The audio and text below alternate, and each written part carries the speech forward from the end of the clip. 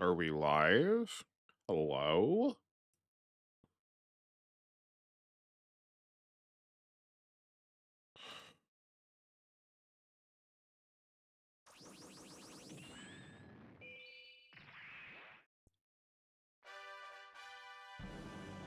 Howdy? Are we good? Are we starting off with an error today? Oh, good gracious. Well, welcome everyone to the Super Robot Wars Archives. My name is Austin. I hope you were all doing better than my internet connection. I've not had a chance to call anybody yet. I woke up pretty well close to stream. I did change some settings on my end that I was hoping was going to fix things for us. We'll see. But we'll just sort of push through. I mean, it is Monday. We sort of expect stream errors. All right. We need to go here.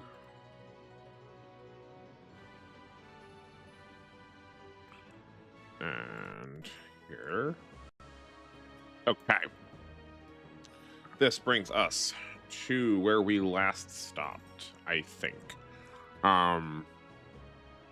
Speaking of stopping, I apologize for how stream ended yesterday. Though it looks like we might be doing the same thing today. I really wanted to, like, I believe yesterday's stream was also our 100th video, so I was like really excited to thank everyone for like sticking around for 100 of these. I can at least thank you now. Again, I say it like I feel like I say it every time, but we just keep hitting benchmarks that are monumentally surprising for me. We're a little density based right now, not as much quality as I would like, as evidenced by our stream delays, but you know, 100 videos is like a real number. A lot of them are live, which makes it a little easier, but it is still a benchmark that, you know, Austin 5 years ago could not have imagined he had on the internet. So thank you for being here for it. I'm so glad you're part of the team. And we keep growing too. We don't stop. We keep adding. We were like now far and away cleared the point of me talking. I can't even get the words out. We've like far and away cleared the number of people with whom I've spoken to in one room at one time. I'm glad every one of you is here. Okay, let's rock today. So if you're new to what's happening here, we are playing GC, the GameCube Super Robot Wars, but we're only using the quote generic units. Which is to say, like, if you think they're good, we're probably not using them. We're using the sniper. We're using the GM sniper. That's fine. Okay, right. We have a lot of funds we want to invest. We were using the 3 parts of the Daltanians. Here's like the first example of why this isn't like fully generic. What are you yelling at me about? No, okay, that's fine. Why is my stream rate? No, hold on a second. Sorry, we gotta. Okay, I'm at 1080p. That's good. It says good connection, not excellent, but I'm getting more kbps than normal. Okay, we're not gonna worry about it. Howdy there, control room guy. Glad to see you're here. Now stream can really start. I hope you had a good 24 hours since last we've spoken. We are just getting started. I was a little bit delayed setting everything up. I got over to give myself more time. I keep doing this to myself because I was used to streaming Y where we would only do like one thing, but it takes like 5-10 minutes to like switch over stream chat, like game channels. I guess I was saying this to everyone too. Apologies for how things ended yesterday. I was out of internet for like half hour to an hour. By the time I had it back, I figured there was really no point in like saying anything or like making a post because like everyone would have been gone by then. But and I've changed a couple of things up on my end to like hopefully reduce the burden on my internet, but we shall see. So yeah, right. We want to figure out who else we're investing into. It's not the Daltanius. We could invest into the Big Rose. I don't mind. I don't hate that idea. I guess we should also be doing it like this. I don't hate the idea of investing into the big rows, but I also don't think they're necessarily long term for us. I think there's gonna be a couple other like random units we could switch into. So maybe not. We can put more into the sniper. Oh, the Alons start with some investment. That's good. I also, I was gonna say, I don't hate the idea of holding it, but I did post the title today was, you know, that we're probably not gonna get much more of a team. We could just like go into the sniper for energy, seeing as it burns energy a lot. Yeah, let's rock. We'll max out energy on the sniper, and then we'll start maxing out damage on the sniper and the rest of them. That seems fine. It sucks too because you had like 5 or 6 viewers. Your internet is sabotaging. You know, it really is. It super is. You're right. It's really funny to me that literally every time my internet gets banned is when all my viewer counts go up. I gotta figure out a way to like dance through and like right through the middle of that. I'm sure the fact that my like viewer count has gone up is like circumstantial. It's probably because of the time period and like when other people are around. I mean, we're playing these games in Japanese, so I guess we weren't playing W in Japanese, but you know, 9 p.m. my time is like 9 a.m. Japan time, roughly speaking. So, you know, maybe it's just a consequence there, but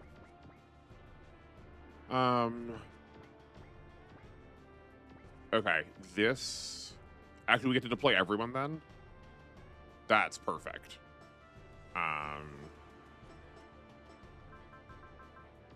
We also want to switch pilots back if we are able to.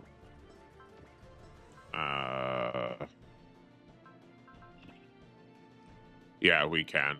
I want to put, now that we're on the ground again, we want to be back in the hover tank. That support, I think the support at this point is more important than having like an extra combat unit. We're not failing at the point of combat, we're failing at the point of surviving.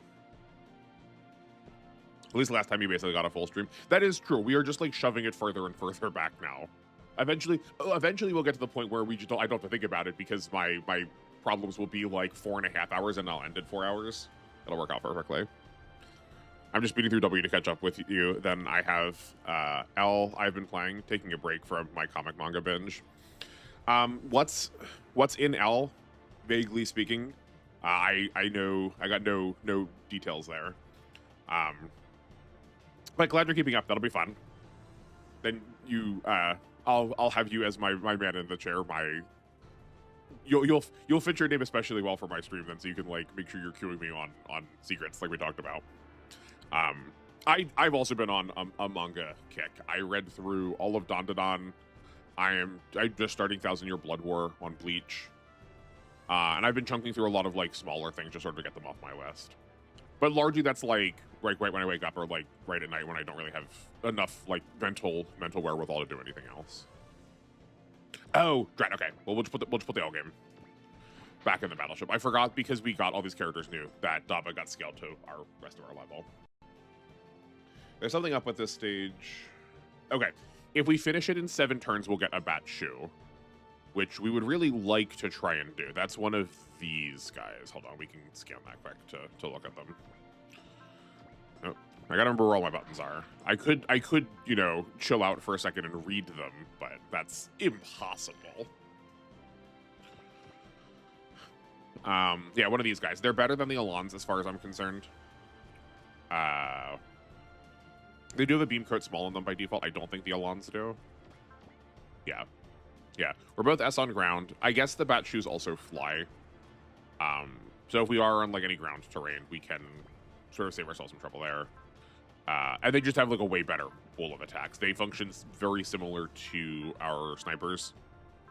I also don't think we have anything with map attacks yet. We maybe no, the gym sniper does. We just always have something better to do than that. But I think that'll be a good addition to the team. We also don't have to like invest into it at all. So I guess I was like slightly incorrect by saying we don't have any. We're not changing our team. We're getting this Bat Shoe and that's it. This feels like a nuts and bolts kind of question. But I wonder if you kept repeating the stage. Like, if we did this stage 3 times in a row, would we get 3-bet choose every time, or do you only get it for the first one? We also didn't get to choose our battleship. We only have the Gundle, so I guess we're going to use that. That was a lot of my favorites. Seed, Sea Destiny, Dankuga Nova. Dankuga Nova. Sick. I do really love the music. I love the opening from it. Godnar and Macross Frontier. Also debuting as Line Barrel of Iron. Rebuild of Eva and Ixer 1 and 3.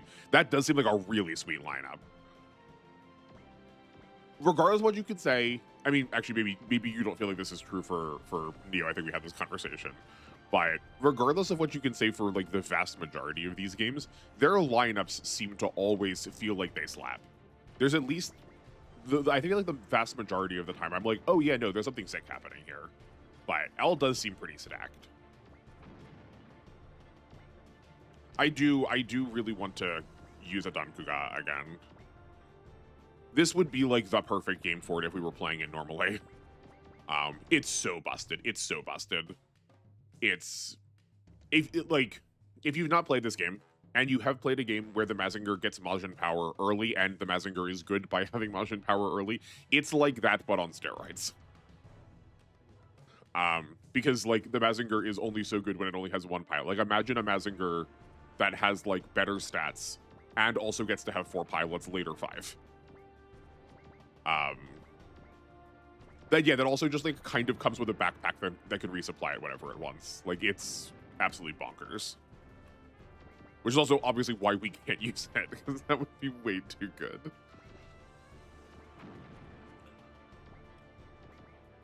I am now seeing like with how buggered we are by the like slow terrain and half of our units walking. Maybe we were actually supposed to take triple big row instead of double big row tank. Every time. Let's line up this combat. Okay, that's not the worst. Oh, we do have Valors now. I forgot that we like are we are like actually getting proper spirits at this point.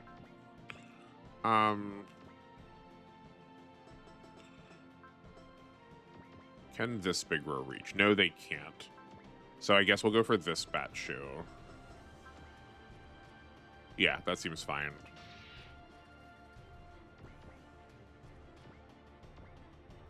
I guess we can go down one more space in case we want to heal. Yeah. We go here. I don't think it matters what order we're going in. Oh, but this does put us in range of a different one of their attacks. But the persistence makes that fine. Because then we can put Kai... we'll put him... Nope. To the right of Sanders. Yeah. We already used the flash... Or the focus. I don't feel like we need to flash so much. Actually, the persist was probably also wrong on Sanders. Like, having them forward is fine. We want to keep them, like, vaguely safe. I am also like, just, like, trying to clean up here. We do need to, like, kind of go a little bit quickly, so I don't mind wait. It's not even a waste. It's not like we have anybody else to heal anyway. The only issue that can arise is that, to some people, some series outstay their welcome. Like, people get sick of Nadeshko and Macross Frontier. Yeah, no, that's fair. I do just, like, love these games, so I guess I am going to be a little bit more tolerant of when shows show up over and over and over again. I have to imagine Universal Century probably feels like that, too. I'm surprised more people don't have that to say, or maybe they do and I've just not heard it. About like Mazinger and Getter. I know they're like core staples of the franchise, but because of that, it feels like, you know, the vast majority of games have them in it. And it's not like Getter has like dozens of series to pull from.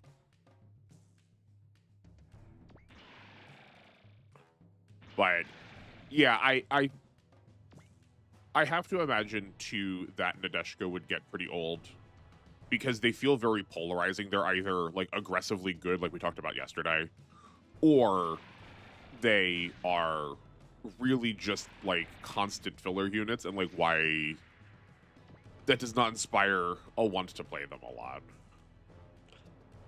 Then Frontier's movie took its place. Great. Don't worry. Don't worry. It's different this time, guys. It's different this time. It's the whatever the you can copy by Homer but just change it meme is. Man, I feel like the one way we're gonna like get this series into like the forefront of people's mind is there's like so many top quality memes that this series is like ready to give us, and we just like don't do it enough.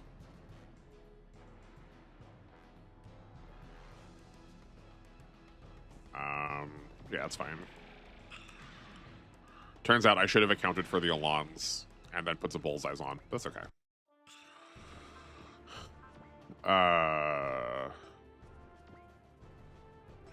Sure. Do you have a... Okay, you do not have a bullseye. Or not a bullseye, a Valor. That works, and then the Drow can finish them. You are 5 range. 1, 2, 3, 4, 5. We do want to get a lot of the Alon's XP too. I do think we're probably going to end up using the L game pilots a lot, especially because so many AU series haven't debuted yet. I mean that's true. IBO, Age, any of the Gundam build series, and like as far as I can tell, kind of Witch of Mercury. I know we only got the first season of it, like so there's a second season, which is why I think we were speculating that we might get a sequel to why, like, in like sort of the same continuum. But well, I didn't like clock this at all, but I was thinking about this when I was making the Drake video. Good gracious, did like we had that first part with Suleta, and then we got another mission with them like kind of vaguely later. Yeah, she tagged in for a mission 2 of like once in chapter 2, once in chapter 3, I think it was, once in chapter 5, but like we did not really get a lot from them. Like we didn't see any of the rest of the IBO units really at all. That feels like deeply underutilized too. I don't know how that I don't know how that compares to IBO, but I wonder if some amount of it is like deliberate because Gundam has its own franchise with SD Gundam. I don't think it's a good reason, but I could foresee them maybe being more reticent to pass things over, just to try and keep them for their own games. While we're here, also, I posted this at the bottom of the Drake video, but I don't necessarily think everyone's gonna want to watch that. So I didn't realize this before because I had not like looked at her name in katakana in a while. Mouse. So her name is Rei. A tsu for a space, so like toss the sound up, catch it. So they she, and this is a she. We like in English it's spelled Leccee, so I've been saying her name as Lassie, but her name is more aptly close to Leshy, and like we can't see the subpilots then. Hold on, we're gonna send Daba back just so I can I think this is true. Do we actually get the fairy in this? We do. Yeah, his fairy's name is Didisu or Lilith. Famously the like demon / temptress of the non-Christian parts of the Bible. And Aleshi is a Slavic fairy that like we seem very concerned with fairies. I don't know if this is just like really obvious if you've watched the series. I have not. But I think her name kind of got buggered up going to English. Because it feels really intentional that she is named that.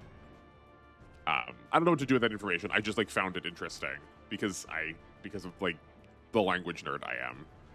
And maybe you did too. Yeah, I believe people were underwhelmed by Witch of Mercury plot involvement, which I expected from just using season 1. Yeah, I mean, yeah, if you're opting for just one season, I think it's probably to be expected. Because you initialized it WFM, I paused for a second thinking you were doing like Women's History Month, and I was like, wait, do we have like a lesbian couple starring in the series and it's also abbreviated to Women's History Month? Is that true? That would be really funny, but that's not the case. I just but it would have been great though. Oh, no wonder this was doing so much damage. Darn, I messed up. I forgot this was in the Deltania. It's not in the Atlas. Okay, well. Oh, yo, okay. Did you see that stuttering that just happened? Did you see how that didn't happen at all when we were playing W? I think I have fixed I think I figured out how to fix that stuttering. Um, I've not done it here yet because I forgot to think about doing it for this game. But I can make it happen. Which will, I think, be a good upgrade for the stream. It's getting any stories. Getting any story still beats IBO, who didn't get any of the DLC stages, but IBO had more units than WFM, which is criminal.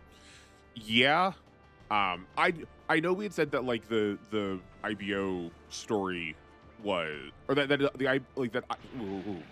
I know we said that IBO was done pretty dirty in the DLC. I didn't realize that it didn't get any story. I thought its story was just handled like sloppily, very rushed, like didn't cover a lot. But no, it didn't happen at all. That's real bad. But yeah, it is pretty. It felt pretty weird. Okay, hold on. I was gonna say this, but actually, I don't know if I like stand by this sentence. But here's the sentence I was going to say. It feels really weird to have a cover series only have 2 units to it. Ooh, yikes. Okay, that does less damage than I'm expecting. Who's in this? This is Amu. Okay. We'll try to remember that. But then we have things like Detonator Organ, who I'm assuming we're only probably gonna get like 1 character out of, or like Go Lion, where it's actually probably reasonable to only expect one or 2 units. Like super robots do that supers do that all of the time.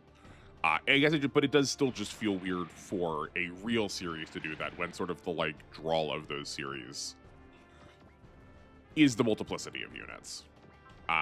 Though I do also accept the fact that there maybe are more units, and I just like did not get their secrets.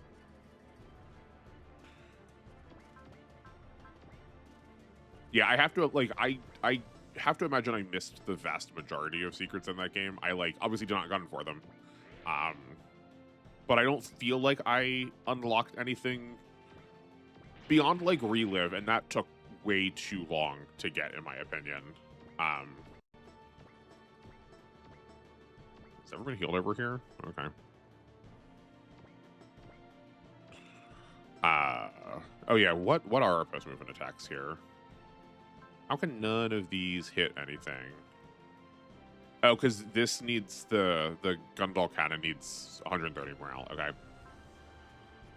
But this is 1 to 3 and 2 to 6. I forgot to check if they're post movement. Okay, yeah, we got a 1 to 3 post movement. Do we not? What? How is this not able to attack? Oh, that's weird. Okay, sorry. I did not realize this was also large and double large only. Okay, so we have a map attack. We have a map attack and then just the like machine cannons. Okay.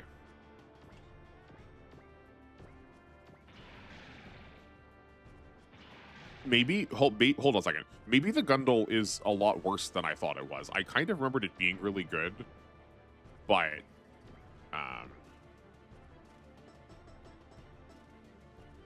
I guess maybe I'm remembering later where you fight a lot more super enemies at the end, and that actually matters more. Also, I was going to move the hover tank over here because I was still expecting to get to use energy, but we don't use energy. I'm not going to resupply it on. We're not going to resupply it on like one of its 99 ammo.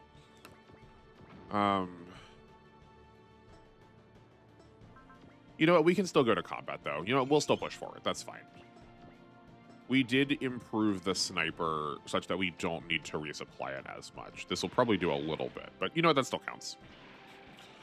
Yep, all DLC units from 30 just got isekai'd into 30's world and go, hey, where are we? Well, guess we'll stay with you guys until we know what's going on. That feels aggressively sloppy. I know we've griped about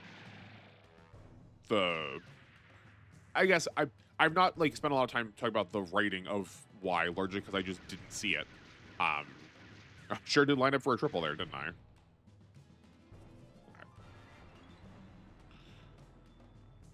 But most of my complaints was with density with Y. So like, here's to hoping that the Y DLC is not that egregious, because that would be real. That would be pretty painful, especially seeing as like I feel like Common Rider is. People are really excited that Common Rider is going to be in the game.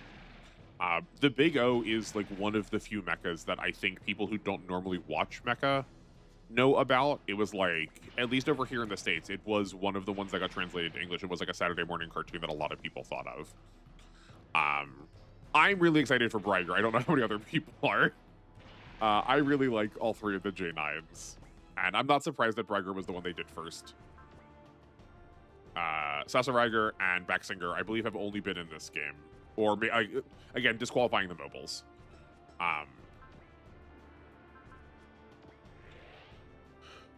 But Backsinger, I think, is probably the most boring. It is just another, like, big generic, or big Superboy. But the Sasoriger turns into a large locomotive as it's transformed, which is hunkin' cool. We'll see it in this game. I'll point out. Well, I'll look at it when we get it. We won't get to use it because it is like, you know, a super. It is perhaps the unit that I would like to replay this game for the most to try again.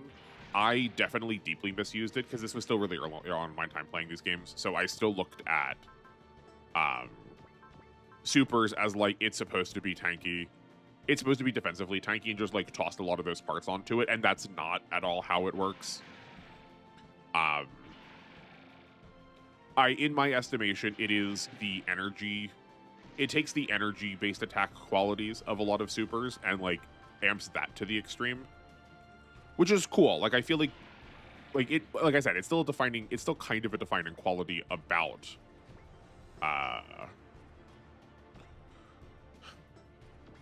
supers, but it's not like.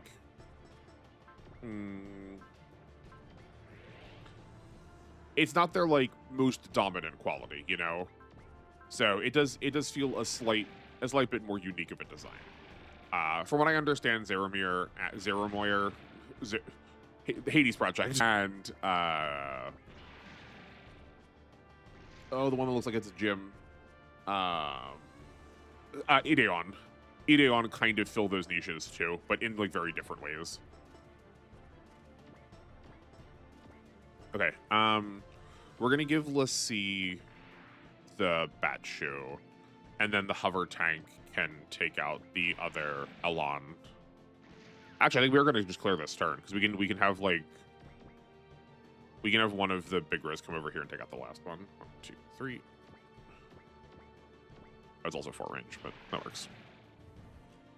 A lot of Y secrets were early unlocks, just like 30, which sucks IMO. There were also people like Olibe, the other MC, Quell, another WFM character, Master Asia.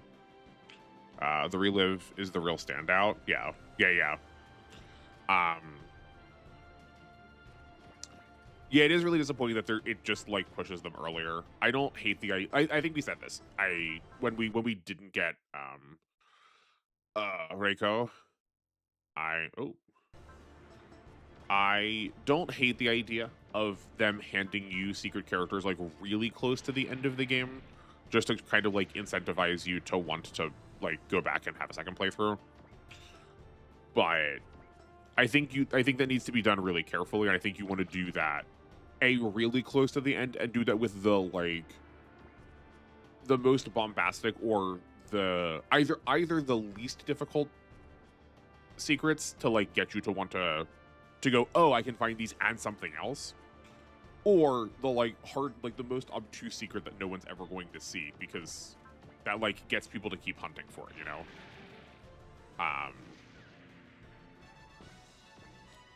I feel like we got Master Asia somewhat late, but like the Relive was after that, so maybe we got. Oh no, we did decide we got the Master Asia secret.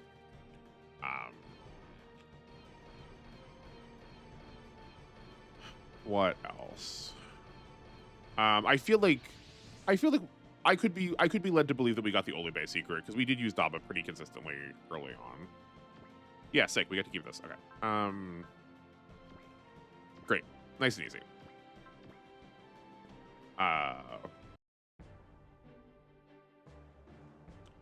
Did we? Oh yeah, no, we did get Forte. Is she a secret though? I feel like you just get her from finishing all the gold maps. Is there like a different way to unlock her? Does she show up at some point later in the game? Like, do you get her like right before the end as the like conflict is amping up?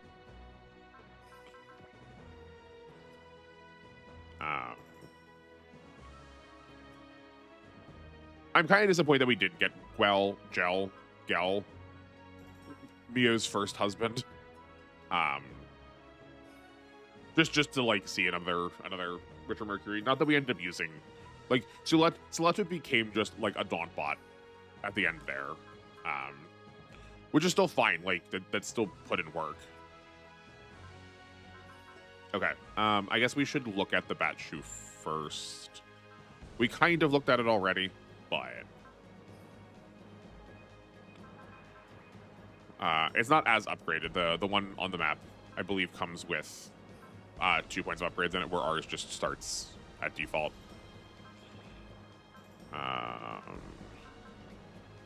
Yeah, so we're mostly range focused, so we'll toss whoever has the highest range stat of those three in here.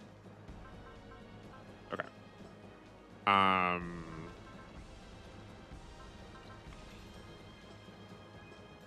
guess we can't see them this way. There's so, like, every game gets like one or two things somewhat wrong. We can't just like combine them all together nicely. Okay, let's see. DC is 189. Gao is 184, and Amo's 186. Okay, Lassie is going in. She will get her own unit at some point, which we also probably won't get. I don't think we're going to use, 'cause I'm pretty sure it's unique. But, yeah, so then we're going to give the sniper, we're going to finish off its energy. Okay, we're not finish it off. Yeah, that'll be next. That'll be a next turn kind of problem. So I guess we could just do it now. Oh, can you sell old units? Okay, we're gonna sell these Zaku because we're never gonna use these again.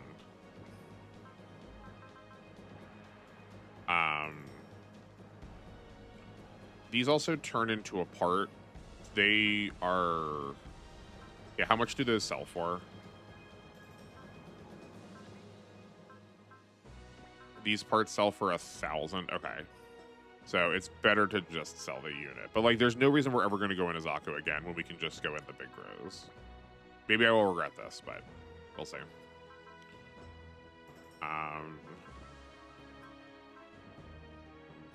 Okay, sniper. Okay, and now we'll just pump damage into all three of their long-ranged ones. Let me save in my conventional way, and then I know I saw some messages pop up that I should go pay attention to. Okay.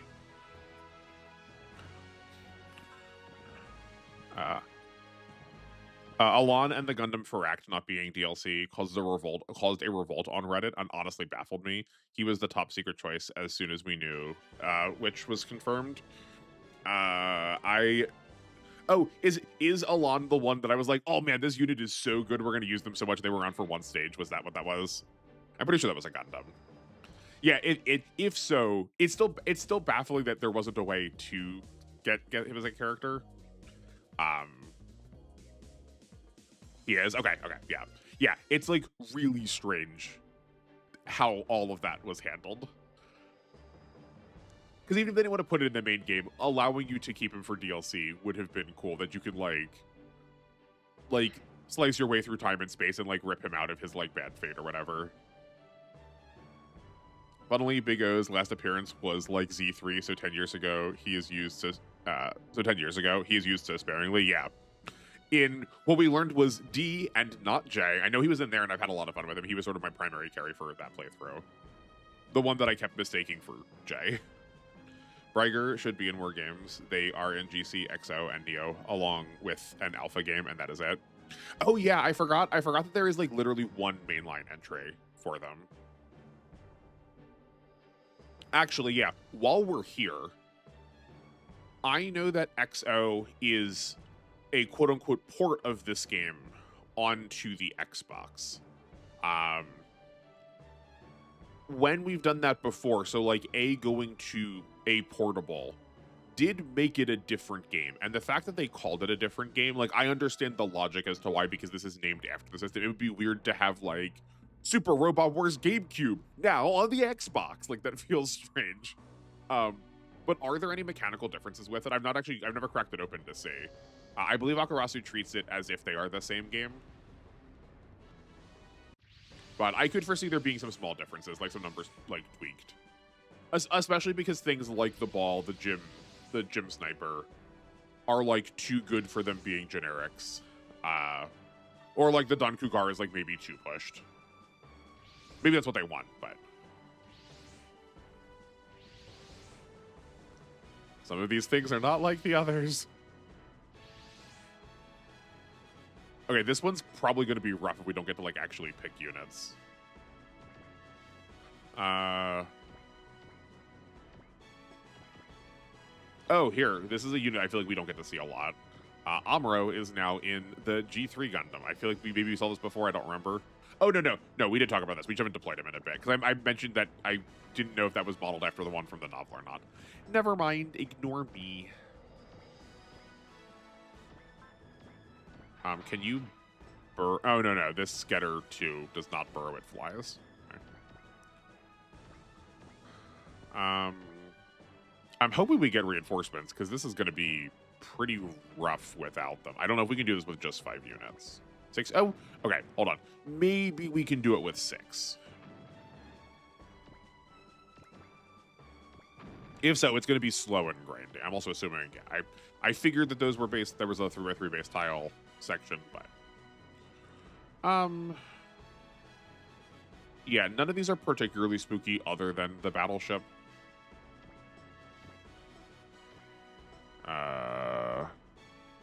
We do have a boss here in Chai Cha. I do love the oh, and we also have Gablai.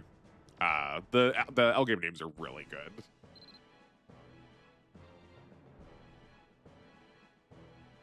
Also, circling back to a thing you said about people not getting fed up with Massacre and Getter, I think they are helped by swapping that version is that they're swapping what version is in each game. Massacre, Majin Kaiser, the Impact. That's, yeah, I guess. I suppose even if they kind of work mechanically the same, in, like, for my purposes, they end up being very similar. Not that I have a problem with it.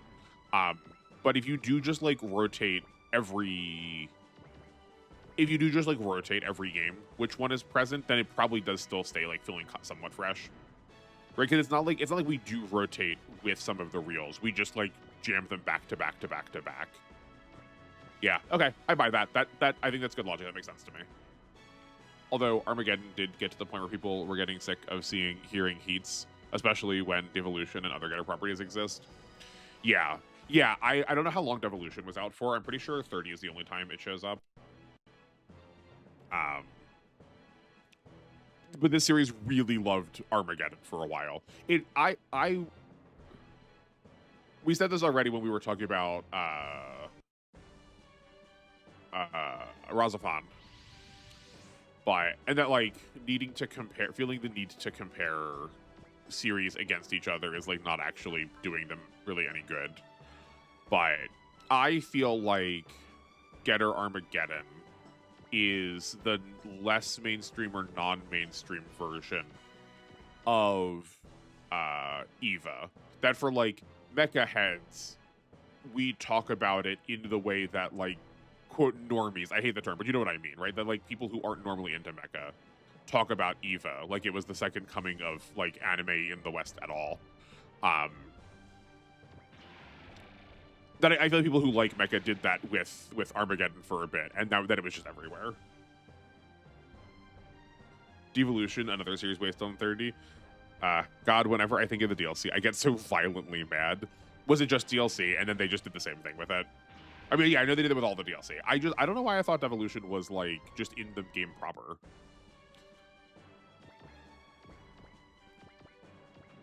I'm not one for like rage baiting or you know, doing things to get people to engage through frustration.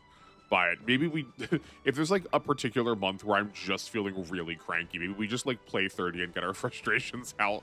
It sounds like there's a lot of things to grumble about. Yup. At least the unit looked cool. Yeah, no, it looks sick. It looks sick as anything. It is like one of the reasons why I was like multiple times I was like, man, maybe I'll play 30 just for fun. Like before I started like doing a lot of channel stuff. Because I kind of just wanted to use it and see what it was about. I do kind of make a point to not look at anything about unit I haven't seen, so I can at least like either see it in its original context in a series, or like get to be hype about seeing attacks for the first time. Like I definitely did that with the Majin Emperor and Mazinger Zero. Like I'm saying I have done that means I still have done that because I still haven't seen them really used. 30 had Armageddon again. Oh man, I wonder. I gotta like wonder what the backroom decisions were for that kind of thing. Did they just get the licenses for Armageddon so late, or not for Armageddon? Gracious. Did they just get the licenses for Devolution so late into development that that was just like what they had to do? And they just maybe they just like sort of have this like in perpetuity kind of clause with a couple of these things, like with UC Gundams and with Armageddon. With how much they use them, they probably don't go and relicense them literally every time. That would be wild. Uh-oh. Okay, let's get this conga line out of here. We might end up this might be a mission that gets scrapped. At the very least, we can pull all of these guys to the right. Like we can move everything to the bottom right corner now knowingly if we have them see too much combat.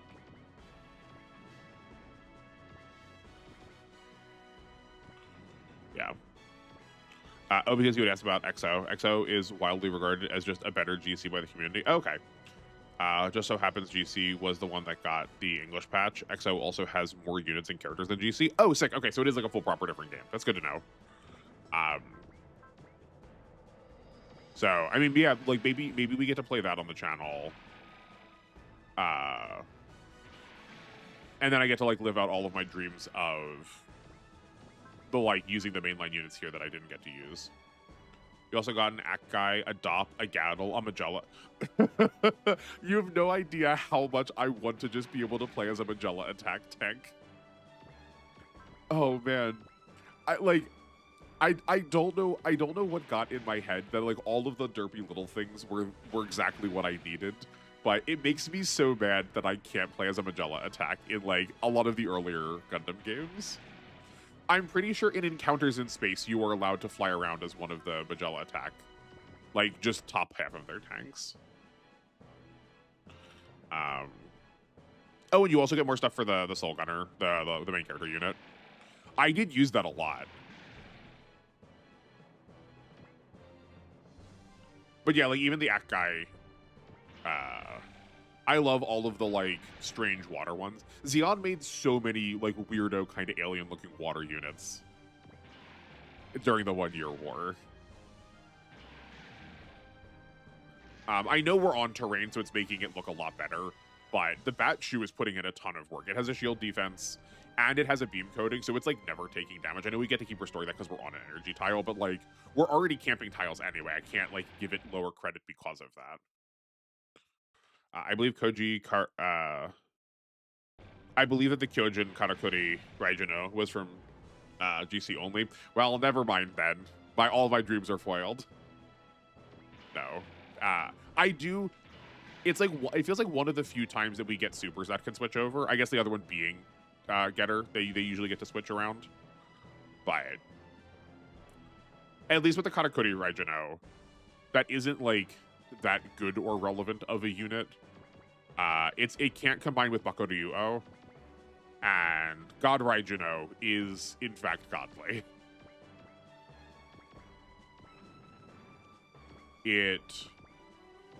I get here I in my estimation from what I've seen, the God Raijino does work very similarly to how I think Getters tend to work.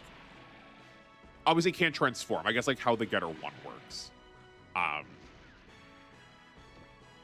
But imagine that tankiness and that amount of like, it has HP restorations, like that amount of like survivability through HP. We found the downside of the bat shoe. But then it also has a unit that it can like detach to then get a second action, because like Bakuryuo is, you know, like a respectable pilot in their own right. The dragon-shaped school.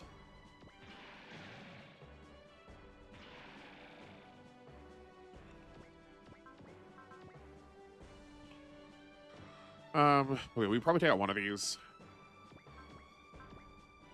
Yeah. This is, oh, that's actually less safe. I thought that was 31, not 61. Yeah, we really need to get some better units for the Dragon R's. At this point, we probably won't get them until we see the like ones that we're forced to be given, which I'm fine with. That's okay with me.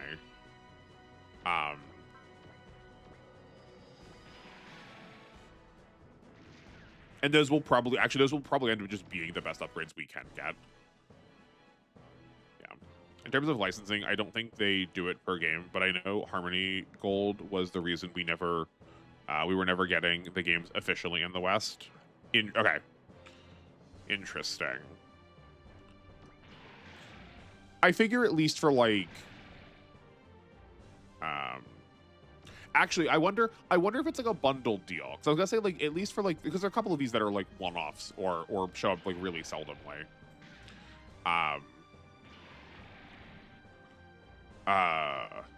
But I wonder if they end up like being responsible for publishing some other games that involve those characters too. Like, do they do the like what is effectively like the movie tie-in kind of style games, right? Where it's like Martian Successor Nadeshiko, Prince of Darkness, the video game, right? Like, do they get the license for it for these and then do one of those two? I don't actually know who all is responsible for any of the publishing of these things. If you couldn't tell. As someone with zero nostalgia, I super hate Harmony Gold and the idea of Robotech. Yeah. I think I mentioned that before. You like almost like came for me. I get it was a necessary evil, but I hate whatever it's done to the IPs. Zero regard for the original version. Yeah, there is a lot of carelessness and callousness towards a lot of like Japanese, I guess there's a lot of like in general media properties when a lot of those like shows were first getting translated to the States just because they wanted to like buy something and get it out, and they figured no one was going to check. Which is like, yeah, like it's like deeply irresponsible. But like, why do we allow them to still have this like stranglehold on like media? It's very dumb.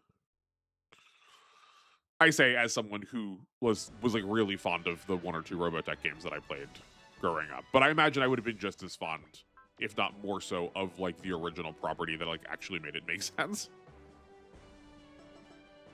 Is someone in this, Alon? Oh, it is. Yeah, it's Hutcha.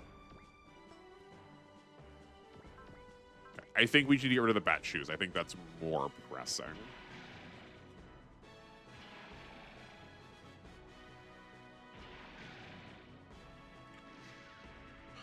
Because like you could say a somewhat similar case for like the Mazinger, the original Mazinger series. I mean, it didn't get like hacked to pieces the same way, but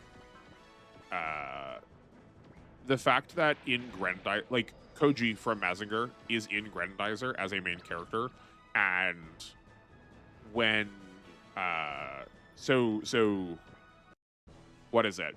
Mazinger Z came to the States as Transer Z.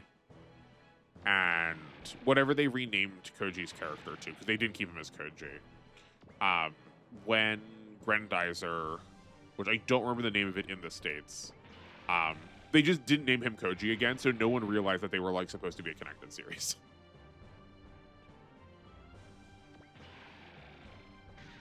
I think we said this last time too, but I guess, well, I'll bring it up again in case someone's watching now for the first time. The only other property that I feel like did this the same way that Robotech did was Digimon with the like first American movie. If you don't know, the first Digimon movie in the States is actually a combination of 3 Digimon short films that they've just like chopped together. Once you know what you're looking at, it's very like obvious to see that they were cut together, but if someone didn't tell you, I could very easily believe that you would believe that they were meant to be put together all at the same time. Digimon has a movie. Oh, perfect. Yeah, perfect. We got there at the same time. Especially movies into one, creating an iconic childhood experience. The soundtrack activated so many kids. Yeah, no, it still does. Yeah, but other than that one, I can't think of any other properties immediately that did the same thing.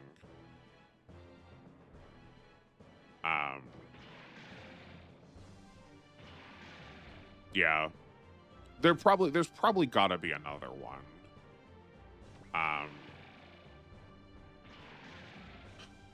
I guess I don't. Okay, this isn't exactly the same thing. This is like a couple of steps deviated now.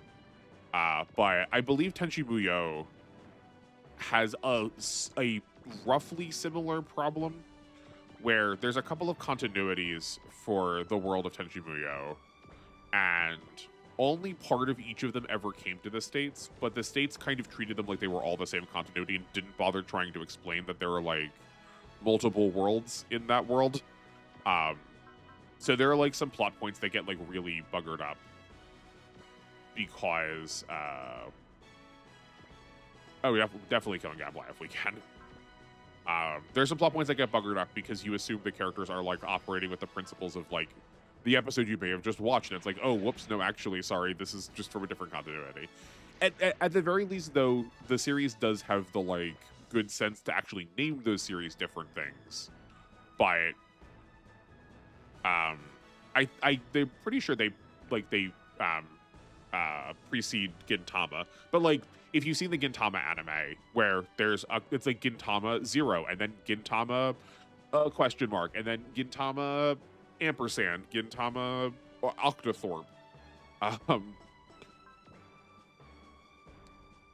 If you've like, I could very easily believe that you could look at those and then go,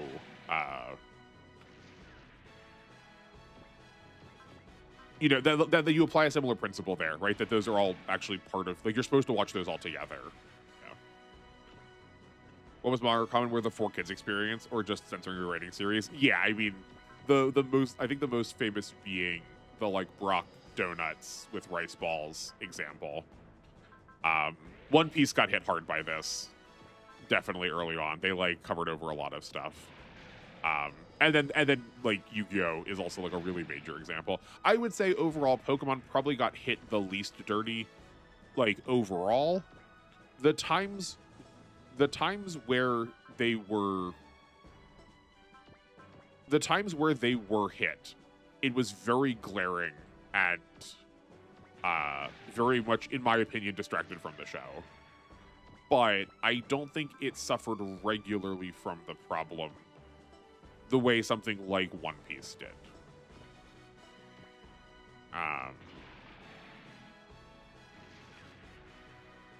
Maybe we can do this with just 6 units. Speaking of mecha, I think I probably said this, I think last time 4Kids came up, but today's just gonna be a repeat day. If you like suffering and you find we just dodged a 99%. I just want to point that out.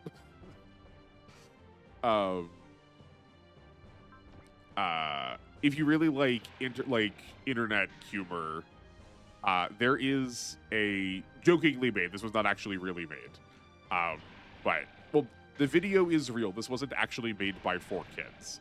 There is a what if 4Kids made Eva rendition of the Eva opening. Yeah.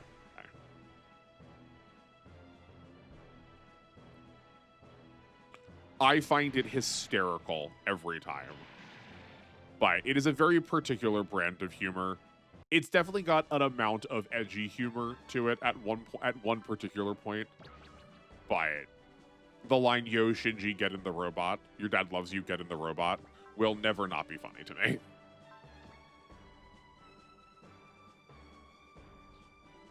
Pokemon more suffers from them just having worse overall soundtrack. That's fair. That's true.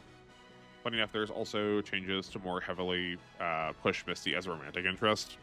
Yeah, they did really want to make her as the, like, I describe a lot of like, especially kids TV shows like this, but that there's the who's our group? We have the leader one, we have the smart one, we have the goofy one, we have the girl one. And we need to, like, make sure that we were reminded that Misty was, like, the girl of the group by, like, trying to, like, pair her off. Before X and Y created Serena, who just became the canon pairing for the series that on. Yeah.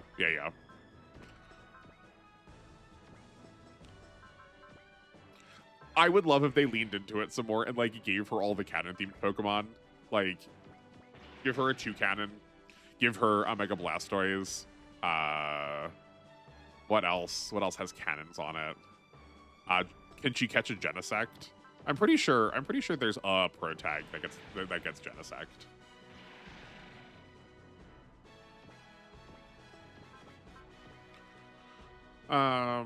Okay, we can probably take out the other two bat shoes here. I guess this is the cheapest. We're gonna keep using Energy. So maybe we don't need maybe we don't need damage as much as I thought we did. We might need we can take like a few points of damage places, but it feels like dodging is maybe what we need a little bit more. But I also will get, like, back into the swing of things now playing W and this, such that I can't cast spirits during enemy phase.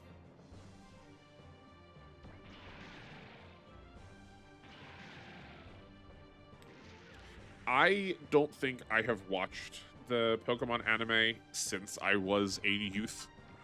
And that probably only took me up to, like, whatever the series was around Ruby and Sapphire and Emerald's release. And, like, maybe up to Diamond and Pearl.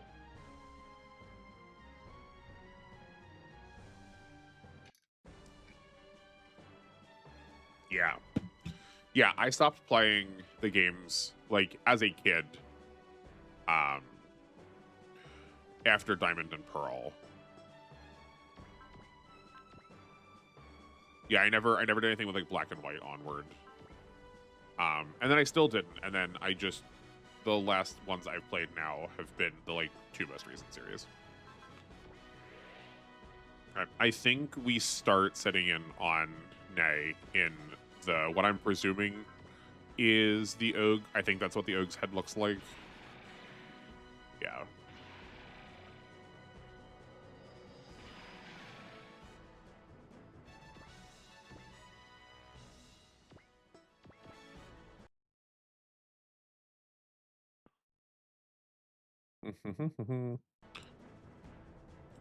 Oh, also it's called the OG. Oh, I hate that so much worse. The OG? OGO? No, OGA? I don't like it. I'm gonna keep calling it the OG. Fascinating that she comes with a propellant tank, despite the fact that she can't really use it very much. Like, we can use it for her launcher, and I guess it's to, like, restore from the beam coat. But she doesn't have any HP regen, and she does have a repair kit, so, like, maybe, yeah. I guess if we're gonna commit, we probably should, like, whole commit. But she has her two bodyguards on these bat shoes, and okay, no, this is fine.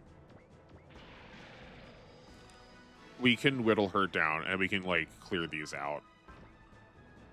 I know we could hit them, or not clear them out, I guess. Yeah, definitely not those. I know we could hit them player phase, or enemy phase, but I'd rather be proactive here and save ourselves some HP. It was so bad that when the new series started, Pokemon Horizons, people were sure Liko, the MC who was a girl, was Ash and Serena's kid. I do remember talking to some of my friends' kids, and they were determined that it was Ash's child. And maybe it still is Ash's child, but just like not with her with Ash and Serena.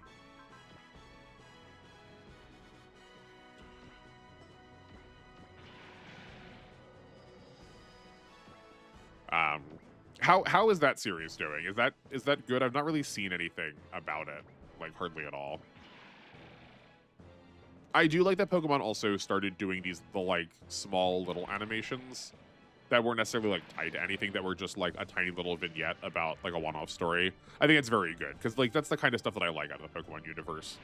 These like very personalized experiences, like that's what the series promised. And like I ever got Nay and Og and Y. I think she's also a secret. That's sick that you can get her.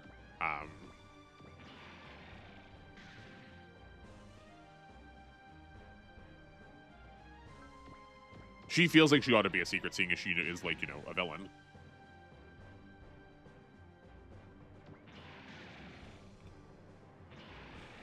I wonder how that ended up translating to an actual playable character, seeing as it's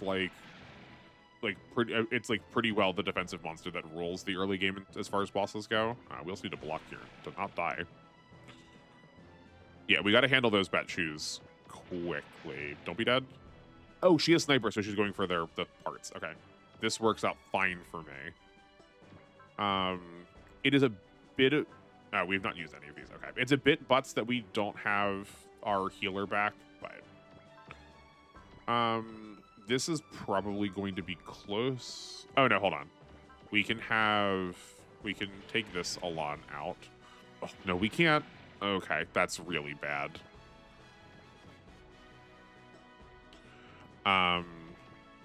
Okay, I think we might move down here and start going. I think we maybe have to take these bat shoes out this turn. That leaves this space open for the Drow to come in and I guess clean this one up.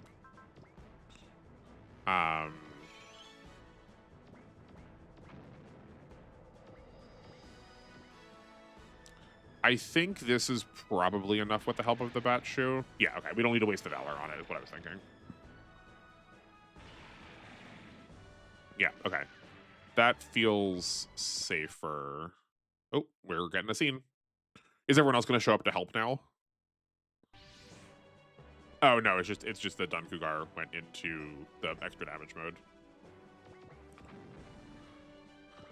I forget that pilots are allowed to get morale off of watching other pilots get kills.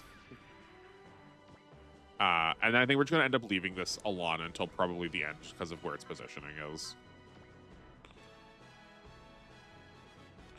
Okay, so I know I've changed this like 3 times now, but like that's what context for this kind of thing is important. I think the bat shoe needs more energy first. This one will do double damage on just to make sure. Yeah, this might be a little preemptive. This is like running us out of ways to like actually hit. Nay. Oh, okay, never mind. That was super overkill. That's fine.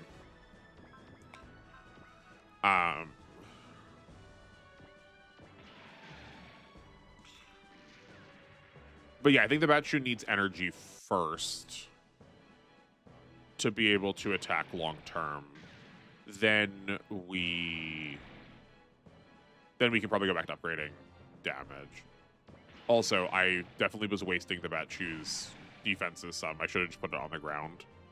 Like two times. Like there's 2 times I should have put it. 2 different reasons I should have put it on the ground. A, it has an S on the ground. And B, we're also getting like the 30% off of these tiles, so I don't know what I was doing there. If I knew the map better, maybe I would have taken this big row off. No, we were only going to get one of them and kept Kai in a Rick Dom.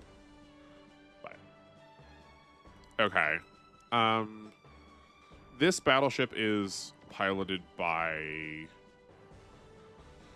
just a generic. It has a spare parts and a cartridge, so we can also kind of just try and run it out of energy. Hopefully, it just stays here.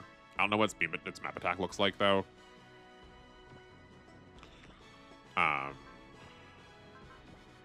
Okay, so I guess we do kind of need to set in on Nay then. I guess we can start doing that this turn. Oh, that's not who I thought we were going to map attack off of. I should have checked.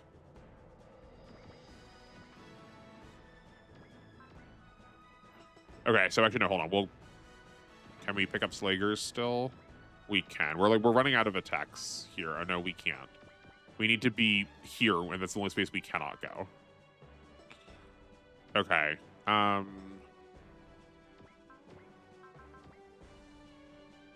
Actually, also, all of this is bad. Okay. I was gonna say we can try and have Nay come in more, but actually we don't want that. Because we don't want her to accidentally take a base tile. Like, we will be sunk if that happens. Let's go here. We just put up both of these spirits. Yeah. Our team has definitely come a long way that we can do this with 6 pilots now. Oh, that's like the worst amount of damage. Okay. I guess we'll just leave it and hope she doesn't use the repair kit.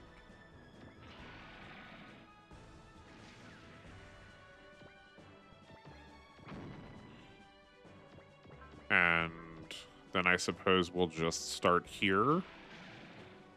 And we will take out the controls first to try and avoid the map attack. Though it's probably gonna, if it's gonna use it this turn, yeah, it's probably gonna kill the sniper. That was bad planning. Come on. Come on. Oh, that's not the order we want that to happen in. Drat. Okay, this went badly wrong very quickly now at the end.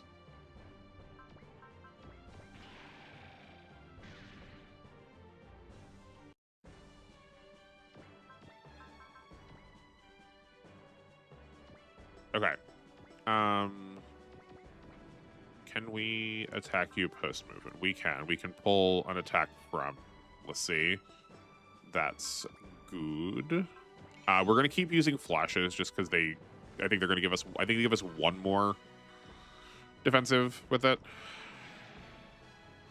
Yeah. Pokemon Horizons went through a bumpy patch because people were like, "Where's Ash?" Which is fair. He was like a staple main character, like a staple main character, like a staple cartoon main character for forever. But apart from that, I really enjoyed it. It's nice having a female being the real main character full time. Yeah, it's nice having, and we've said that a couple times on this channel, just like having women get to like have real roles in media is refreshing. It also does a good job of showing that there is more to Pokemon than gym challenging. Yeah. It's more focused on the typical gym challenging and stuff like Ash. Yeah, but like it is I would definitely call it a plus to, you know, the world of Pokemon is so massive. It's baffling to me that we've only really made battling themed games. I really like my time with Pokemon Snap, like make more games like that. But especially for that kind of world, there's gonna be a multiplicity of people. So yeah, it is really, that does make me want to watch it some. Liko is also about the journey and flying the skies with the main crew. The Rising Volt Tacklers with Captain Pikachu. What a sentence. But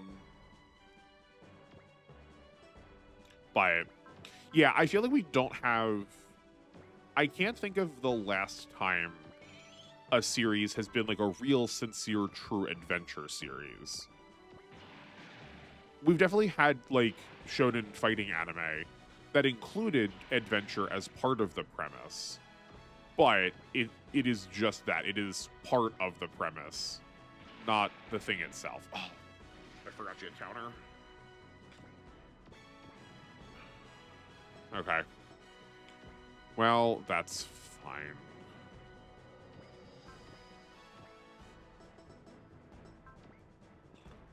I mean, he's probably gonna die too. We're probably gonna lose almost all of the money that we actually like made from this. That, oh man.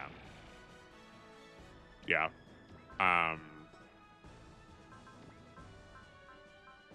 Oh, and light is also just fully useless now. Do we have a... Nope, he's got a repair kit on him.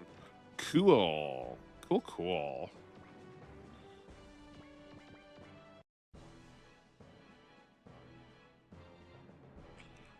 Okay, that's fine. Nay's out of here. Like, we're not going to lose. We just lost a lot of money on those deaths. Because I was not thinking enough. Hey, you like strange games. Pokemon Conquest is right there. Pokemon SRPG with Warlords, pretty dope. That's true. I do kind of forget that it exists all the time, but that does feel exactly like my kind of thing. Also, I love that I'm like already getting to it. I love that I am recognized as like person who likes strange game, because it's true. Weirder the better. Why are you not doing anything? Are all of your... Oh, both of them are energy based. They just can't attack anymore. Great. Well, I mean, we won. It's like darn slow. I don't think it matters to attack the parts either. Like, I think the big rush is going to get done beforehand. But that is also what I was saying. That like, I know I'm the Super Robot Wars archives, but maybe we do just have a like non-Super Robot Wars. Like, dedicate some time to that. Keep it fresh, you know? Because I probably would have a lot of fun playing those games. Though I was gonna say, I do worry, not that anyone else is worried about it, because it's probably how everyone else plays these games. That, like, the Pokemon mentality of gotta catch them all is gonna make me not want to be as, like, strategic about them and just sort of like play to grind to like catch all of them. Can you catch Pokemon in that game? Also, we still should be doing this. This is like still 7 XP is not nothing. We probably aren't going to level up on it, but yeah. Manga wise, oh yeah, you did say that you were going to start reading that. But I got caught up with the new Power Rangers comic, Power Rangers Prime by Melissa Flores. New continuity from the one that started in 2016. Is that the one? Did we? Come on. Internet, come back, please. I'm asking nicely.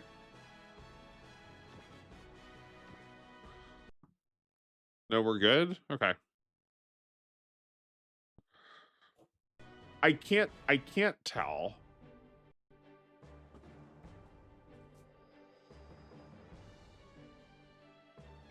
Suddenly no data.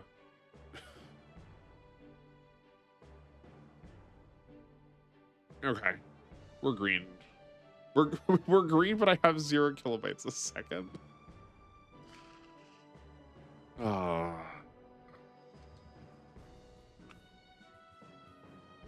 I just like, I need someone who's done this before to like tell me what I'm doing wrong. But yeah, is the new comic by Disney? I feel like Disney was working on a Power Rangers comic, and there was some like key art for it that has one of the Rangers that's just like turning, and her anatomy suggests that they're like no, sorry. The only thing she has is a spine. That she's got like no internal organs. It's very funny looking. Oh, we also never gave any parts of the bat shoe. I just like did not set this thing up for success. Yeah, take some magnetic coatings.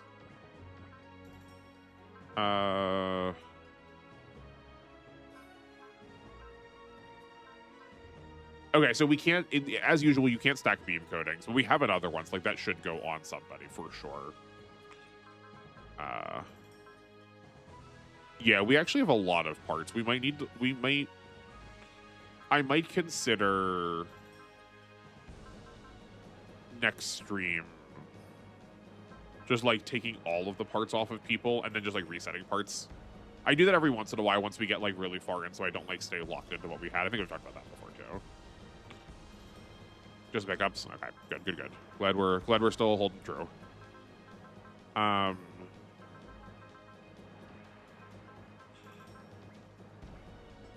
Okay, who else can we give boosters to? These probably should be on the G fighters. Or put one of them on the G fighter. You know, the big rows would probably also use them well, if not for the fact we already have parts on them.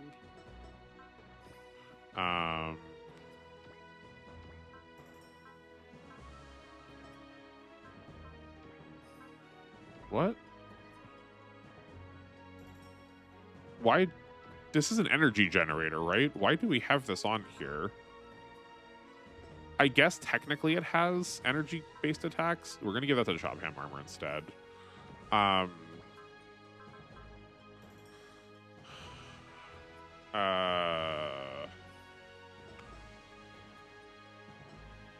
Oh, actually, hold on. Wait, let's look at their terrain.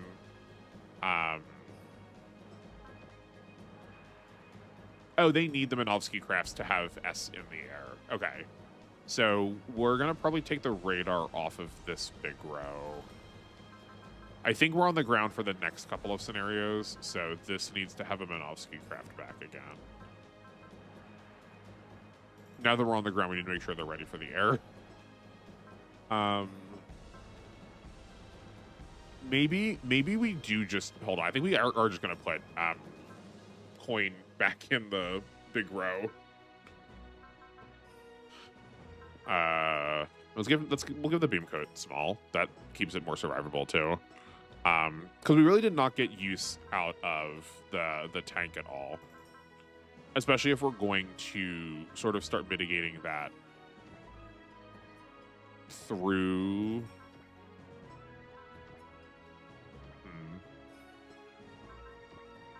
If we're going to start mitigating that through...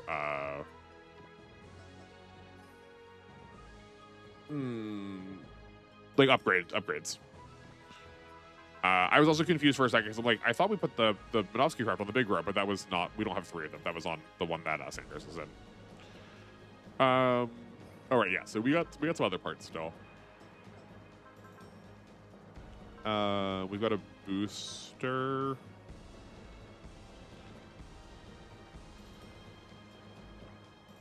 Surely the Borrelios could do something better than just like a massive amount of energy.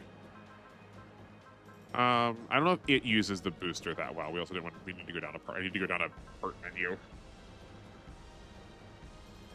We could also kind of make it a sniper and give it the extra radar for its 3 to 6 attack. It becomes what, 3 to 7 then? I don't hate that. I guess we're using the linear seat though, because it's like +10 accuracy. But you know, you get the idea. What do we have on the Gunpa? Thruster module, and we can probably take the repair kit off of it now.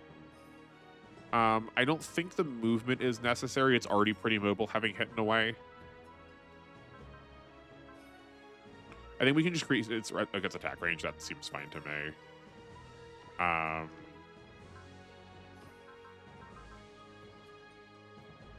I'm down with giving this +20 accuracy. We were like close to being 100% on a lot of the Bat-Shoes attacks, so +20 is like actually doing something. But like this is why I like this like choice of gameplay, because like what? I'm not usually using the Maduchi multi. I always struggle with the word multi in Katakana because it doesn't look like the word multi at all. But like I never use the multi-sensor on anybody in normal gameplay. Like what else do I get to use? This actually feels like a good choice here. We gotta like be careful with our... We need to like be less freewheeling with our spirits, you know. But well, now that we actually can like sortio like almost a full team, it's gonna matter a little bit less.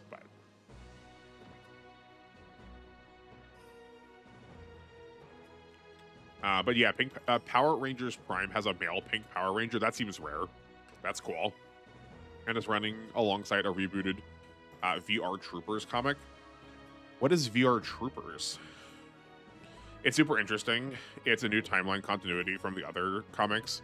Zordon's people, the Eltarians, have taken over Earth and made us one of their colonies.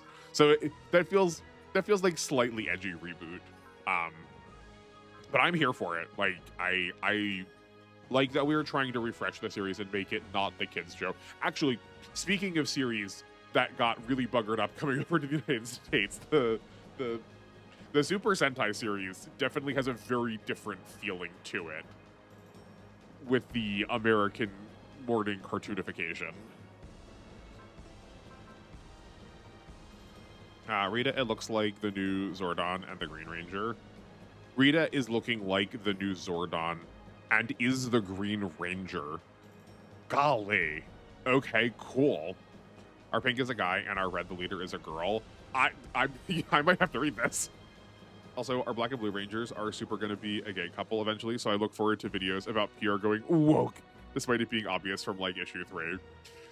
Yeah, outside of all of the rest of the conversation around the wokeness of media, I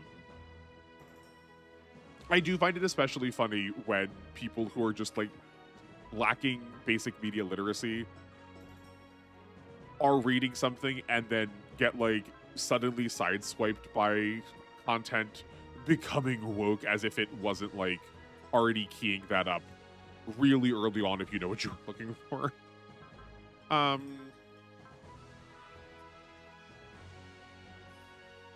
Okay, okay, sorry. I was thinking who we were going to put this extra morale on. But I don't think we have anyone that really cares like specifically about it. There's no like thresholds we need to hit. There's no abilities that need to get activated. So it's just like who wants a little bit extra damage.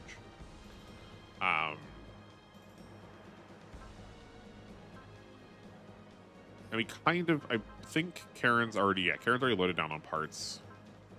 Let's just like keep committing to the bat show. I'm happy to use something different. That's the whole point of this thing. Let's do it. We also have a level of counter. That seems pretty good. And we can put hidden away on, yeah, we put hidden away on like the sniper. I guess this is going on Slayer, but he'll be probably in the sniper for a while. That feels like that matters a lot because I think if the sniper's going to have any problems, it's going to be just not being able to get its energy back. So like now we can pivot it over to the Gunpa if I remember that he has it.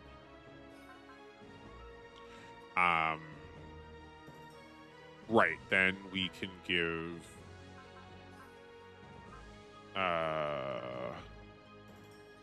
we need energy on the bat shoe. That's not there. Yeah. That seems... Do we just max it? Let's just crank it, and then... Okay, and then we can start putting damage after this. I know I keep saying that, but... we... save... I'm saving like this to give us our spirits, but we never do that. Oh, actually, sorry, I forgot. I wanted to look at this. So Hayato has something else. Is that kills? I just, this, one of these G fighters has a fourth part slot. I don't remember why that's the case. Hayato's... Oh no, it's pilot skill parts. Never mind. Yeah, that makes sense because Hayato is like, he gets more skill parts to like represent the fact that he has potential he hasn't grown into yet, I guess. You should read it. It's like 10 issues right now, super quick and easy read. Also less edgy reboot. Altarians aren't viewed as evil. They saved us from monsters and aren't. Oh, okay, sick. That's really good. Okay, never mind. My snarky criticism brain got the better of me there. Okay. Is there, without requiring you to potentially produce something that is compromising, is it very easy to find if I know how to Google these things?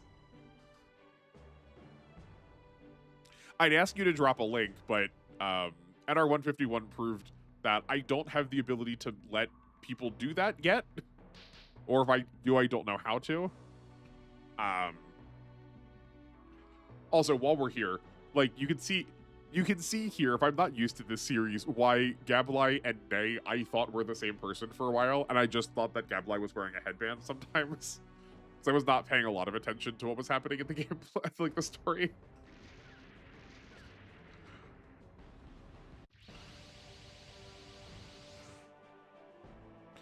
Um, we're gonna be seeing this. We're gonna be seeing this group for a while, if you couldn't tell. All right, we got one more deployment slot, but the L game's in here somewhere too. Yeah. Okay. Man, it feels good to have almost a full party. Our objectives are the usual.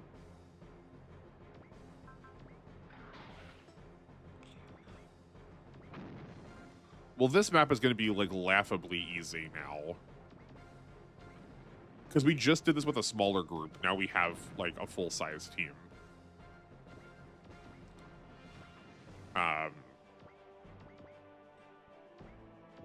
And we do get to like have the big rows go out, punch stuff. I guess the gunbook kind of gets to be that unit now too.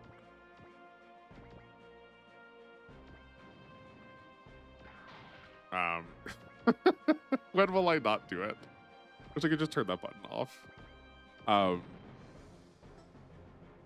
that seems fine. I want to leave this space open for the Gundam. Or something like that. We can move this back.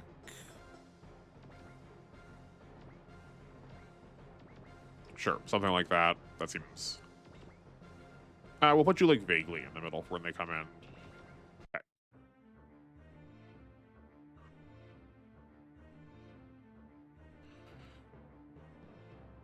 It is definitely more tempting also, seeing as the Power Rangers comic. Yeah, the Power Rangers comic is more tempting. Seeing as it is pretty short, too. Like, I don't mind things with 400 chapters, but... I also don't need like a dozen of them. Like I said, I've just started.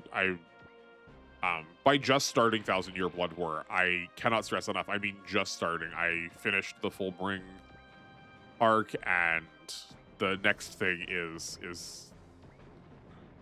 the 1,000 Year Blood War. So, and that's like still the rest of the series. Then, like that's like multiple hundred. That's like almost 200 chapters or something.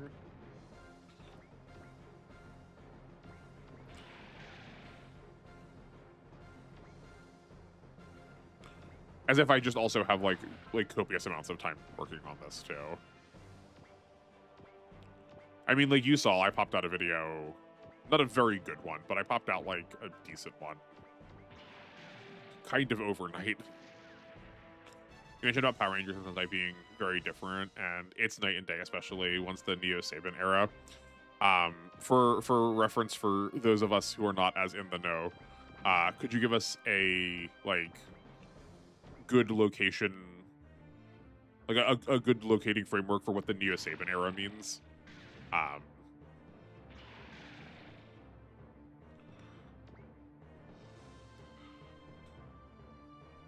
But yeah, I'm not surprised from what I have learned about a lot of the like early production, from what I have learned, about the early production of the like first Power Rangers.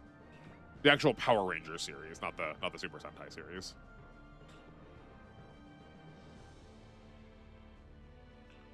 I'm just obsessed. I say I'm obsessed, but I can't tell you what her name was. But the woman who plays Rita, the woman who played the equivalent of Rita Repulsa in the Japanese. I can't remember her character's name too. It's been a minute. I'll think of this. This is like a part of the brain my gears haven't like been spinning for a while. But her actress is like so cool. I'm pretty sure she like reprised her role for the English, that she just like, they just sent her the lines and she just dubbed them for them in English. And then like showed up for the final episode like in America. She just like flew over here to do it live.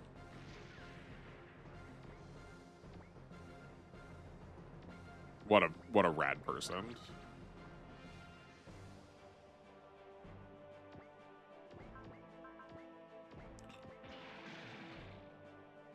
I'm glad that there's so many like deep properties to exist. It's like kind of how I feel about the Type Moon franchise. I will probably never get into it unless one of y'all is particularly persuasive about me playing Like, we finish the Toho one, and then we go on to the Type Moon one, the Type Moon Tactics game. I doubt it, but there's something to me that just like values having a series that's like part of the community that I haven't seen but like know exists. Just makes like, I don't know, everything feel much bigger, much greater. I like that.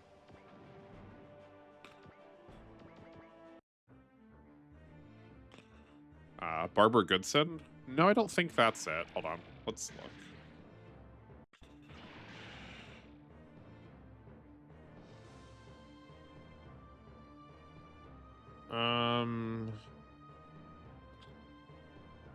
Machiko Soga.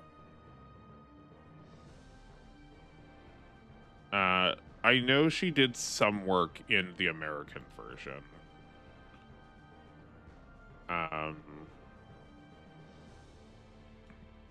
Soga also dubbed.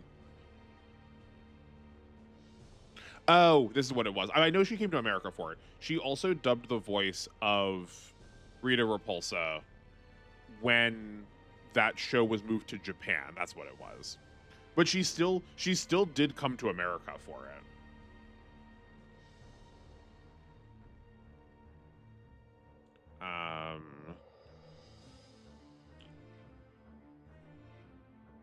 Yeah. It's Machiko Soga.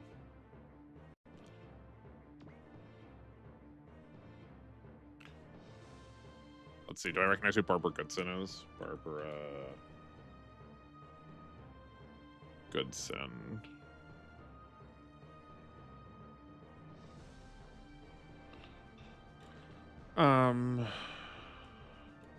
I swear though somewhere that I saw that Machiko did some of the voice casting. Maybe they were like for a special or something.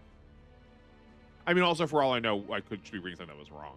I feel like Power Rangers is also like one of the series that has the most like, did you know, misinformation about it. So maybe I just like bought into one of those unknowingly.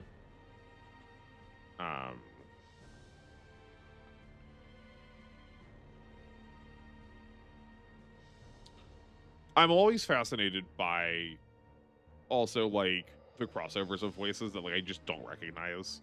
I'm not seeing her doing anything else that I recognize though. Well, I'm glad I said it out loud so we got that myth corrected. Ain't that the thing with doing stuff on the internet, is that chat will always make it very apparent as soon as you say something that's fully incorrect.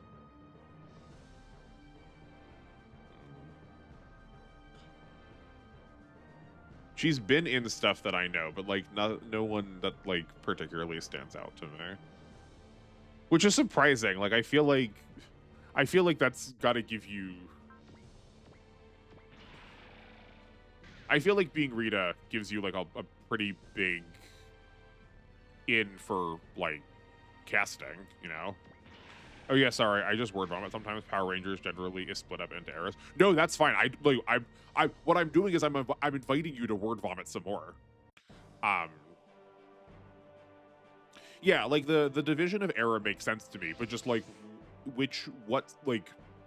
what series could we look towards to be the one that's at, like what series starts the Neo Saban era?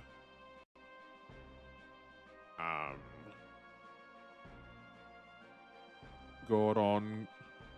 This is a Gorongo. I don't actually know we get to keep any of these, but it's just basically a different version of an Elan. Yeah. The Neo Saban. Okay, hold on. Zordon era, which was MMPR to Power Rangers in Space. Okay. Post Zordon era, which was Lost Galaxy to Wild Force. Then the Disney era, which is Ninja Storm to RPM. Okay. The Neo Saban era, which is Power Rangers Samurai to Ninja Steel. Then the Hasbro era was Beast Morphers to Cosmic Fury, and now Disney has Power Rangers again. They typically split by who owned the brand. Okay. Perfect. That was exactly the kind of informative I was looking for. Thank you. Because I recognize pretty much all of those names. I've like not watched all of them for sure. But my family's really big into Disney. I think you could easily describe my parents as Disney adults. So like I still recognize a lot of this stuff from just being around Disney kind of content. Um,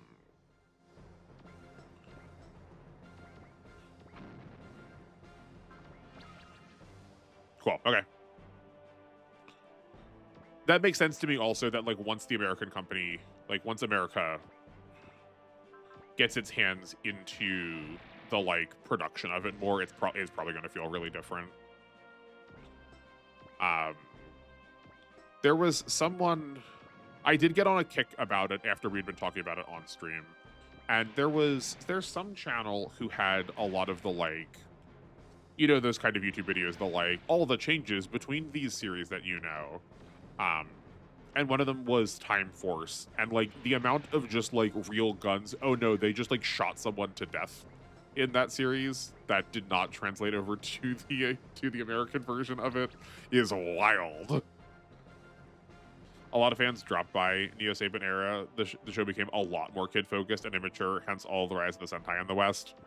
Yeah, that's disappointing. I can't say I'm surprised you say so.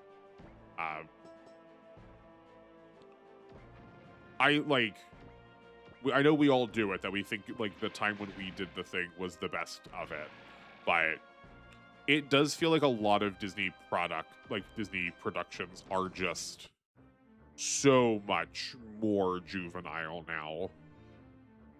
They're like trying to course correct hard from like saying anything meaningful when a couple of their shows really did a lot of like important work.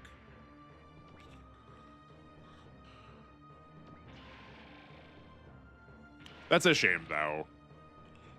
As much as like the reverse coin of a phrase that I'm trying to coin more, more reasons to like more things. It does. I think it is just a general loss for our community when people like start dropping off, and people start dropping off because the series quality degrades because they expect to like try to push towards a very particular kind of audience that then only justifies being in that audience bracket more once the people who aren't that audience bracket have stopped watching it. I get particularly uppity, especially when it comes to like children's media. As a defender of like a lot of things quote for kids, I really love Alice's Adventures in Wonderland. I just read it, the novel that Through the Looking Glass last year, and it's still a very enjoyable time. I loved The Little Prince growing up, and it's still very good. That there's a lot of media that's designed for kids, but that doesn't mean it has to be like infantilizing. It's the difference the linguistic difference I strike is between being childlike and childish. Where the parts of Super Sentai that I remember fondly, or the parts that like I want to still believe in, are the parts that are childlike, where it still gives you that wonder of like, what if you were a superhero? Yeah. Yeah, Time Force was dark for our standards of a TV show, but Japan Sentai would have casual people dying off. Yeah, oh yeah. Main characters dying, human experimentation. Yeah, there was... I remember when I was a kid and I wanted to like try and learn more about Japan and like the actual like nature of what was happening in like development, production, all that kind of stuff. There was a book in my library. I think it was called like Good Boy or something. It was a title that was like roughly that. It was like Young Boy or Good Boy. That was that sort of focused on 1, 2, 3, 4. I guess we won't get to go back that far. All of the kind of content and content style expectations that the West has compared to Japan specifically, and like what that means for like media production and media development. And that there are a number of topics that are just a lot more normalized. Yo, okay, whoops.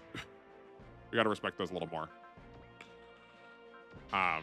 There are a lot of topics that are just way more normal or way more acceptable to talk about in Japanese media than there are over here in the States. So like one of the reasons you see a lot of those like a lot of the changes we've been talking about is not just for like the cultural reasons, right? Oh, it's because it was a boss. That's not having the boss portraits pop up, like not have just having it be the unit here, like not even showing me the name of the pilot, has definitely gotten a number of pilots killed a couple of times.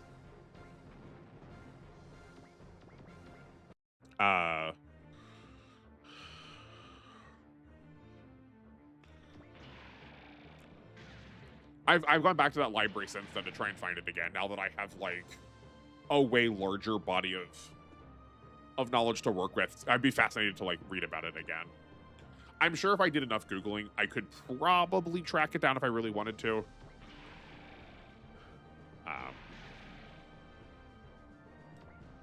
But there does seem to be, I guess if there was a unifying thread, I would describe it as like the sanctity of human life, that American media really values displaying human life as this sort of like inviolatable kind of like treasure or concept. I'm like pausing here a little bit because it has like some energy that I feel like is tied to the like nuclear family style, very like aggressively pushed evangelical Christian values, the like very moral, like staying alive longer is better than anything else you could possibly do. Oh, like the point of life is to reproduce and have kids kind of energy. It feels like it's coming from the same place as that. Where like a lot of Japanese media like understands that it's going to try and say something. It's going to try and say something by the way in which it like respects the conflict and consequences of its characters.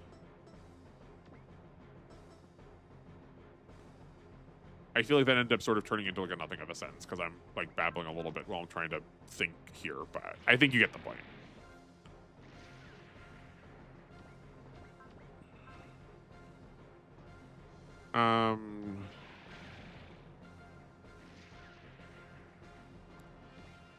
Because the next series is going to be Disney, there is hopium for people since that era gave us Ninja Storm, Dino Thunder, SPD, Mystic Force, Jungle Fury, RPM. Super well regarded shows by fans. Hopefully, I mean, being an outsider right now, but being an outsider who's looking in as like maybe I want to be in this space. I am hopeful for you especially for and like just for it in general.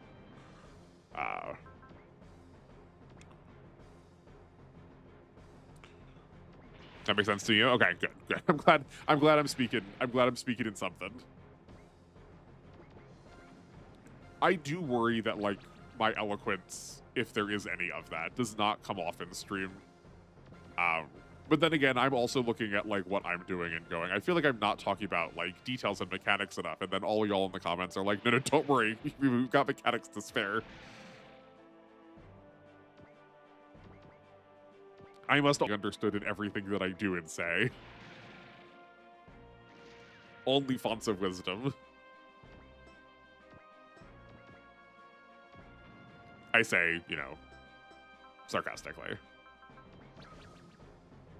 I'll say this out loud. I just like need to say this out loud every time we do one of these, every time I play this game, is that I need to remember to use spirits on people at the end of missions to make sure we like, you know, farm the SP down spirit. Yeah, I was gonna say, like, most of those titles do feel recognizable to me as like something that I may have watched or were like around the time that I stopped watching Power Rangers.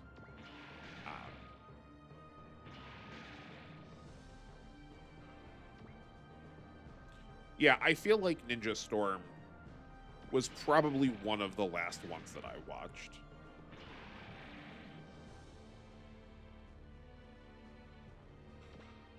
Jungle Fury also sounds kind of familiar. Maybe that was like, maybe I saw ads for that when I was like in the like decom time. You're juggling a challenging SRPG while entertaining, while responding to live stream comments. I think you're doing perfectly fine. Thank you. I appreciate it. Yeah, like I do gotta like I gotta remember because like my friends and my family tell me this all the time. It's like we've watched you. We've no idea how you're doing this. You like talk to everyone all of the time while also like generally winning maps while like trying to say something. I think there's still some part of it that is like anyone who sits around here, like in this particular space, not just the internet, but like in streams especially, where we all kind of imagine that we could, you know, like we could probably stream, you could probably do it, assuming that you can like get over any fear of like putting yourself out on the internet. But just this like, I know what really high quality looks like, so just expecting that to be the default, you know? Right? I listen to people who've been doing this for like 20 or 30 years. It's like, why don't I sound like that? Well, because you've been doing it for 20 or 30 years, stupid. It's okay.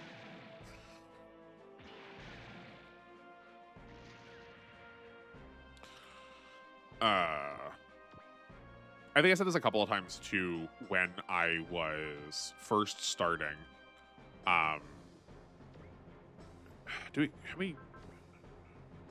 Karen doesn't have double damage yet. That's not what I... Karen doesn't have double damage yet. So I said right when we started playing these games. No.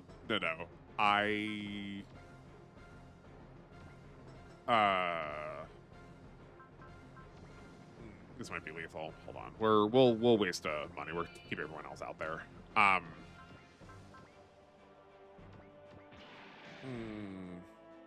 The moment is passing. I started saying this right when I first started streaming. Pressure at my back. Always talk. Oh, that I feel like I am speaking like molasses. I constantly feel like I gotta fill all of this like empty space because it feels like so like shatteringly quiet when I'm not talking. And then I go back and listen to it, and it sounds like I've just like it sounds like I've like pumped the recording to 1.25 times because I talk so fast. And there's like never downtime, quiet time.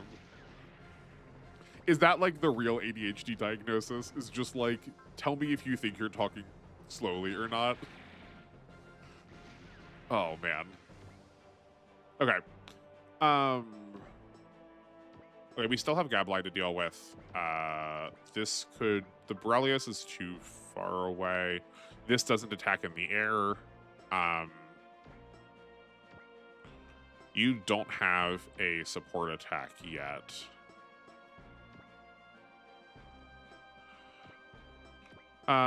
Sanders is like almost out, but I think we can just heal him instead.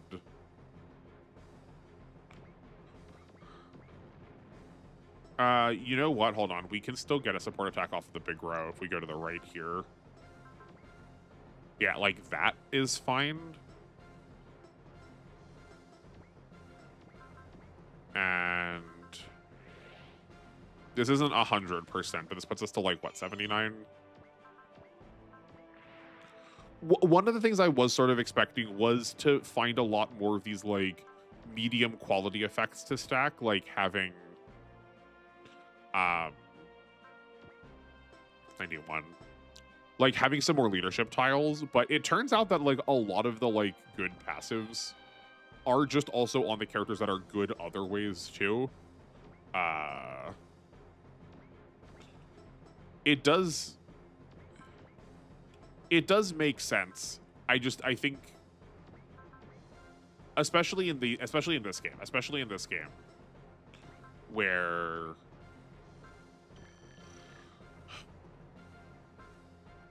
information isn't so much as obscured as it is just like not as forward facing, so I feel less apt to try. But I guess it makes sense that you would have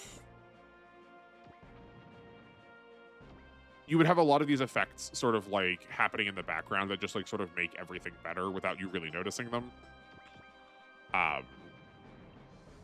Because if I was expecting to get to like use a couple of like other odd points of leadership, because that would be helpful. Well, like unsurprisingly, those characters are probably being discluded because I already have counted them as good, you know?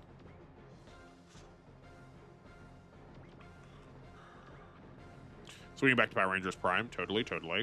The red female lead is actually the character who got snubbed in Power Rangers Samurai.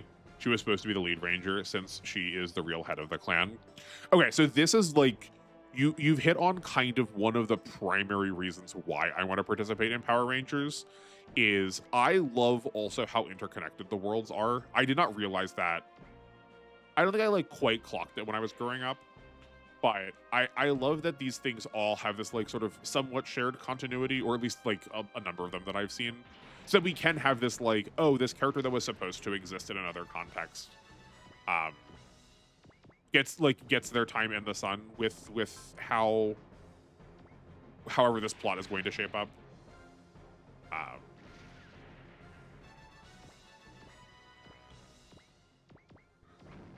I like knew that there were a lot of crossovers, but I thought they were just that they were like deliberately the crossover episode. And like I think a lot of times those are like technically canon, but in my heart they feel a lot less so. They feel just sort of like forced as a way to like get some like cheap marketing in.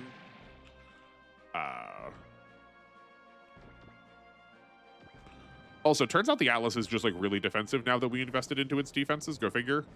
Maybe we don't have to like cower anymore. Maybe we can start being a little more aggro. A little bit more, not a lot more, because like we still lost 4 units last map, so, and 1 unit this map. Oh, and because you have asked VR Troopers, yeah. Was another Saban show. Oh, okay. Because Power Rangers was selling like hotcakes in the 90s. PR sister series. Cool. Okay. Is it Saban or Sabin?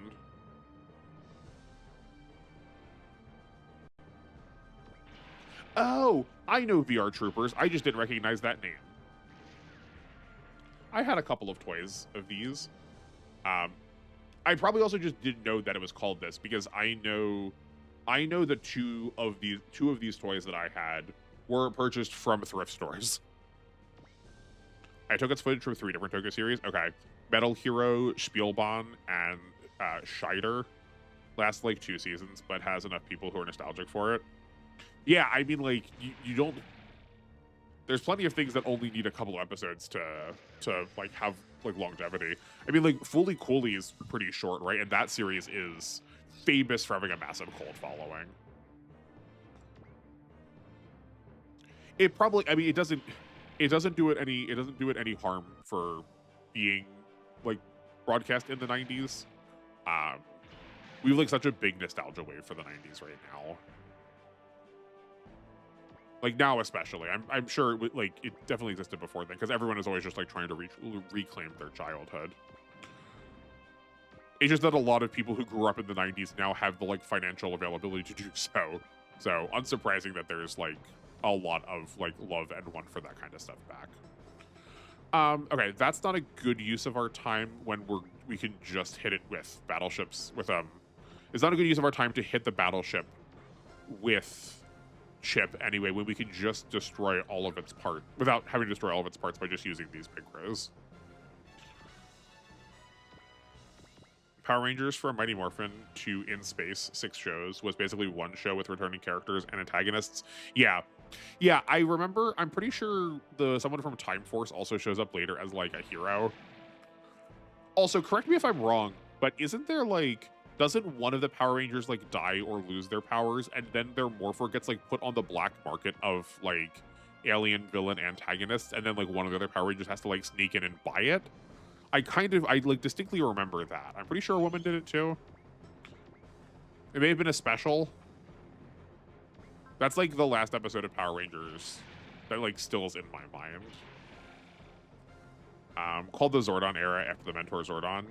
Yeah, I do remember Zordon. Like that is a name that still rings a bell to me.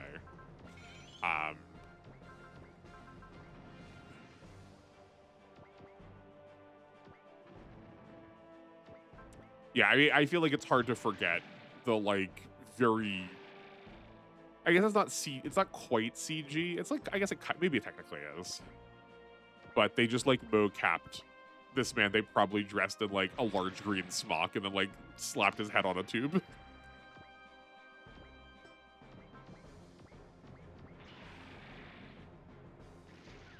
Yeah, I think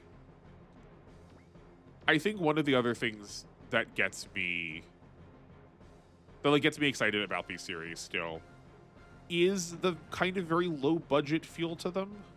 Um, so okay, we're gonna do this now. Now that we don't have anything else we have to kill for like the extra experience, I just figured we probably should go after the rest of the enemies first, just to like, make sure. Um,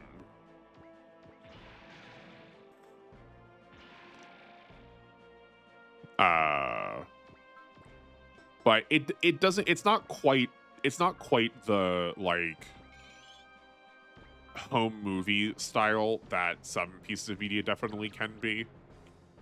But I find practical effects more and more charming the more we are plagued by AI and like the intense digitification of things. And just like trying to see how incredibly creative people were with like with a really, really shallow pool of resources. It's like also one of the reasons why I was like turned on to early Doctor Who at first. And like I get that not all of it lands, and not all of it lands for every person, but yeah, that's fine. We kind of want him to use his energy, and these three are going to survive anyway. I am getting the sense, and I need to remember this, that pretty much as long as something is in a map attack, it seems like the game kind of is willing to use those map attacks. I think Kai is our best pilot. He did a lot more damage before. I'm just thinking who we're going to get the support attacks off, and we can actually, like, end this turn. I think we can. We're going to try. But yeah, Power Rangers has so much lore, especially in the comics. Yeah, I do. I feel like a lot of... in the way that, like, anime and manga do not, I feel like a lot of more American series really... oh, I guess... whoops. Well, that's fine. Lean really heavily into comics as a way of, like, adding to the world. I guess Bleach does this... actually, no, sorry. I guess anime and manga do this with light novels. That they're like, if you're like really invested into it, you'll go like out of your way to find a lot of extra kind of content to like go and piece the world together some more. I am a sloppy weeb where I typically don't bother with all of the like extraneous stuff. Gundam is largely speaking the exception. But a lot of times it feels sort of hacked on to fit a lot of what people want out of their series, that like it sort of like canonifies like fan fiction, which I don't think is a bad thing. Like if it's good for people, like by all means. But like with Power Rangers, where it's like actually like a kind of like full extant world in a second piece of media, like that feels good. People explaining the morphing grid, where their powers come from, why their colors exist. I'm really glad they explain why their colors exist, because there is like a continuous through line of all of their colors, or not. There's like a lot of commonalities between their colors, right? And it feels worthwhile that that's not just like typecasting, that it's actually, made out to be like something internal to the universe. Then we do this on the Bat Shoe. I don't think we actually used it this map at all. Maybe we do invest into the Big Row a little bit. We are using them a lot. I guess actually, yeah, we'll probably end up keeping one of them around. Is that true? Am I like trying to talk myself into it? And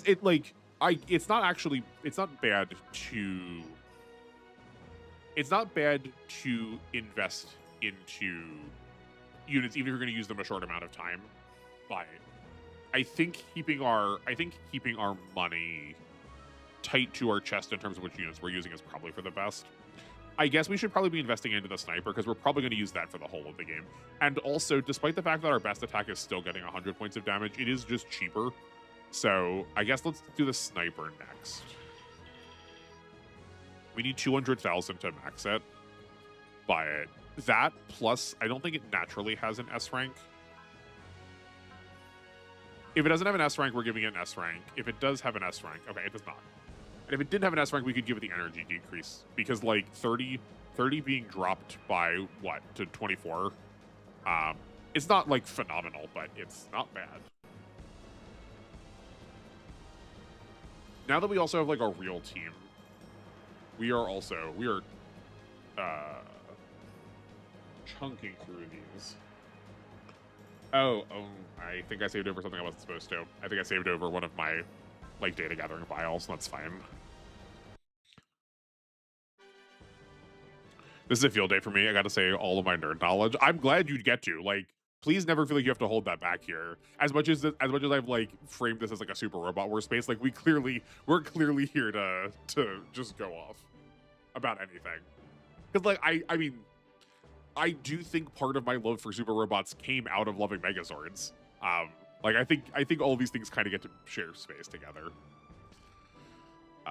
The Pink Ranger was Kendrick from Lost Galaxy. Sadly, the actress was diagnosed with leukemia and left the show. That, I mean, that is unfortunate.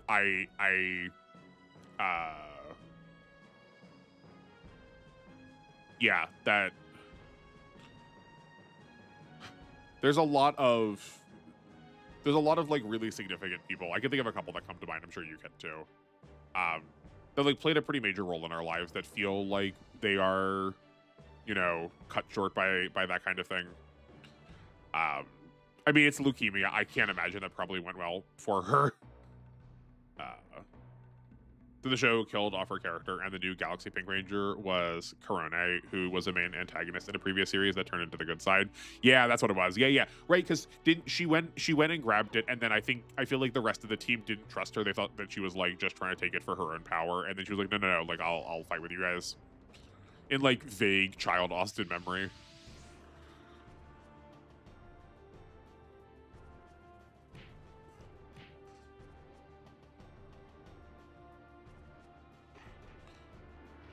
All right, so I know we gave Y a hard time, but gracious is this padding. We've done this mission basically the same mission 3 times now. He thankfully is fine. Oh, cool. Okay. Returning for the finale of her character to be brought back to life, she left acting and now runs an interior design company, I believe. Oh, sick. Okay, great. I feel like it's so rare that we get to like hear famous or like semi-famous professionals like beat the thing that take like the disease, the illness that like takes them out of the profession. Looks like we still have a couple more deployment slots we could be using.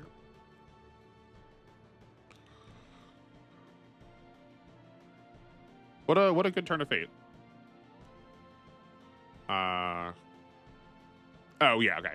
So we could end early if we wanted to by sending the Gundle into the designated area, which is what I assumed that was going to say, because that's like usually what those colorations mean. But we'll also just get there if we kill everything too.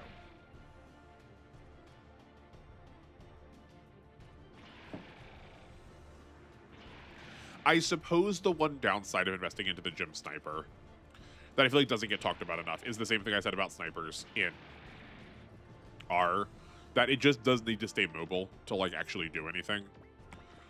The caveat here though is also it doesn't fly. If we could I wouldn't be upset if we gave it some flying parts soon. I'll finish that thought in a second, but let's finish with the gym sniper first. I think the difference here being that when you are forced to sit still in something like R, or in like the usual mainline handheld games, at least as far as the older ones that I'm used to,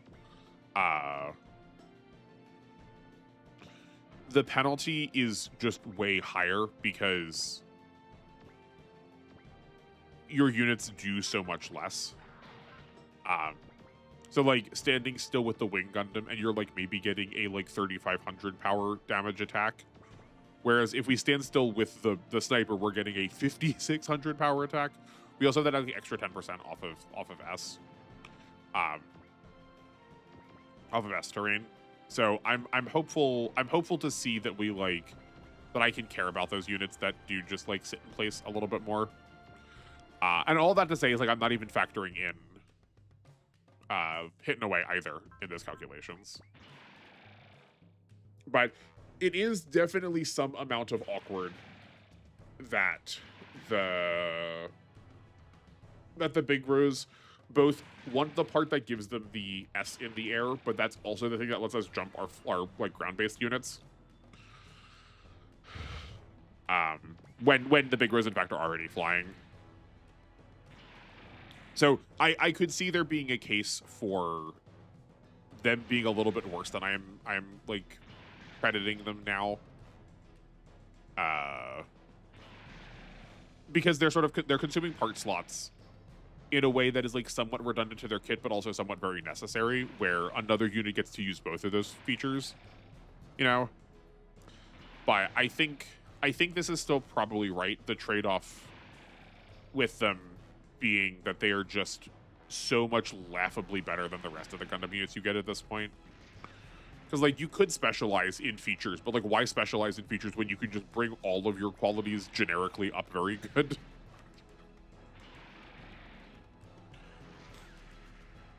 Also, hello, second person, for joining. I'm glad you're here. Thank you for choosing me today.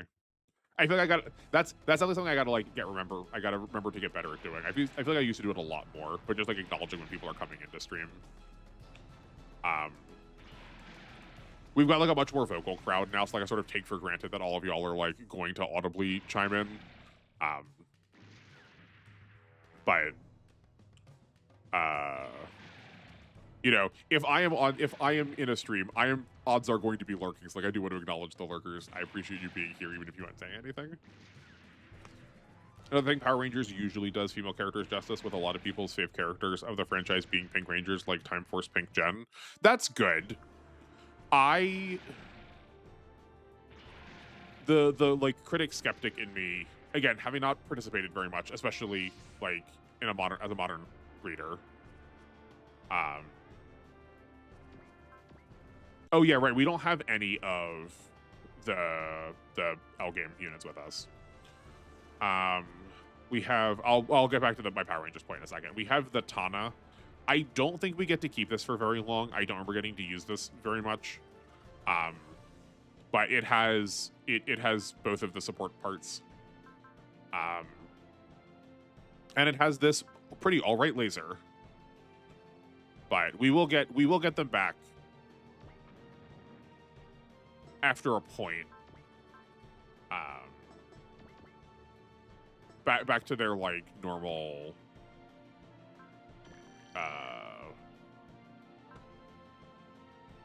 back to the normal units.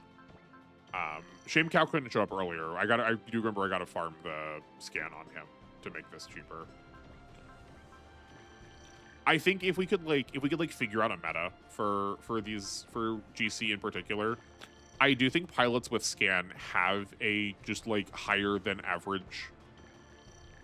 They should get more credit because of how cheap it is to get access to their decreased spirit. The spirit only asks you to cast a number, not spend SP. So like obviously a thing that costs the least is going to be the best.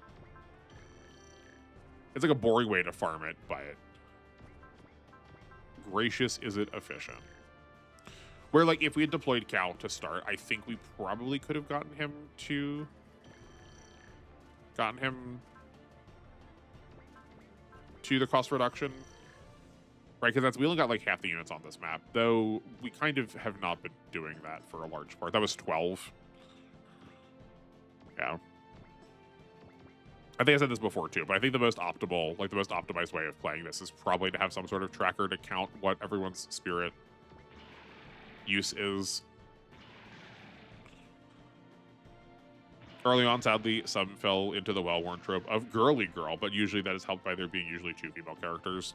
Yeah, that's what I was gonna say. Is that I'm worried about, you know, we have the like pink tax that girl things are pink, um, that they are like required to wear a skirt to make sure that you know that they're the girl ones. Does always make me like initially skeptical, but like we talked about yesterday with Eureka, and I like tried to say I'm not sure if it like got eaten by the recording, but like one of my favorite characters from Bleach, Orihime, that when a character that is feminine. So here, let me start this a different way. The problem is not that there are feminine qualities that are like extant. Like people do like feminine qualities. Like that is a thing that people choose to have in their life. It's just that when that's the only thing, is when it becomes very, that's when it becomes like a stereotype. But I especially love when a character is like allowed to do, like quote, allowed to do the girly things, but then also just like gets to be equally competent in all ways. That's very good. The terminology I have heard is, and she did it, like the phrase is like, and she did it in heels. Right? If we need to like emphasize the fact, like, look at her sexy legs and her long high heels, like that's not what I'm talking about. I mean, in the like, you know, I guess that's like slightly different because the and she did it in heels is more about the fact that, you know, when we expect something out of a woman or out of a man, conventionally we expect the woman to have to do better to get the same level of credit. But just this like ability to be allowed to both be a girl and be a person, right? That like humanity and your gender expression don't have to, that they aren't mutually exclusive, but they also aren't like mutually shared, you know? Yeah. And that archetype faded by like the late 2000s, 2010s. I'm glad. That's really good, especially for a series like Power Rangers that is so entrenched in like the illogical. Like I don't say that as a bad thing, right? But we're not like applying an intense amount of right, like all the stuff that's happening is like very magical, you know,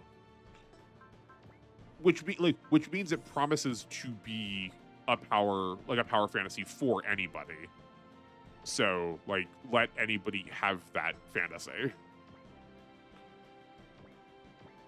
It's always nice. It always warms my cold dead heart whenever I hear of series, you know, fulfilling on their promise like that. Type 4 Power Rangers prime glazing. While the girls being the red and yellow Rangers, they avoid this trope completely. Then Orion isn't effeminate or girly just because he's the pink ranger. That's so good too. That's like also a trope that really gets me, is that if we like care, I'm not sure if this is exactly what like Orion or like the Pink Ranger is doing, but whenever we position a man in the role of doing the like conventionally girly thing by like caring about fashion or clothing or their looks, that we do need to make them like effeminate or gay. As if people like just in general don't care about their looks. Like caring about your looks doesn't mean like you need to have mascara or a dress. Not that those things are a problem or like need to be gendered either. But like one of my suite mates when I was in Japan, was super big into shoes, and like the shoe guy is like a particular type.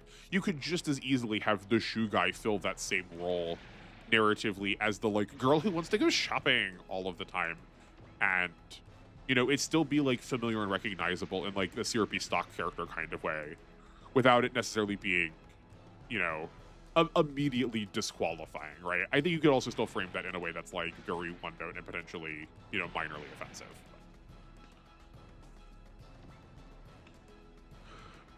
So yeah, then what, like, I feel like saying it this way makes it sound like I want it to be the case. And like, obviously I don't, based on what we've been saying before. This is more for the audience than for Control Room Guy, you know. But so like what if we have reasons for the colors of the suits, what is the Pink Ranger identifier then? Like what's the unifying framework for all of them, seeing as Orion's like not the girly one? I really value good, well-written female characters a lot. It's why I found myself slowly dropping shonens. It's fair. The last one I noticed was JJK, who I was amazed at how well those female characters were. JJK is a really fun time to like hear people analyze.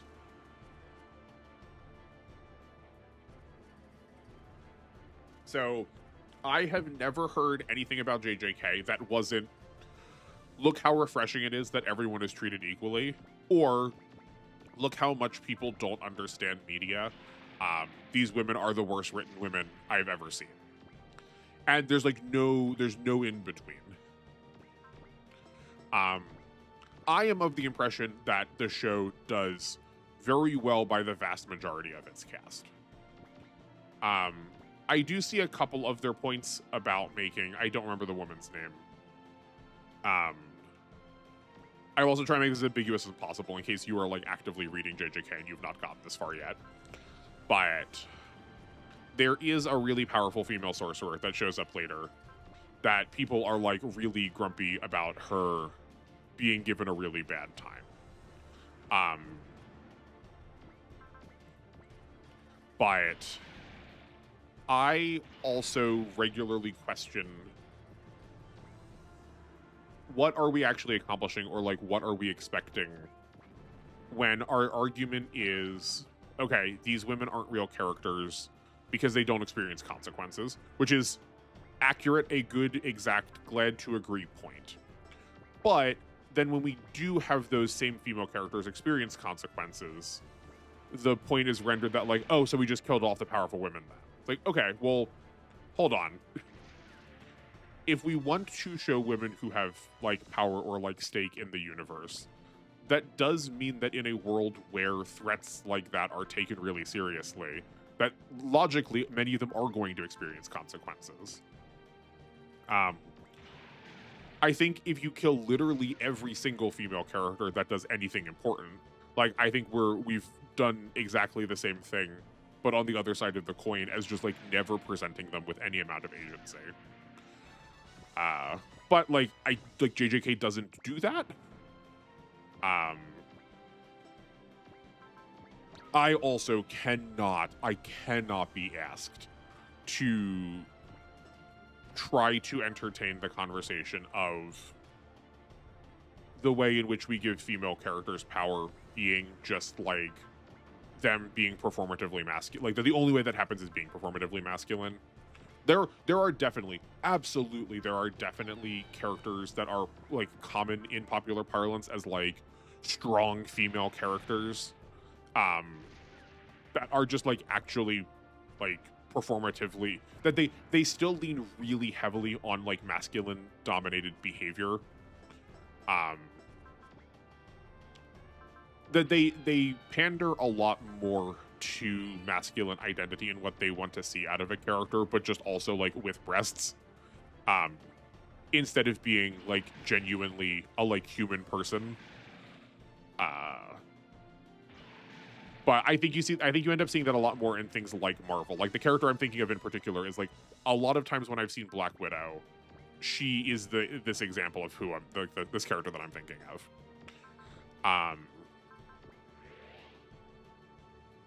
And I've heard a number of those arguments rendered against Maki, which I think is just like demonstrably unfair and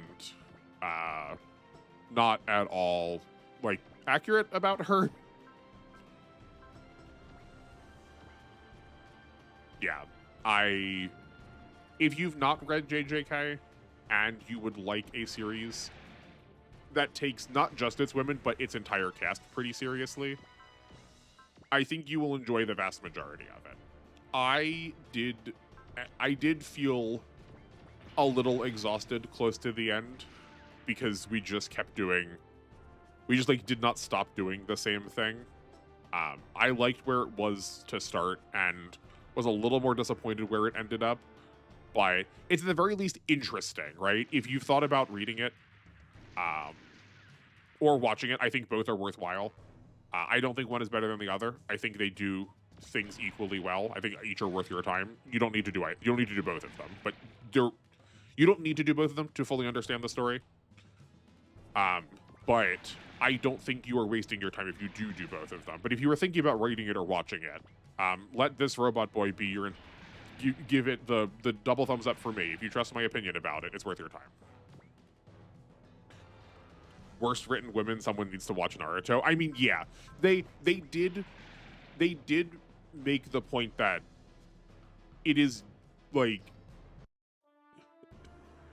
the one particular video that I'm thinking of did call on a number of women from other shonen media that are famously like aggressively pandering towards very misogynistic perspectives, namely characters in Naruto that and like I think this is good media literacy, that they were not trying to compare ways of being bad, because like comparisons of pain don't actually benefit anybody. So it wasn't that like they were worse than Sakura or Tamari or like see any of most of the women in Naruto, but then they were just like equally as bad.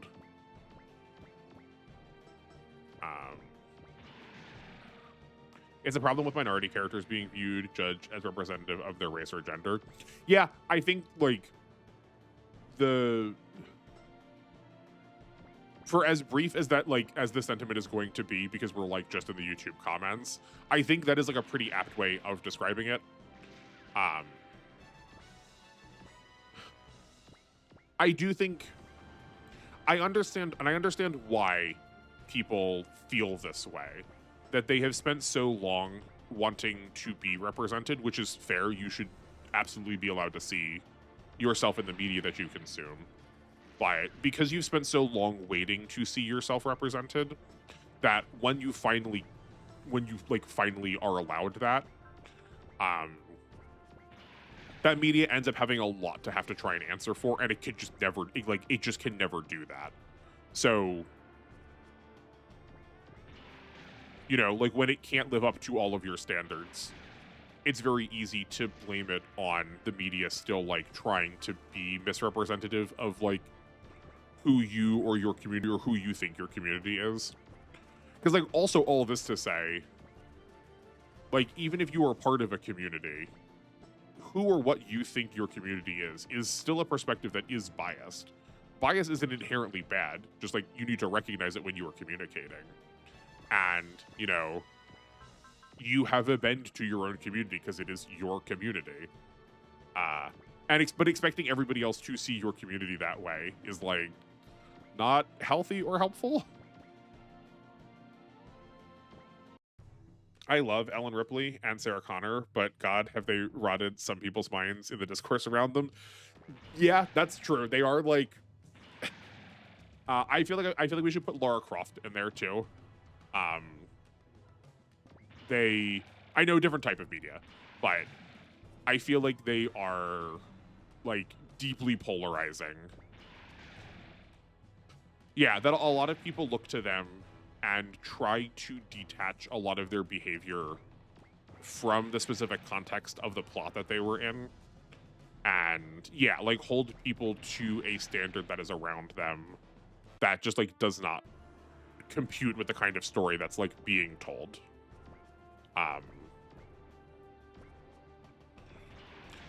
Yeah, I guess all of this in the middle here we've not said yet, that trying to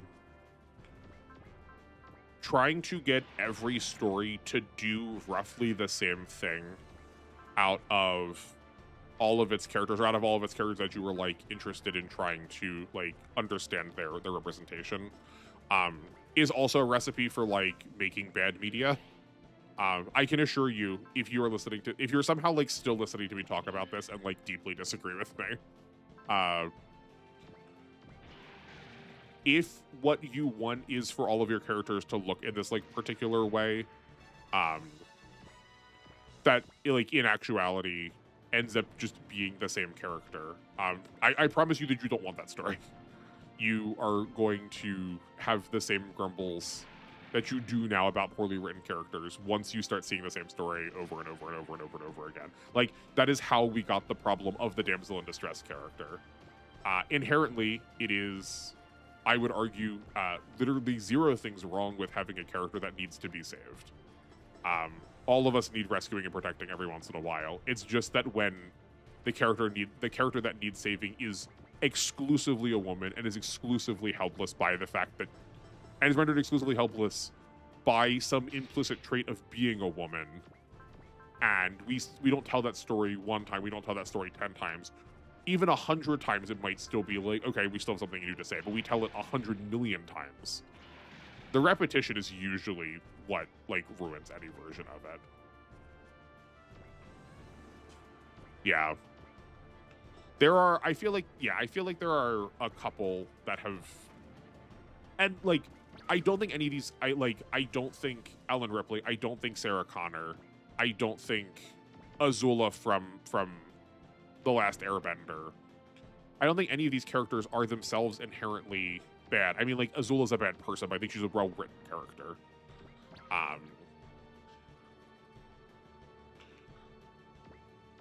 But yeah, I people really latch on to their favorites, not willing to recognize that a lot more of their want is just like fan than like critical analysis. It's definitely something I ran into a lot with my major. That I don't think we give enough thought to how much people do not recognize their inability to deal with word. Well, because everyone can write. Obviously, everyone knows everything they should say about writing. Everyone has written something before for school, so everyone can edit, as if it's like, I really didn't line up for that. Only the drow might be in trouble. Yeah.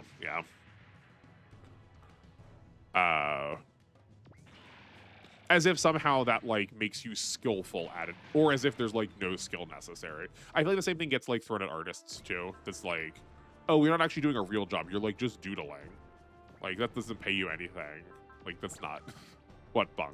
I feel like that happens with English a lot too. That a lot of people go into it being like, well, I've watched stories before and I have opinions about plot. So like, how is that different than like doing like literary analysis? How is that different than like being a like media reviewer?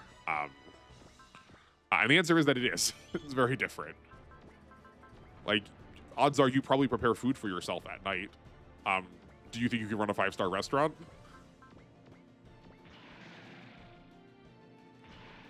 Sometimes Bruce. Sometimes Bruce who?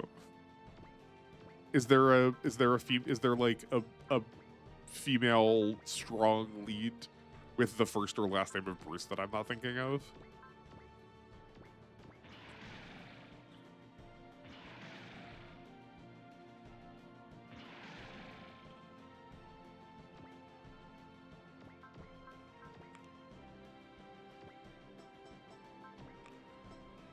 Here's like a somewhat still similar but of entirely a different feel to what we've been talking about.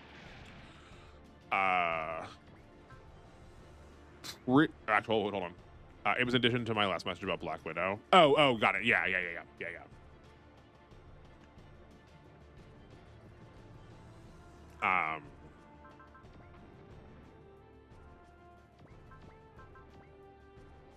So okay, here if you've not spent a lot of time thinking about the female characters in media that you like, I put it to you. Go look at literally any piece of media that you enjoy that has a woman in it, that has like powers somehow. They don't have to be magical. Don't kill them. Oh, that's still lethal. Okay, we got to respect boss damage a lot more. I keep saying that, but like I keep not doing it. Oh, it doesn't help that Nay also had 150 morale. Okay. Yeah. Okay. Okay. But yeah, go look at a piece of media that you like that has a female character with powers in it. I am going to venture a guess that you probably picked a piece of media where that woman her powers somehow involve healing. Because it's like alarmingly common out of female leads or like female sidekicks to mostly be revolved around like healing powers.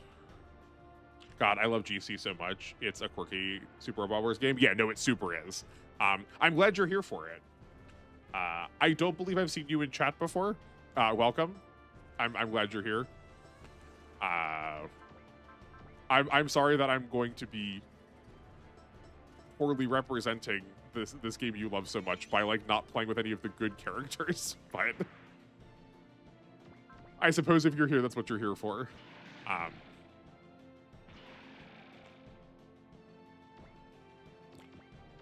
But I think so. I think that's one of the reasons why I also really like mecha as a genre. We're safe. No, we're not safe. Okay, that's fine.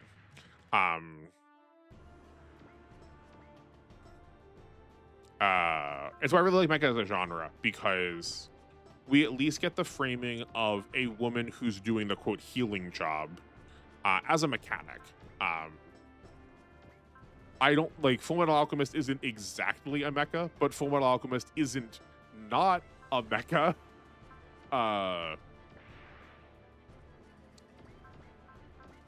So like look at someone like Winry Rockbell. She technically has the powers of healing, but they've made her like a grease monkey about it. And I heckin' love that. That's like a really creative way of still if we need to use that character trait. I don't think we need to, but it's still a familiar character trait. But it is done so in a way that like gives her agency and like gives her personality, and I really love that.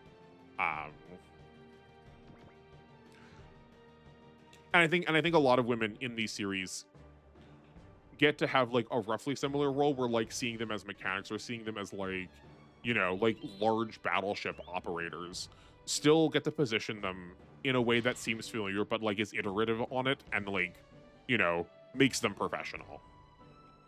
But I still ask you, go look at your favorite piece of media and go, does she heal? Because odds are yes. And then also, does a man heal? Odds are no. That's why some of my favorite media has some great IMO female characters. Steins Gate, yeah, Fate Unlimited Blade Works, Arcane. I've still got to watch Arcane. Oh man, Kill la Kill has a lot of discourse around it. Kill la Kill is also one of those ones where it's like, is it doing the thing or is it like being satirical of it? It's one where a lot of people have a hard time sussing out like good media criticism about it. No, I somehow suddenly saw your stream randomly. I don't know how. Let's just praise the algorithm. I heckin' love it. I'm glad the algorithm has like been on my side for once.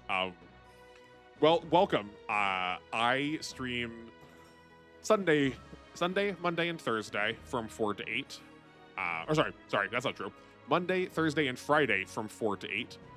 And Sunday from 5 to 9. I also alternate every other Friday, so like this week I'm not streaming Friday, and the next week I won't. Well, next week I won't because I'm off from a vacation, but normally I alternate every other.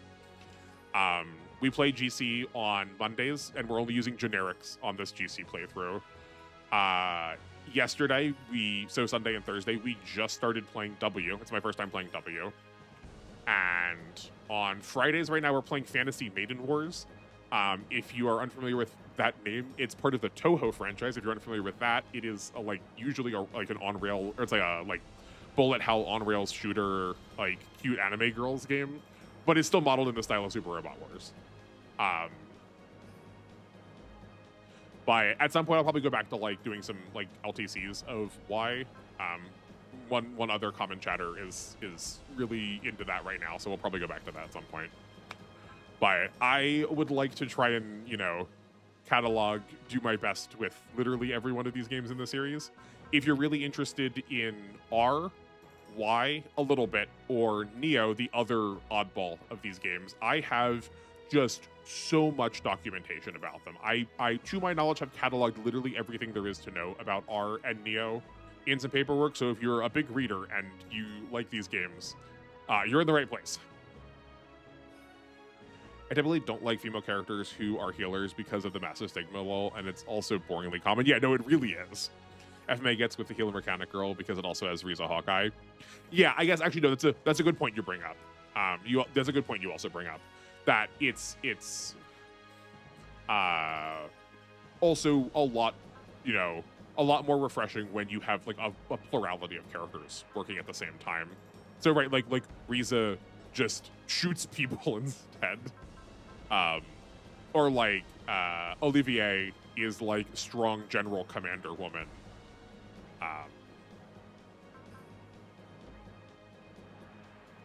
Yeah, it's like if you still, even if you still pivot, what they do having only everyone perform the same role is really boring. But yeah, like Cal left that battleship and is back to just going to be in a Milan.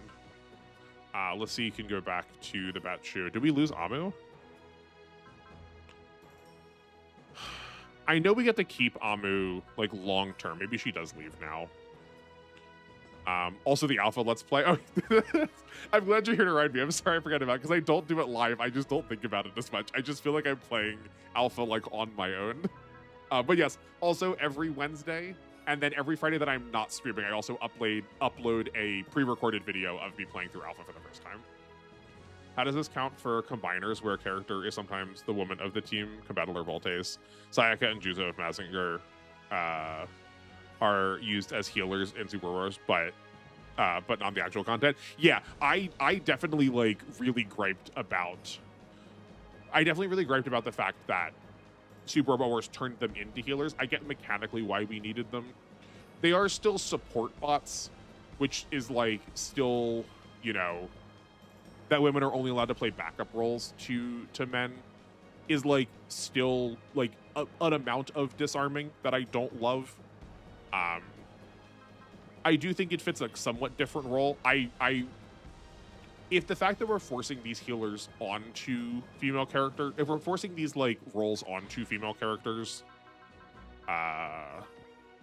we could force them onto other things too. And admittedly, we kind of do that, right? Because like the core booster and the core fighter, I mean, like here, the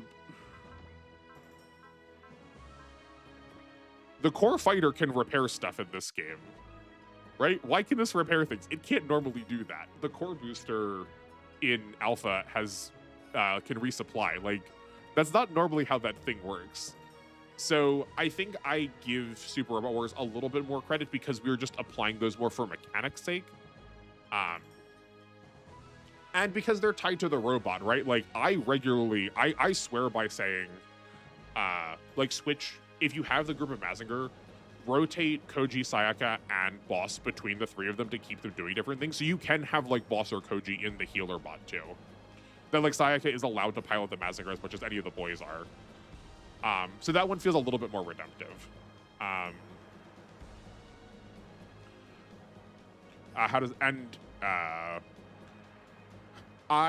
much as I value Voltes as a like culture symbol, I don't actually know a lot about the series, so like I have a lot less to comment on. As far as something like the Combattler and the Voltes, I think it's an absolutely excellent question. I'm glad you asked it. I just don't have a good answer for it. I will say the fact that when I separated out the Combattler, I was delighted mechanically that I had a healer, but I did complain about it in the alpha playthrough that I'm like, oh, of course the girl has to be the healer. The girl's the one that repairs things. It is like still definitely playing to that trope. And I think it's baked into video games, and I think it's baked into anime a lot. So it's like unsurprising we can't get quite to it. We can't get quite away from it. But like I could just as easily, like, not that I love there being like the large man whose only character personality trait is that he likes food, because like that's like there's lots of ways to dehumanize people. But like I could very easily just as easily see that being the character that heals. Defense, sure. Where like a lot of video games use food as shorthand for healing. So like, why isn't the guy supplying the snacks the one that's healing for people, you know? We unequipped. We got to put all the stuff back on the bat shoe. That's so lame. Why did she lose her parts? You take counter back. We'll give you a level of potential. I don't think that's gonna matter as much.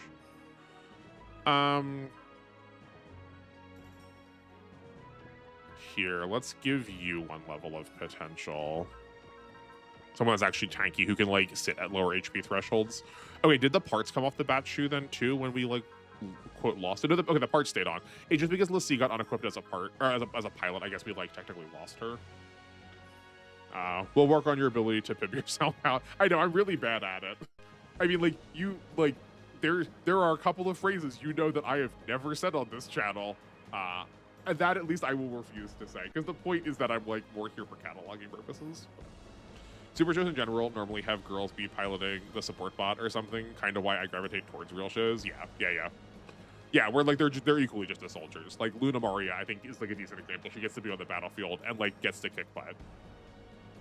Some games you literally get 2 massacres, one with Koji and one with Shiro. One of those can easily have the heal resupply. Yeah, it's really like, especially seeing as like Shiro's is the generic version, right? Like he usually gets like the mass production version. Very easy to toss a heal thing onto there. At least in this game, the truck, yeah. Yeah, the hover tank does it. But like you could like, so because I'm using generics, I'm also disqualifying all of the main character pilots. But like you could just put Amuro in the G fighter and he could be the one healing everybody.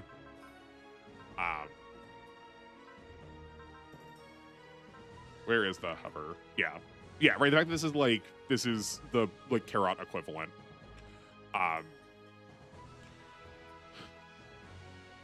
Yeah, I think Super Robot Wars is definitely multiple steps in the right direction because you were allowed to switch things around. That they're not like fully locked to characters, but it still plays into it. Michael, best boy for that reason alone.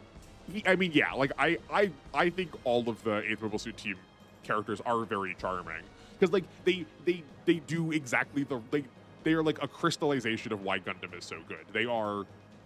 They have their specializations and they feel like they should be singular in behavior, and then they go like out of their way to give them like real sincere depth. That said, we've not been using it very much, the hover tank, but maybe I don't know. Would that have helped at all last time? I don't think it would have. I think I would rather just see combat units right now. I believe this is the only game with the Bloodhound. Yep, that tracks to me. Yeah, but Karen doesn't show up in the other games. The Sanders show up in the other games. I feel like when the 8th Mobile Suit Team has showed up other times, it's mostly just as like representative of like Shiro in the Easy 8 or like maybe Aina. Right, because it wasn't that you get Shiro, Aina, and then also Norris regularly.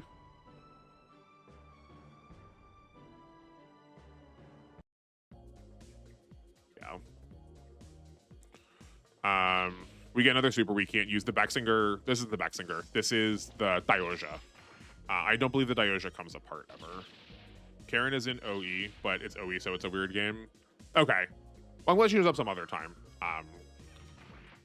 I should play OE at some point. It doesn't. Does OE also have the like circle system that Neo does? I know I turned OE on at one point. It was the thing that I used to test my PSP emulator. But yeah, those are the staples. Okay. Oh wait, do we also get the Backsinger at the same time? We also get the Backsinger at the same time. The people with the like white ruffle collars are in the Backsinger.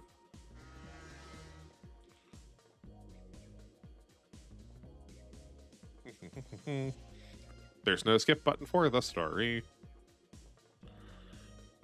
So, our new chatter. Can I call you Mr. Yankee? Have you played GC a lot?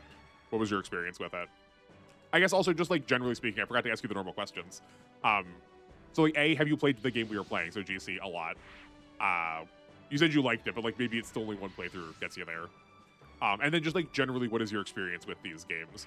I have played, most of my time spent has been playing a very weird assortment of these games. I tend to be an old head about them. I like a lot of the older stuff more than the newer games.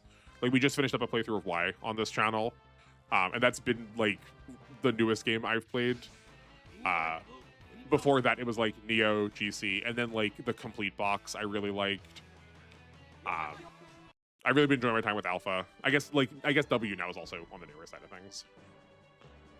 Deja actually does split an XO. Okay, cool. Yeah, we were just talking about the XO. I know Akarasu, at least the last time I looked, treats XO as if it is the same as GC, and I wasn't sure if there were differences. And Control Room Guy had told me that that there are actually a lot of them. Well, darn, I know that they're not technically generics, but if we could have gotten them to split, I would have allowed that. That's what we're doing with the Daltanius, and we will with the Raijin when we get it back. And we'll give away all the Karen appearances in the world for more Chris appearances. You can keep Bernie. That's 100% correct. I have my... Am I wearing it today? No, I'm not. Whenever my Christina McKenzie t-shirt goes through the wash, I always make sure to save it for a stream day.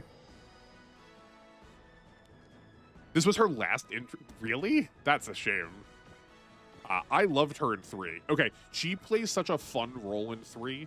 In those early games, post-movement attacks were pretty well always relegated to 1 range, and her in the Gundam Alex uniquely had a 2-range post-movement attack, and good gracious did that carry.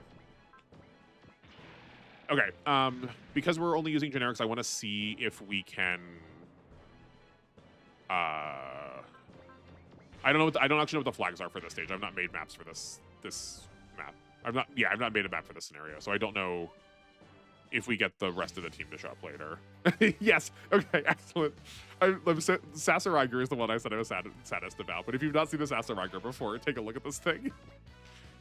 Okay, so we have this like somewhat normal looking, slightly transformery style robot. It's got like Gatling guns on its arms. But its transform mode is just a train. It's not even like a mechanic. It's not even looking like a robot style train. It's just a train. It's so funny. I love it so much, and I'm so sad we don't get to use it. Oh man. Do we get any word on if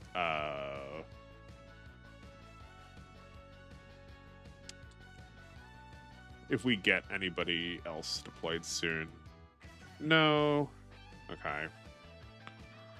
Sasoriger is weird because the mech is size medium, but the train for it is size large. Yes. Yeah. Well, that's because the Sasoriger robot that you see is this. It's just the engine. The rest of the cars, I believe, fly on from somewhere else. Which, like, that kind of makes sense to me, right? If it's just the front of it being... If it's just the front of it, that feels medium. I'm pretty sure the...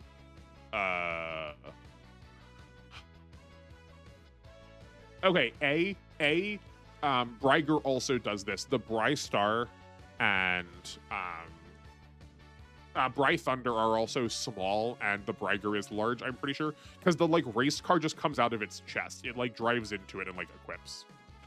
But doesn't the Ditarn also change sizes when it transforms?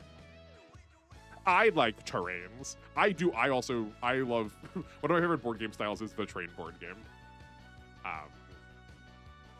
I guess also, if you've played this game before, do you know if we get to have the rest of the units, the rest of our team show up after like an amount of time passes, or do we have to kill things with these 3? Because I would like to try and keep it as on the generics as much as possible and just like wait if we have to. But I don't want to sit here for like 20 turns if like we just have to kill them here.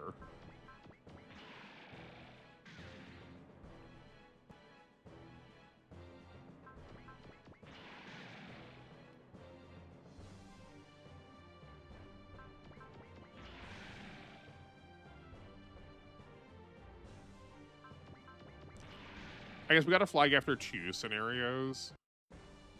Bryger's technology is what caused to change size. The car doesn't go into the mech, I thought. Oh, does it just transform into it? Okay. I mean, yeah, like I don't think it like physically like slots into it mechanically. But I thought in one of the opening songs, the like car drives out of it. Maybe that's just like a stylistic choice. I have watched practically very few mecha anime. I mostly watched Gundam, but I just like love the like visual and musical stylings of them. Oh, big sneeze. Sorry about that.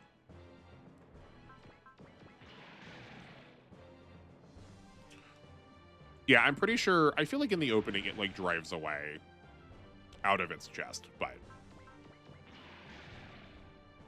I don't know. Oh, sick. Okay, great. If we were just... Oh, I forgot. We also didn't look at their hair. We need to look at their hair.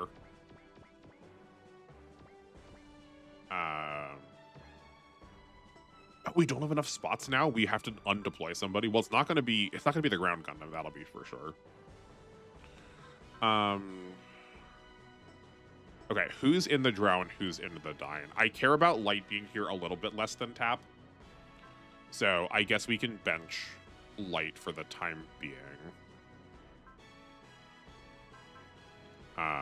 That's miraculous. We actually get to choose which pilots we're using. This is yet to happen here.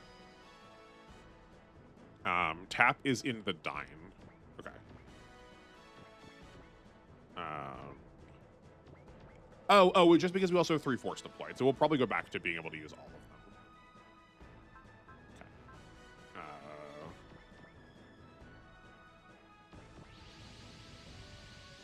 Okay. Oh, but that's fine. It's whatever. Yeah. Okay. I accidentally deployed the L game. We just need to we need to out level it so it can like get truncated down to the bottom with everybody else. Hence why we need a mecha anime book club. I mean, I don't... Listen, if I had more time, do you not think I would be dedicating it to this channel? There's so much stuff I want to do. We just don't get time for it. I've never said I don't want one. It's really just the practicality of it, which I know you know. And gives us discussion pieces for generic streams. It's true. No, it would be functionally very useful a couple of different ways. Which I guess if we did just talk about it during stream, that would give us a lot of like easy conversation. And but like look at his hair. It's like almost whoever the main character from Ideon's afro is.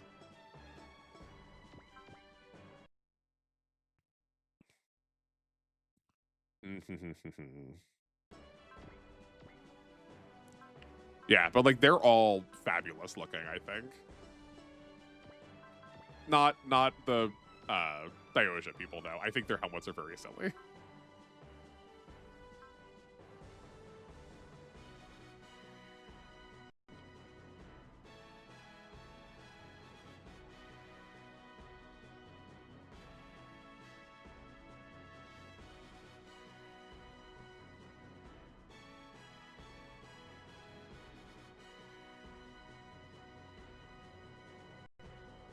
Is his name just Cosmo? I didn't realize that. It takes a bit. Well, no, that is totally fine. Take all the time you need. My experience with Super Wars varies, but Alpha is about as old as I'll go for Super Wars. Okay, that's fair. I've only played GC once. I plan on doing more, but other Super Wars have priority. That makes total sense. Yeah, I guess I have played GC practically 2 times.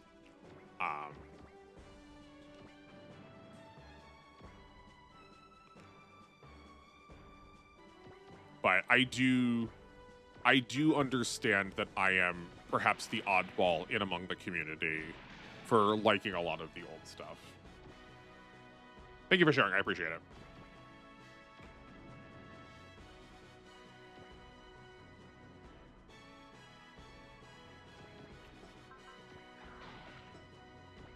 Any favorites you used that we're just sidelining here? I mostly wanted to do this challenge here, A, because we get to capture stuff, and that is like a rarity in games, and it just gives us access to a lot more units that we like wouldn't otherwise get to see.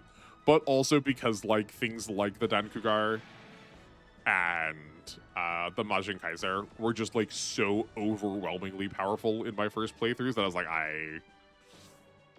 this feels too easy, you know? And then GBA games are well liked. Okay, well, that's good.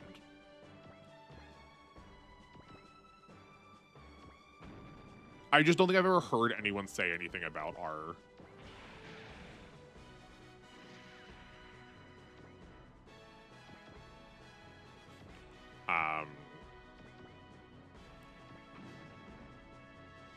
But like, yeah, I don't think my entire catalog is the weirdo choices. But like, I know Neo is definitely not people's first choice, or like, you know, 2, 3 NEX. Yeah, most people like the old stuff. Just depends on how old it is. I can't stand the rocket, the rocket tag. I'm not sure I follow that phrase. What does that mean?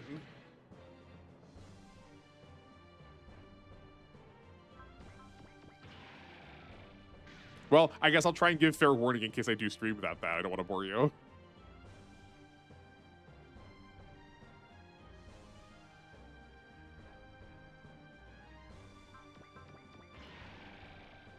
You're also going to find that I'm a bit of an idiot sometimes.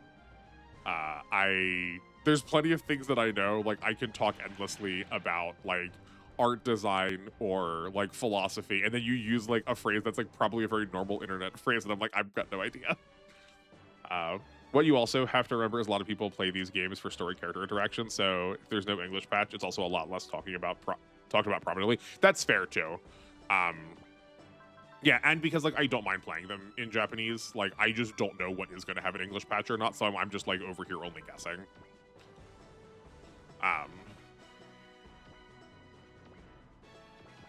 Yeah, you've also spoiled me. You seem to have like an encyclopedic knowledge of what is and is not translated just at your fingertips. Maybe you're just a fast Googler. So I have just sort of been like allowing you to deal with that information for me, which is maybe a little irresponsible of me. But now more people are reading plot summaries from forums and using AI, so other games are probably being talked about more now. Yeah.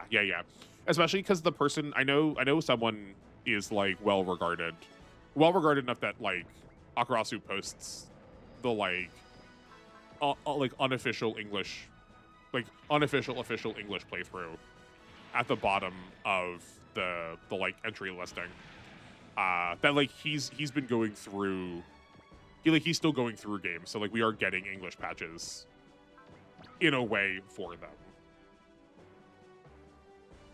Rocket tag is to give the image of playing tag with rocket launchers. You dodge or you die. Oh, okay. Yes, yeah. That is a true description for them. Yeah, I mean, if not evidenced by the fact that I'm playing with only, if I'm playing by banning the best units in the game. I think that is like one of the reasons why I like those games, is because they actually feel hard. I got really tired of the game just sort of like softballing things for me and like giving me outs to bad positioning. But I am more than a bit of a masochist when it comes to games, you will find. But I do like fully recognize that that's like not most people's play styles. Some people playing those games without an English menu patch is foreign to me, but a lot of it's like muscle memory. Yeah, I mean, how many times have I said like I can read the kanji, but I'm still like going for the spot where I remember the like menu option being in a previous game. Like 100% get that.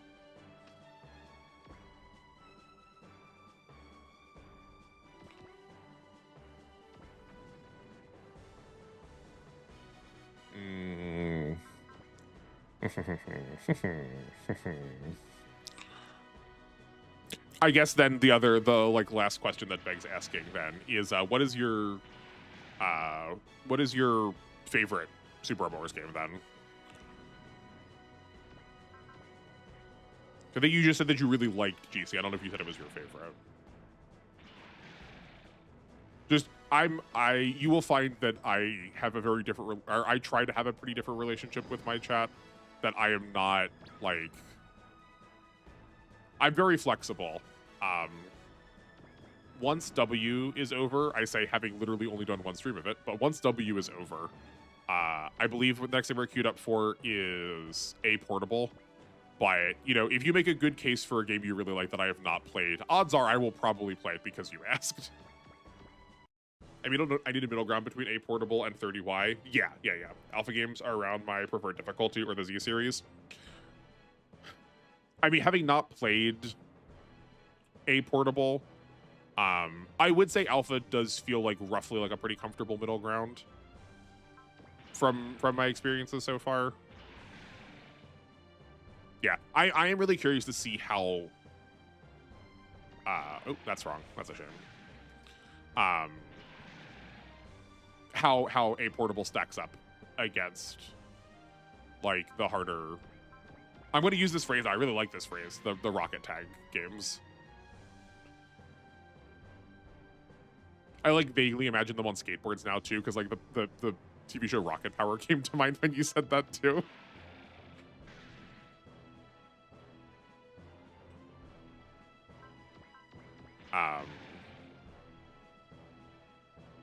Yeah, I do think I like kind of pinned myself into a corner by like titling this channel the way that I did. I like it ultimately makes sense, but I think I really like the idea of playing under challenges, but then just like usually stop them halfway through because they just like take so long.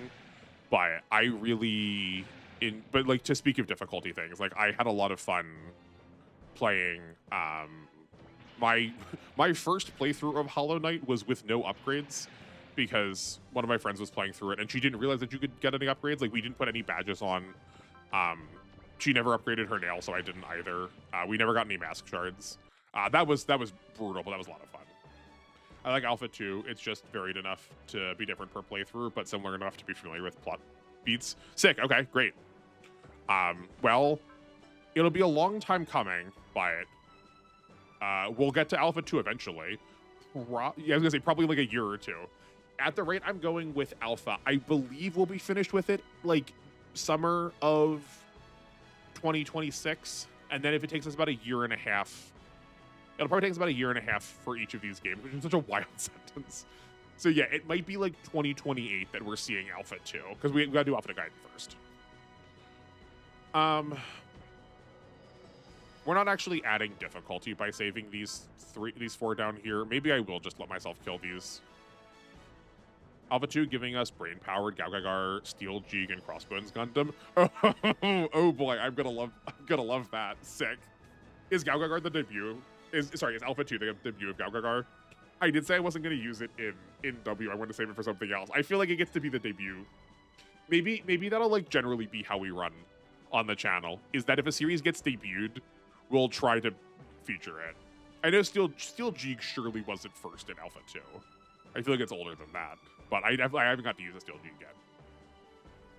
So I know I'm breaking the rules of the challenge a little bit, but are we on board with me killing these four down here, or do you want me to try and have to figure out a way to like keep these guys alive? I feel like keeping them alive is not going to be that hard. They've got tons of spirits to spare. It did debut? Okay, sick. Cool, okay.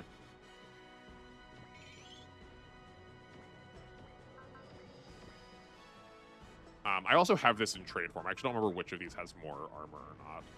This is 1210. 1100. Okay. This was correct. I like that idea, having to keep them alive. Jeeg premiered in Alpha 2. Oh, wow, wild. Okay, cool. Okay. Well, I guess we'll use that then, too. Oh, actually, I asked like way too many questions back to back. This is what I was talking about. Like I talked too fast and like trying to fill space. You probably bet that you like the idea of like if a series premieres in that game, then we're going to try and use it in that game.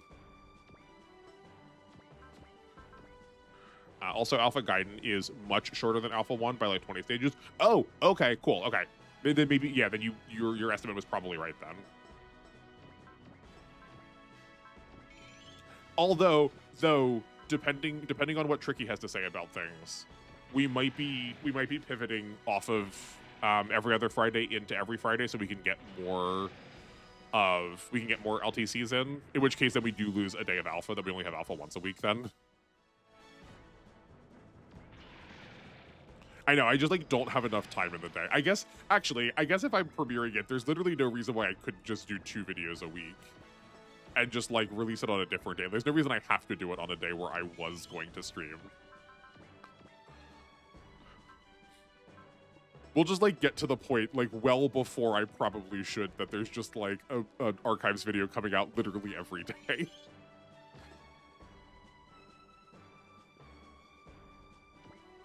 I did say, like, somewhat ironically, somewhat unironically, but my like ultimate goal for the channel is that I want everyone to, when they say the word Super Robot Wars, feel like that sentence is unfinished because they didn't say the word archive after it. And like I'm saying that like mostly tongue in cheek. Like I that's a very proud statement to make, and like I don't think I'm ever going to be that important, nor do I actually really want to be. But yeah, showcasing a unit in the game in the BO1. Yeah. This is exactly what I get for asking too many questions back to back. But it does feel like a good excuse.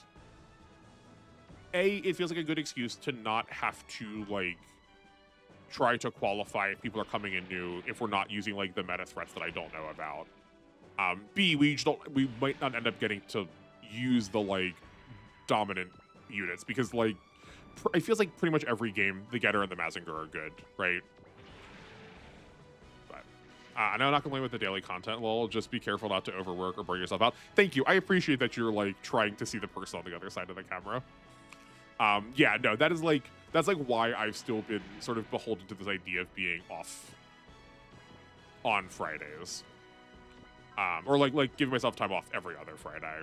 Cause yeah, as much as what I just said very snottily about the title of things, one of my goals with the channel was to prove that you could do YouTube without needing to like buy into all of the ways people say you have to, right? Like I said earlier, there's a phrase you're never going to hear me say on the channel, and despite that fact, good golly, are we still growing? So clearly that's not necessarily important. And I think so much of our like work mentality, especially about content creation, is that you like have to burn yourself out. And I do think the machine is set up to do that. Like I get why people feel that way, but I would like to prove that you can do it in a way that is like healthy and fun, but like still produces real results. I know 45 subscribers is not like real results compared to like people having like millions and millions, but I don't know. Feels pretty real to me. I would also give you more money, but literally forbade. Also, I would give you more money, but literally forbade me on Patreon. Lol, we don't have a super chat or members yet. I appreciate that. I really appreciate that. I need to look in to figure out how to like do more donation stuff. From what I know about some other content creators who are like really forthcoming about their payments, I believe Super Chat is like one of the worst ways to give people money, that like YouTube takes a really massive cut of it. But there's like something else I could set up, like there's something with the word streaming in it, which does not help you find it really easily. That's like an easy way to give people donations. Though I also am tempted the idea. I'm also tempted by the idea of setting up a Ko-fi for people if they don't want to like donate, you know, long term. Just like give people whatever options are better. Are you counting the GM generic as a sniper? I am. It is not necessarily generic in this game, but like in the world of Gundam, it is a generic, right? There's a multiplicity of GM snipers. I'm pretty sure, right? Like there's not a single one of this. Have I been doing this wrong the whole time? The good thing about using a show in the game they debut in is they are usually the focus of the story-wise. Actually, that's a good point. That's a good point, too. Like, so we do... Now that we're going to, like, have way better access to story stuff, now that I'm, like, willing to use English patches. Hold on. I need to look at this now. You're, like, making me worried that is this not, The long-range sniper variant of the RGM-79 GM ground type was not much different from the former, except being adjusted to use the Blash long-range beam rifle as its main weapon.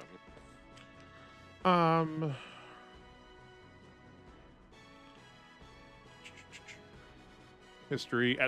At least 4 of the GM ground type on the Kojima Battalion were outfitted as GM snipers and were instrumental like getting to be the hero units. Like it is okay. Okay, cool. Yeah, that's what the Gundam Wiki was telling me. But like, yeah, like I recognize that the gym sniper is like a bit of a standout unit in this game in particular. But I feel like it's probably going to be like middle to low on your list of usable units when you like also have things like the Dankugar or the Getter or the Majin Kaiser, where here it's like kind of our best unit. So at least gets to like do something kind of a little bit different. But I'm asking mostly because you can't get more of the gym sniper, so I don't. Oh yeah. Actually, I guess sorry. You are new, so I should be doing this better. Yeah. So I'm just using the word generic as like a stand-in right now before we think of something better. I think I've toyed around with just calling it like a ban list run, where I at least wanted to cut. Are they the main character from their series, both in terms of robot and in terms of pilot? If so, they're out of here. I know we have an exception on the battlefield right now, but we'll get to that in a second. And are they, like, generally speaking, singular in their world? So, like, the Aphrodite, the Diana, the Bosporat are, to me, still, like, narratively representative enough that they feel a little out of the range of what I want to do, you know? But broadly speaking, I just want to try and force myself to use characters that I wouldn't otherwise pick. And this is just like the phraseology that I've come up with. If you have an idea for a better way to phrase this, I am super up for it. The grunt run, that does have like good like resonance to it. Like tonal resonance to it.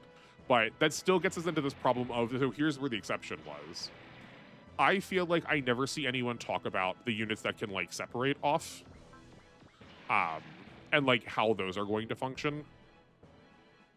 So that's why I'm okay with using, like, we can't use the Daltanius together, like, in any way, as much as I accidentally combine it. Or, like, when the Raijino gets here, we can't, like, we can use that but separate. I won't use the Bakuryu-O. Or, like, I'm not going to use Alan Igor's Black Wing or whatever it's, yeah, the Black Wing. Because I feel like if I was playing the game normally, I would be using the Raijino or I would be using the Dankugar, and I would separate those units out to get an action out of them, then put them back together. So, like, in my mind, I'm already using them, where I would just, like, never do this with the Daltanius.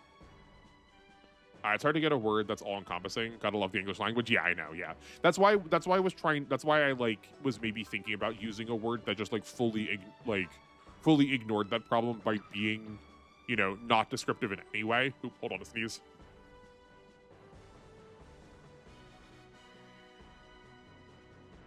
Back.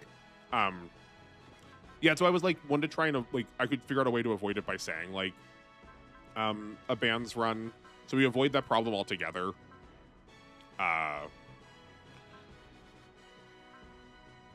By just, like, needing to define it ourselves, what it meant. By it. I'm also, like, playing fast and loose with it, and maybe I shouldn't be. Where, like, maybe I do commit a little bit harder, and I do say that, like, all grunts run, and we do cut. Like, we would cut the Daltanius then, and just, like, oh, well. And just, like, let that be okay, you know?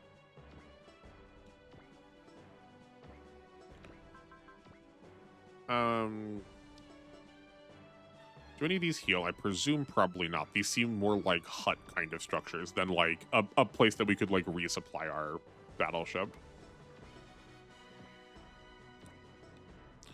I also like don't know how likely it is we could do this with other games, so maybe like a lot of this concern over nomenclature is just for like nothing.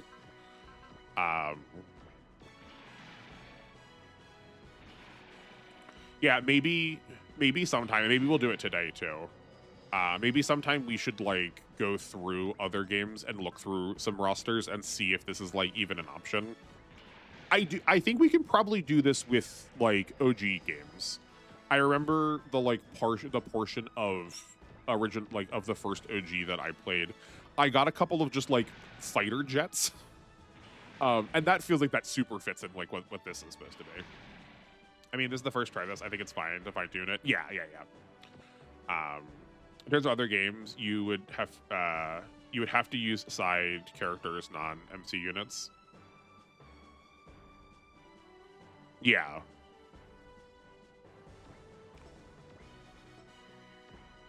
Yeah, because like this game also, I think, probably is the one that gives you the most ability to switch things around.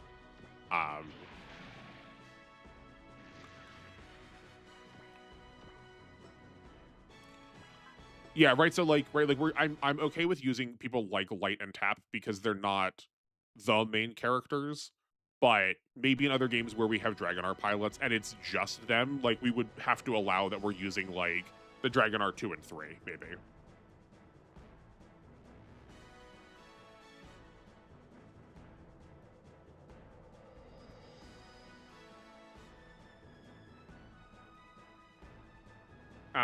But like I also conceived of this. I guess I conceived of this challenge first playing Complete Box 3. Where that game has enough of the like kind of dumpy little things. Like technically the Bluger is not singular from Raideen. So like I was allowing those to be used, even though you only get to keep one of them, like during the full playthrough of the game.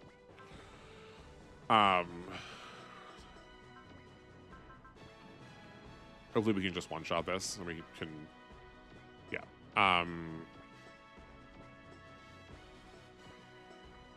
Okay. Oh, we got plenty of SP left.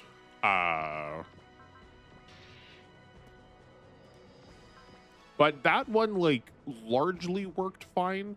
I could not figure out how to clear the first two scenarios without using Sayaka in the Aphrodite.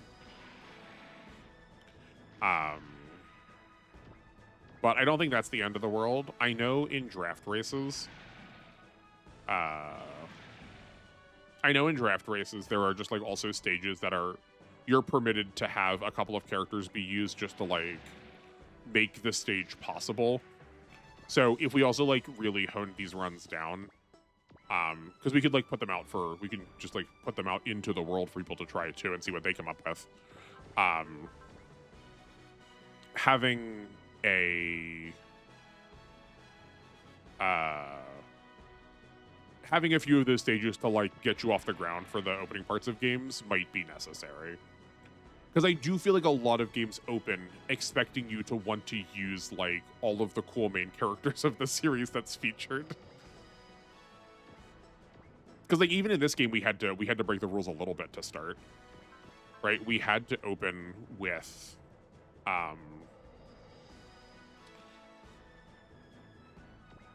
once we stopped being able to use the Raijin O, we had to open with just like using the regular characters for a bit.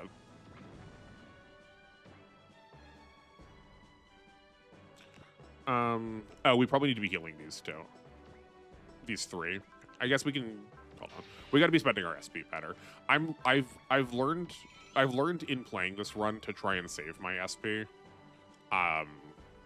Which is like a thing that I always I always caution people against.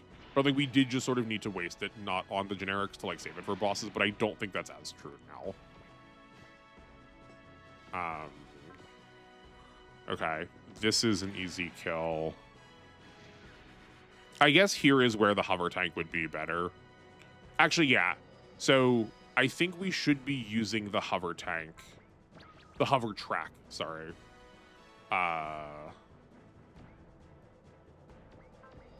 We should be using it if we don't have a base tile in sight. It's just that I don't know these stages. Like, I can't be confident about these stages the way that I can in R because I know them by heart, or about Y because we literally never once used a HP or energy resupplying terrain tile. Are you allowed to use a character who's auto-sortied in a non-generic mech to get a secret? Yeah, so we debated that a couple of times. if so, this wasn't a direct your question, but I'll answer it in chunks. If a character got auto-sortied and they were otherwise in violation of the rules, I've just done what I've been doing with these 3 down here. We've just kept that consistent throughout the rest of the playthrough, assuming that at some point we got access to our generics. If they could get a secret and that secret did not involve them killing something, then that would have been acceptable. Is what we decided when we were doing, like, when we were talking through with Chris and Bernie. Though I would still count Bernie. I think Bernie is still close enough to a main character that he probably still counts for our purposes. But I figured we talked it out at that point just to sort of, like, make the call. The trouble is, I think a lot of them require them to get kills. So, like, Shiro did not get Aina because somewhere in there he needed to get a kill for that to happen, I think. Like, I'm pretty sure he has to shoot her down at some point there. Okay, this is going to be a problem. We definitely got to outfit the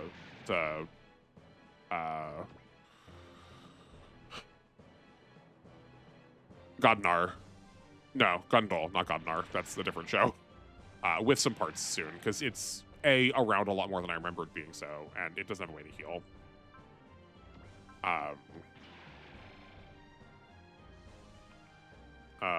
Oh god, the debate over who the main character of 0080 is.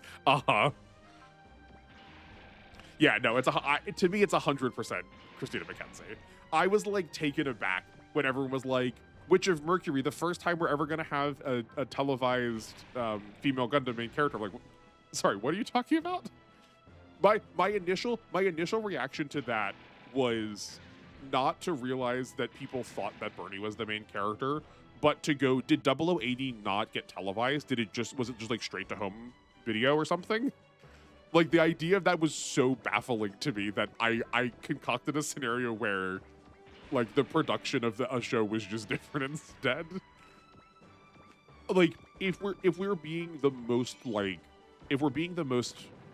narratively analytical, I think technically the most accurate thing is to say that the story is, like, right properly a story of two dragonists. That they're, like, technically actually both weighted enough to be the main characters. But, you know, like we were just talking about with, like, women in getting, like, serious roles in shows. Why do we need to take this away from Chris? Feels weird. Feels like there's a bend here that we're just not acknowledging. I thought it was an OVA, like 0083. I mean, yes, it is. That is true. It is. It is one of the OVAs.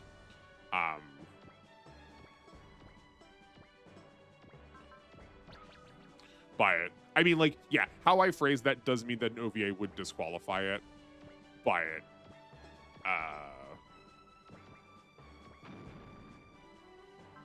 yeah. Also, gotta remember, all these sites do not follow Gundam and only want clicks, rage, or interest. I mean, that's true. That is true. It is why I generally don't pay attention to them. I do just... to quote a book that I have also said on this channel, I think is a book for people... I think only seems good to people if they only just... like, if they don't like reading that much. Which, if I'm about to insult one of your favorite books, Yankee, I apologize by it. To quote the Kite Runner, that's the trouble with people who are honest, that they believe everybody else is too. That I do just look at a lot of info, like, if I'm, like, being analytical about it, like, especially when it comes to news media, especially when it comes to, like, political news media, like, I am good and thorough and critical about those. But when it's, like, something about, like, media fun times, like something like a game or a TV show, I do just go, but, like, why would they lie like that? Why would they get that wrong? Worst part about Witch of Mercury was it being dragged into the culture war and having people from both sides. Yeah, I mean, I am disappointed. I am fully unsurprised, but I am disappointed that it got heckin' annihilated by online internet commentary.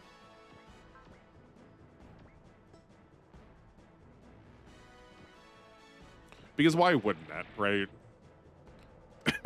I like One Piece and Gundam to me are the funniest things for people to go like, it's suddenly woke now.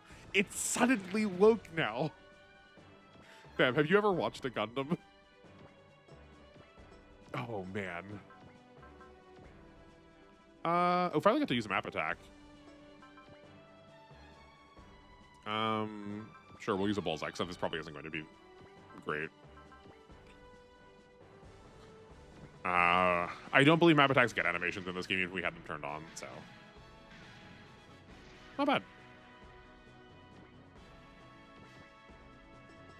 4 people didn't get used. Oh, right, yeah, because we still deployed. We're also down. I keep forgetting that we're like down a unit this whole time. We gotta get someone. We also gotta get someone over there. We're pretty freed up to do that now, though. We can get like the big risk go.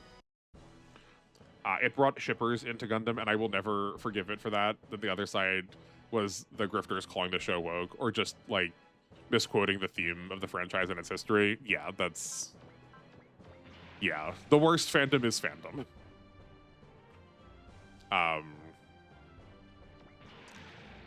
I do understand the like want to ship characters in the same way that we were talking before about like, I think a lot of shipping culture, not all of it, but I do think a lot of shipping culture comes from the want to like turn media more queer than it is. I feel like a lot of times when I hear ships, they are usually like homoerotic, not heteronormative.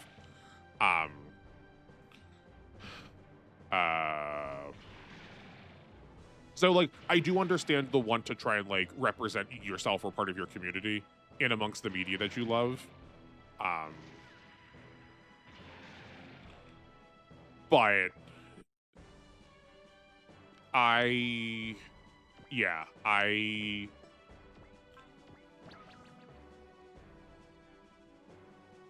think regularly I find it difficult, and unfortunately it is just like the call to order at all times now, is to mistake your shipping for canon, and then like conflate that without actually being able to like have a real conversation. Which Mercury brought shippers. Hasn't Gundam always had ships? There's a lot of Amuro X Char. Right, but like, actually, thank you. This is a great point. Amuro X Char is not canon, but like it is all but canon. We've like been told in multiple interviews that the point of having them roll around in the grass in Char versus like in Char's counterattack was to be as homoerotic as possible.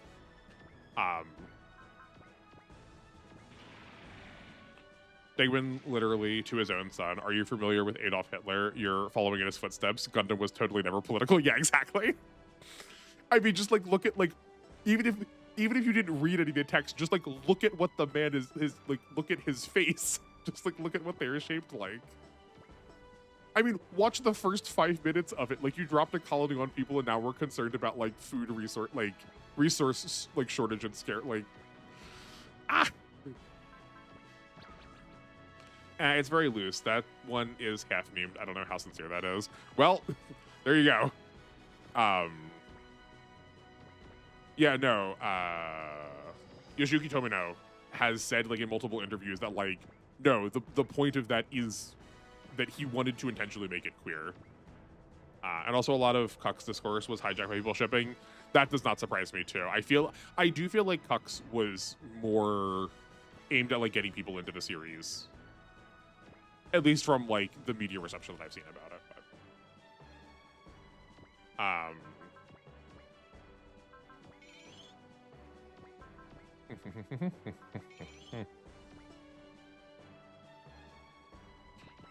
Yeah, I think maybe the difference is also the way it like dominates conversation, because like I'm sure people like probably had their ideals of pairings, but it just like wasn't as like dominant of the conversation, where if you tried to go into that space to like talk about it, you were like unable to do anything but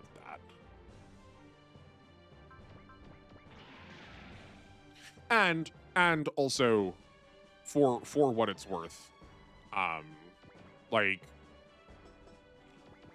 homoeroticism or like tension does not also make a canon pairing. Like part of the point of the story is to lean into that. But from a series that is famous for introducing the Western world to the concept of a Bishi character in the form of Garmazabi, like we're probably always going to be playing in that space a little bit. I don't blame the show for its fandom though. Yeah, I mean, okay, yeah. In this case, I don't blame. I know this was also directed at me necessarily, but yeah, I don't blame Gundam necessarily for its fandom. I think it is worthwhile asking the question of who are you making your media for? Because if you do make your media for a certain type of audience, like that is a little bit in a way what the show is doing, and like that we could hold the show responsible for it. A phrase I would use on my English students all of the time. I used it about books, but I think it's true about all media. Is that media is never innocent. Media is never guilty, but media is also never innocent. The series that is half what ifs of the most deeply entrenched time in Gundam. Love Bandai. Yeah, I mean, like it is trying to straddle a line that I don't think it straddles from having watched like clips of it. But from what I understand, I think it's trying to straddle a line of doing that sort of what if canon, but also trying to like catch people up on like, quote, what has this series been all about this time that they just like didn't, to make them feel like they could like jump into the series at this point rather than needing to go through like so much canon. Because I've tried to get my friends to watch Gundam before and they're like, I've got to watch like 30 series. I'm not going to do that. It's like you don't have to. But I do think a lot of people look at it and think it's like a thing like JoJo's Bizarre Adventures or One Piece, where it's like I've got to watch how many episodes to be canon. Well, also Wing fans are dominantly female, especially in Japan. Yeah, I mean that's true, right? Like the again, look at all of those characters and like look how Bishi coded so many of them are. The like predominant character type there is the like wafy effeminate boy. Which keeps with like a lot of like Japanese female audience like media interest. If you want to go down like a really deep rabbit hole of Japanese media, consider your like next 30 years of media interest consumed by the theatrical production that is Takarazuka. It is a stage show production that is exclusively female casted, and to counter kabuki theater, and the amount of women who like dedicate their lives to some of the performers is, you know, like the quintessence of fandom. But it happens most especially when we have women playing male roles, that the love for them, because of the way that they effeminate the masculine, is like I don't want to use the word obsessive to be like diminutive. Like I think it fills a role for a lot of women that's very important in how controlled like the housewife is.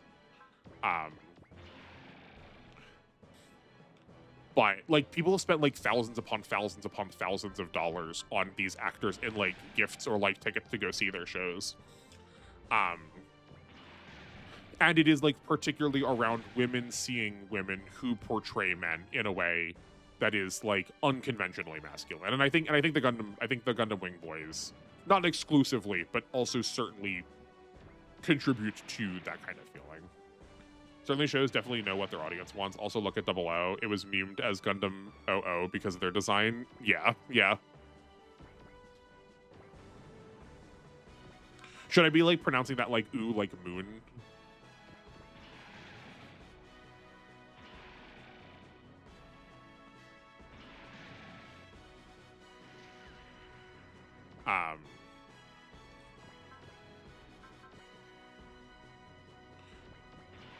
But but also then there is shows like The Boys where it's heavily satire. But it took people 2 to 3 seasons to realize, hey, I'm being satirized and I don't like it. Yeah, I mean, we've also brought that up. We've also said the same thing about like Rick and Morty before too. Yeah, that people's media literacy is like pretty hard. This is a weird topic to be discussing with GC. I get how we got here, but still, lock in. This is how most of my streams go, especially when we get down to the like end part where we're just sort of cleaning things up. We're like, there's no strategy that's happening here at this point. This is like we're just hunting down generics for like cleanup duty. Yeah, we do this all the time.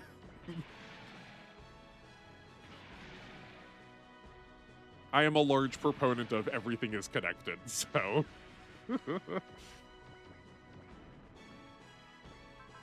I will concede though. I think this has probably been perhaps one of the most pivotiest of episodes, which is in zero ways a bad thing. But we've like definitely rapid fire changed a lot today. I don't think you were here when we were talking about Power Rangers before, but we also were on Power Rangers for like a half hour to an hour. And it's still a shame to this day that there are no Megazords in this game.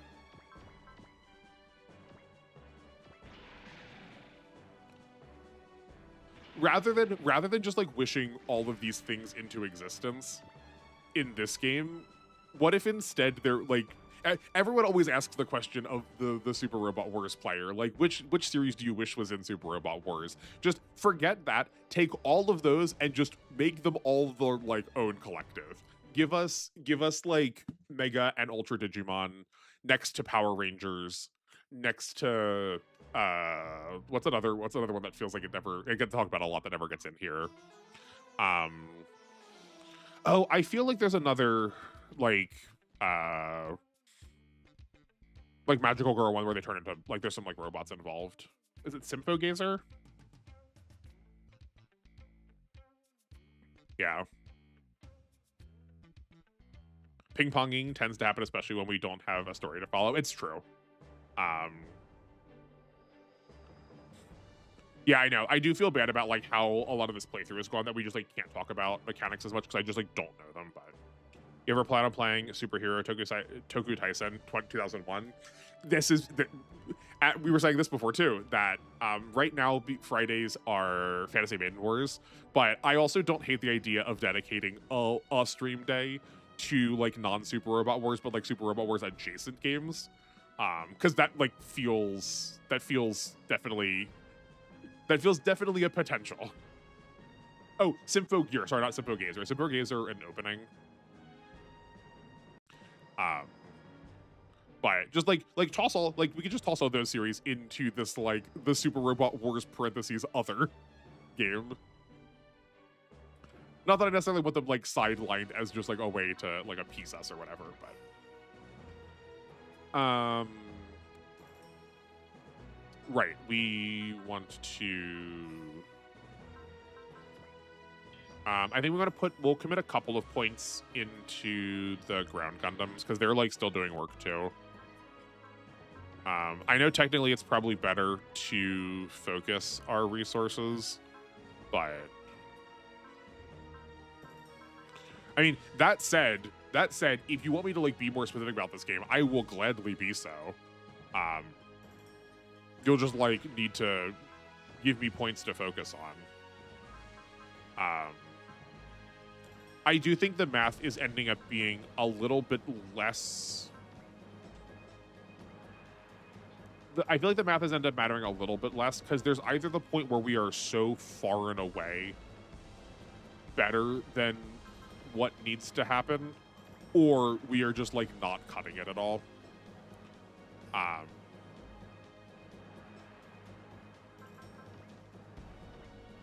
But I'm also like trying to like slam through some of these scenarios where I suppose I could take my time a little bit more and try to like calc things. Friday being the off Super War day is a pretty good idea. IMO plus prevents you getting sick of seeing Super Wars every day of the week. It's fair. Like I've said a couple of times, and it does kind of pain me that like now that I do this, I never play these games on my off time because I'm just like, well, I mean, I've already spent what, like 16 hours of my week playing these games, and then not to mention all the other work I want to do on the off time. Maybe we just put that aside instead. So yeah, no, I think it's probably a good way to like keep me from burning out on them. Sure.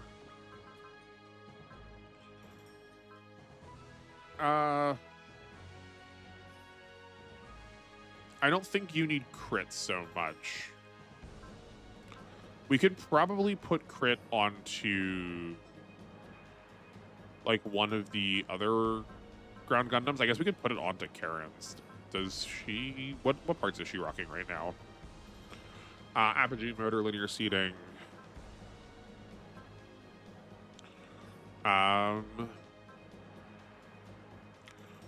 Our range is like probably overkill at this point with Karen. Like, we're not really getting max range out of her. So we could pop this on and give her plus 30 crit. I'm not even sure she's like the most damaging character right now, but it's not bad. This is not even halfway through. Yeah, it's true. I don't think you're rushing through it too terribly. Okay. I mean, we covered what? I think we covered 6 chapters today, or 6 scenarios, which I think is, or maybe it was 5. We covered a lot of scenarios today, which is faster for us than usual. But I think we did also like just hit the hump after the end of last stream when we got to add 3 other people to the team that we're like now really getting to. It now feels like we're actually getting on the offensive again.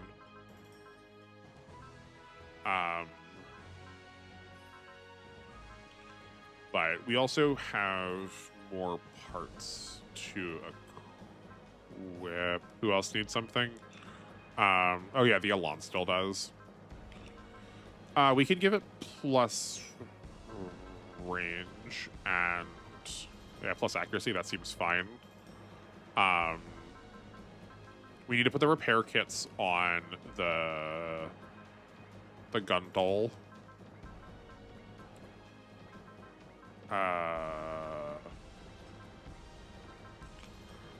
Okay, and oh right, I want to look at the gym sniper and see if we can fit the energy chip on it now. Oh, we just even have a free spot. We don't take anything off, but this is gonna decrease the energy costs by 10%, but not just by 10. That would be nuts. So what are you looking at then? Yeah, we're down to 27 cost. So we can fire off almost 10 of these before we need to recharge. And we're never gonna get that many out. So I think this is probably set up really well. The game I struggle to play the most right now is Impact, not because it's hard, can be frustrating, but because it's long and has a weird bug, so you can't speed up on emulation. That's really lame. That's so frustrating. There's gotta be a way to there's gotta be a way to speed that up, surely. Hold on, what's Impact on? Hold on, I feel like we gotta find a way to speed that up. Also, I don't timestamp these VODs because I don't know how much people would be interested stage-wise. Do you have any opinion? You already do so much work for me, timestamping stuff. I think that is totally fine. You just told me to take it easier and don't get burned out. Like, I don't feel like you gotta. I think that is totally fine. I think also because we're playing it weird, like if this was like a core playthrough and we were using like the main character units, then maybe. But given the fact that we're just kind of like being goofs, I think that works out fine. Impact is fun, but 105 is insane. But that's what you get when you combine 3 games. Yeah. Speeding up basically causes the game to black screen, so you'll hear the game. Interesting.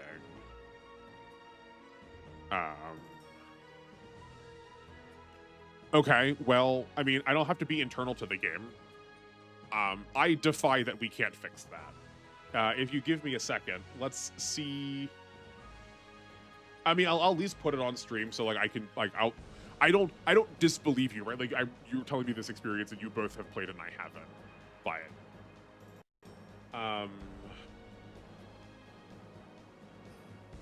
I guess also I don't have to just check.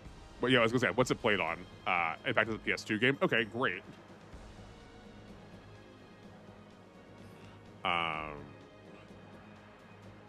Don't worry, all this stuff is already right here at my fingertips. Let's turn that on. And then I just need to unzip it wherever it has gone. I guess we'll do this instead of looking at unit art at the end, but that's fine. This is also important stuff. Oh, is it already unzipped? Okay.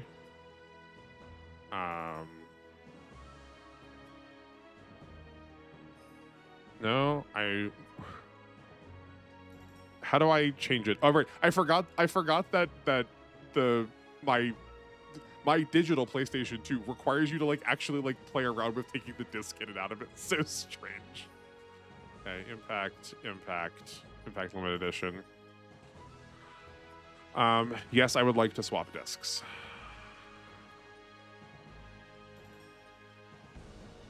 Okay. I wonder how this will work. So if I turn, will this work?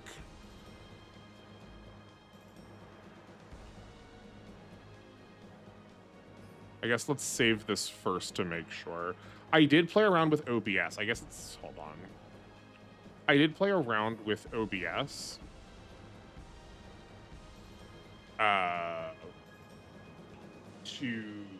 There we go. Okay, yeah, okay, we're good.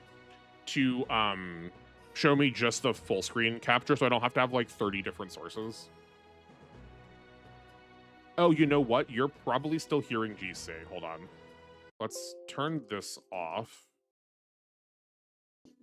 Yeah, okay. Give me a second.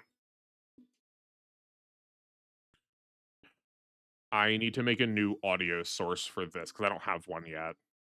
As much as I can capture the visual, I have my audio sources separated out for like editing purposes, so I need to.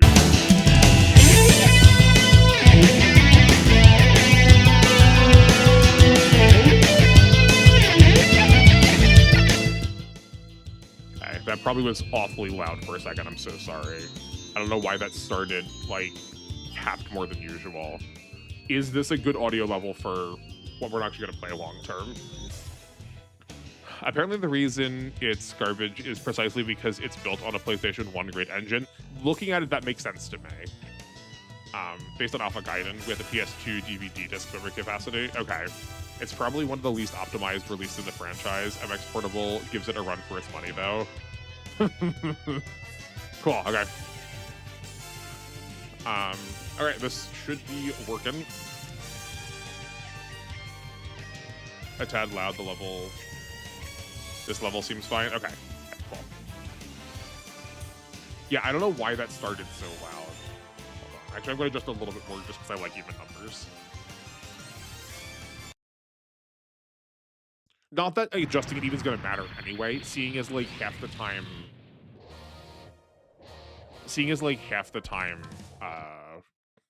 the audio for like actual soundtracks versus like the opening are different. Okay. I assume it would probably happen here, but I at least like let me look at a map to just see what it's going to look like. Also, I'm not sure why everything's off-centered, but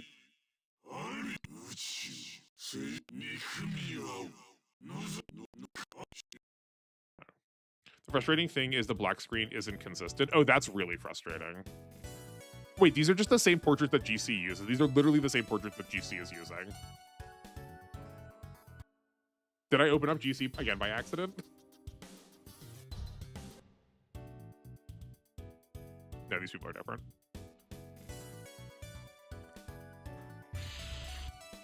Okay. Come on. Funny, MX and Impact are the two games with the most similar structure to YN30. Oh yeah, we had talked about this before. Yeah, because I had asked right initially when we were looking at route splits that because I knew Compact did that where you were like given 4 different. I think you're given like 4 different scenarios, and you still end up playing all of them before you're allowed to play the next one, but you get to choose what order you're playing them in. Computer lock off. Keyword wa. Yeah. Come on. That looks like PS2, old PS2 era stuff, but PS2 era stuff. Oh boy, that sprite's rough on this map though. Okay.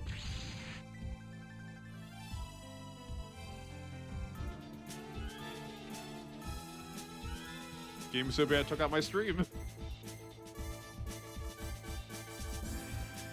Hey, game.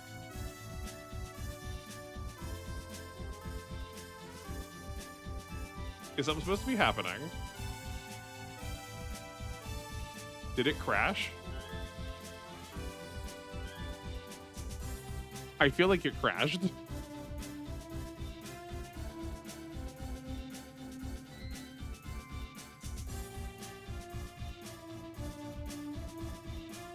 Okay, hold on. I'm gonna try and... God bless Impact. God bless Don Cougar. God bless Impact. We're just gonna try and reboot that quick, and then I'll reload state and see if that does anything.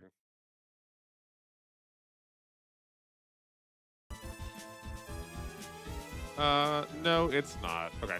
I mean, this will stop. This will still probably work. Okay. I know I have one of these hot. Actually, sorry. Let's make that big so you can actually like kind of see it. I know I have these hotkeyed because this is how I played MS Saga. I didn't want to like use my copy of my actual copy of the disc.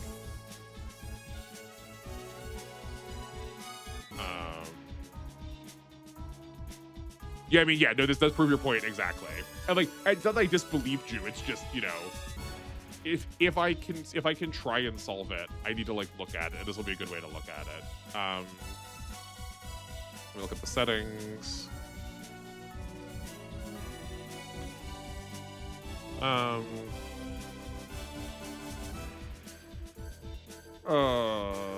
I want hotkeys somewhere. I don't want speed hacks.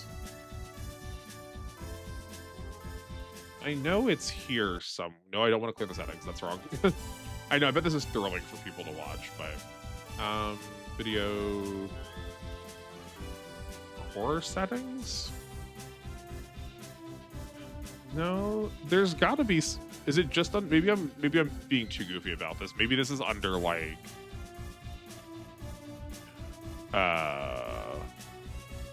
Just like regular control settings, like emulation settings, maybe? No, that still takes me to the same place. I swear I sped up MS Saga, because that game took forever to, like, get moving.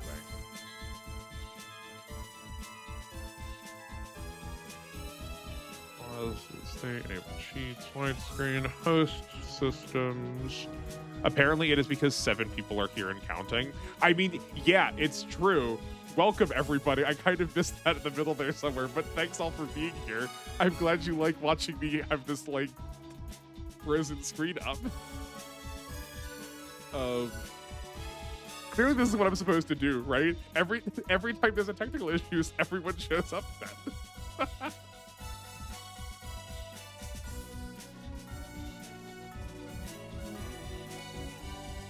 How? Okay, so worse yet is I can't actually even find where to change my controller settings. There it is. Okay, that was in a weird place. Because I just want to toggle like regular speed up though. Oh, because we're in controller settings, it actually paused the game. Okay, so yeah, this is supposed to not have audio to it right now. That is correct. Pad 1.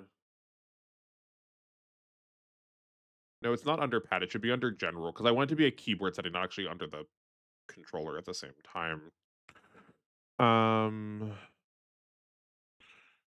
I figured this was going to be fast. I can do this on like literally every other emulator so quickly. And I don't use the PS2 one a lot. Okay. Well, I'm not sure looking at this much more is doing me any good. At least this like slight embarrassment on stream will get me to look at it. I don't think I'm like suddenly going to be able to solve it when no one else has been able to. But Yankee, if you do come back to stream, I will try and figure out an answer to this. This is also just how I roll. Like, if you bring something up that's like, this is a thing we need to know, I will be obsessive about it to the point of trying to figure it out. So, if you do come back to a future stream, I will try and get to the bottom of this, at the very least to like reproduce the bug. But I feel like there's something we can do.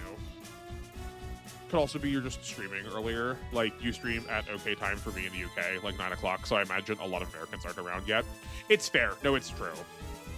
I mean, I did start intentionally by picking times that were like not when people normally were about, specifically for the purpose of trying to like not take up the same niche as if you like wanted to watch your like regular streamer at the same time. Um, so that is probably doing that. Is that like suddenly I'm like running into that time where people actually want to stream. Okay, well, we haven't done this in a minute, and I would like to get this video finished. So, Yankee, if you're here, welcome to the last segment of pivoting again on the stream, where I this started because it was baffling to us that Cornelia did not get a unit in Y. So I looked at the unit at some point, and then um we just started doing like unit art analysis. So we've been going through rose of the recapture right now. We're almost finished with it, but my plan is to do this with a lot of series too, because like so many of these, like Gundam gets all the attention when it comes to like talking about mech design, and very few others do. So like we're gonna do that too. The only solution I found is that it works on 2 of PCSX2. That's what I'm on though. And then got broken again when it updated. Oh, that's frustrating. Okay, so actually maybe I'm not on 2.0. Maybe I'm on like 2.1. You're my regular streamer. That warms my heart. I mean, I kind of figure like you spend so much time here. How do you've got time to do other things? I mean, like I'm again glad you're here, but just I appreciate it. I'm not sure why, but that is the closest I found too. Okay, okay, I'll play around with it. I'll see what I can do. No, come on. I guess we turn. I turned MAHQ on, and my computer knew that's usually when it's time to crash the stream. Okay.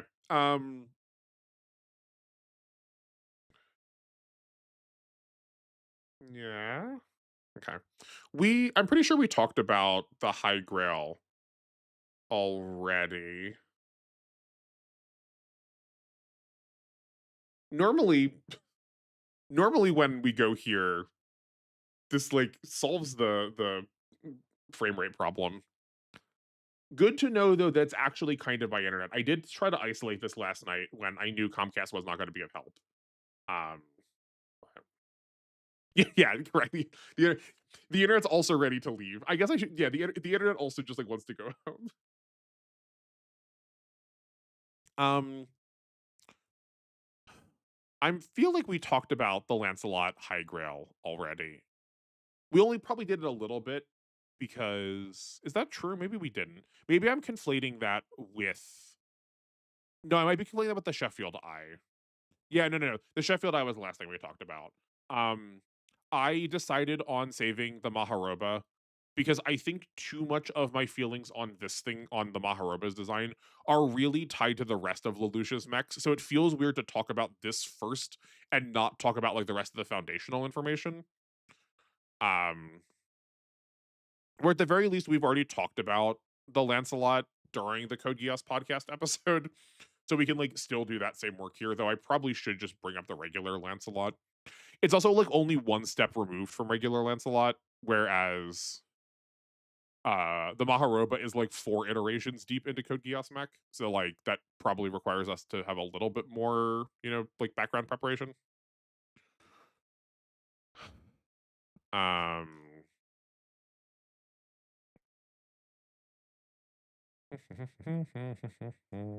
there we go. Yeah. Seeing as there's a lot of people here, if you were unused to me doing this, I like thinking about the visual design of robots to tell stories and like what they communicate about characters or the narrative, and just like what parts of design are like, it's also just enough to like the vibes of the design. Um, I've not said this in a minute, so it feels worth saying again. I have literally no background in art. I just like it. I have not taken any like professional or informal classes or training in this. I do know a lot about story and like how to talk about story. So like that's usually where I'm coming from. Um, in this specific case, if we were talking about uh Rose the Recapture, I have not watched the show yet. I don't necessarily want to know about the story. I'm going to speculate a lot about it, and if I'm wrong, that's okay. You're welcome to laugh, but I'm not necessarily looking for people to to inform me about what's happening with the story. I just want to take some like educated and constructive guesses based on what the design is to see if that can inform things. And based on control room guys' reaction to things, so far that works pretty well. So like, turns out design does work. Okay. Out of recapture so far, this is like perhaps the most vermilion and bright red we have seen. Um,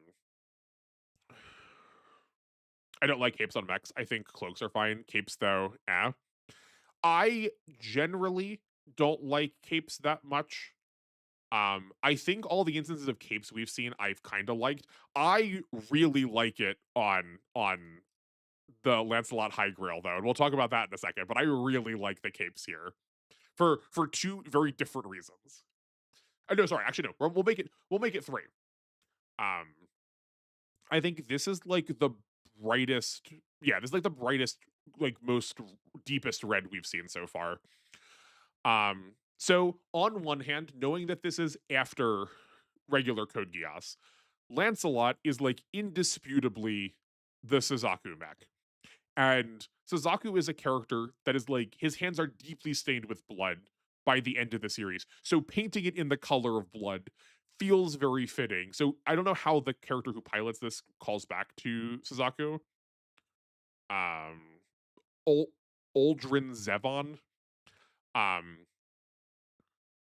but we have like, we're making sure that we remember that this is a nightmare that deserves the term nightmare. That no matter how heroic or knightly this character is going to look, we should be thinking about this in terms of its violence too. My input is the pilot is based on Dorothy, so I think that's also why it's red. Okay, that's fair. That makes sense. Um, yeah, because hers is like, I feel like hers is a little bit more pink, but yeah. Um, we also have this mixed with the red and gold colors, so I'm willing to also go like kind of phoenix on this one. We have like eye beak shape for this torso. So maybe there's some like dying rising from the ashes. We already have a series that is concerned with like multiple persons or like multiple identities, both in terms of Code Geass as a franchise as a whole, but also from what I've gathered about Oz. So maybe this character is presumed dead at one point and shows back up. At the very least, it's a rebirth of the Lancelot. Like I said, it is a Suzaku mech, and it's now sort of getting reborn in this form with a different pilot, which is part one why I think I like these capes, because this is not one solid cape. This is two separate ones. So I feel like this is adding to my want to have like bird motif, that these are like two different like big flowing wings. Um and then we also have these double swords that I'm presuming are probably going to be on the other side of it, that work like really big like pinions on birds. And then we have these two smaller shields for like the down. Um and then like these feet also are like not claw kind of shaped. So I feel like there's a lot of bird imagery going on here if you want to see it. Um Second, I really like these capes because as much as these are red and bird like, we also really like associating like red capes like with bulls and like charging. So I feel like given the fact that it's a swordy, I'm assuming that it's probably going to be fighting with these swords. And Lancelot was always the more one of the more like, it does use a number of guns, but it is kind of melee focused too. Um uh that like the cape sort of like matador style, like drawing people's attention with like really bright colors and really distracting garments to try and like sort of disarm them, move them around, fits the nature of what we've seen out of Oz. That it's a lot more high speed mobility, more combat oriented, and having someone who has this sort of like cape weapon as like distractor and tangler. There is precedent for that in sword fighting, which is then part three. That also works surprisingly well when fighting with a sword if you are well versed at it. Um, there is like some amount of small historic precedent uh in more European places. Like Code Geass is definitely not set in England or Japan, that are just adjacent to each other. Um but I don't want to speak to exactly where, because I don't think I can remember when. I think I'll just be guessing. But I do know I've read a couple of like historical sword manuals that involve someone fighting with a cape and a sword. And the cape was like a good way, a particularly heavy one too. Like you can't do this with just like any piece of fabric, but it's a good way of like getting someone's like melee weapon tangled up in you. And it seems like we are pushing more towards more melee focused weapons in Oz. So that like matches well to me with it. So I would not be surprised if we use these defensively, especially because we've seen other elements like this before. Like we've seen a couple of the ones that I've described as like chess pieces as having like shields. But a lot of the things on these side parts have been on the whole more defensive for units. Like the not the Fomaholt, that's a gun from Final Fantasy. I can never remember the name of the what I'm calling like the king piece. The one I'm presuming is the boss mech. The full bout.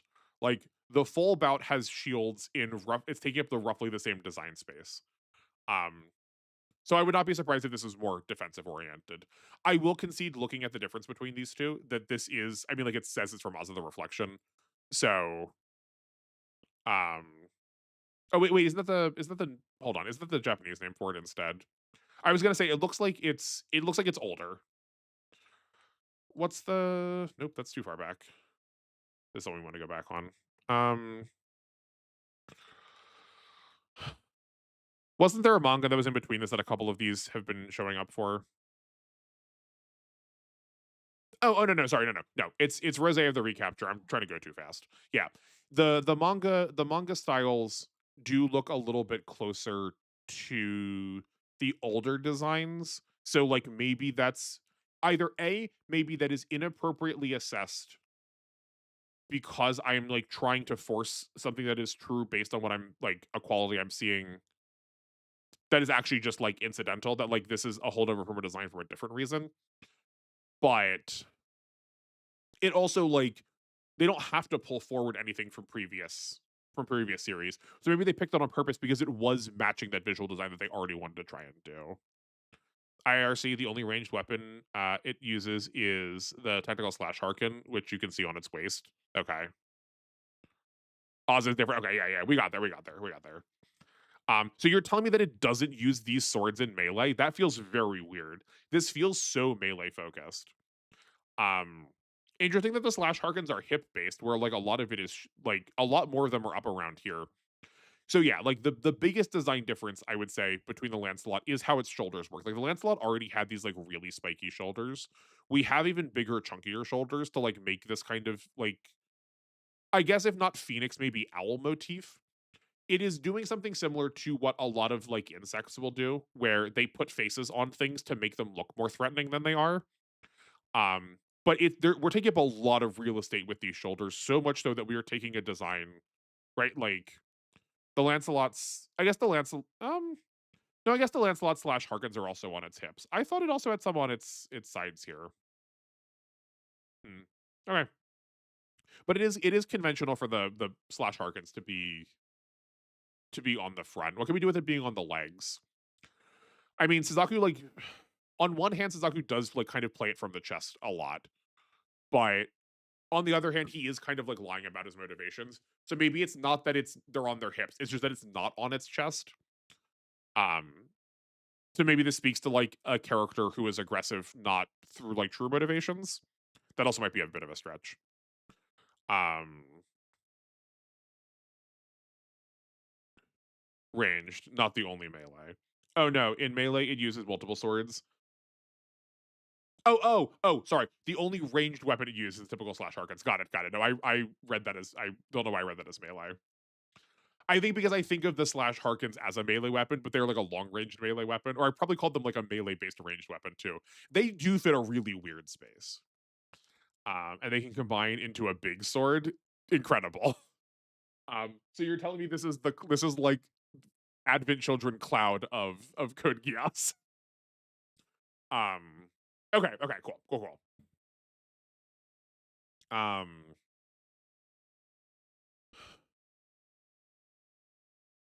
we've done this a couple of times before, but like worth pointing out here again that our observation eye is kind of our tertiary color. We are like primarily gold, or sorry, we're primarily red, then gold. And then we have these two like blue gemstones. I'm presuming it's on the other shields too, but we have that same blue carried through into the eyes, all three of them. Which I think requires us to at least acknowledge that maybe these shields have some amount of like observation power, even if not literally, like nominatively so. Um, but the fact that these are also unified in visual design, um,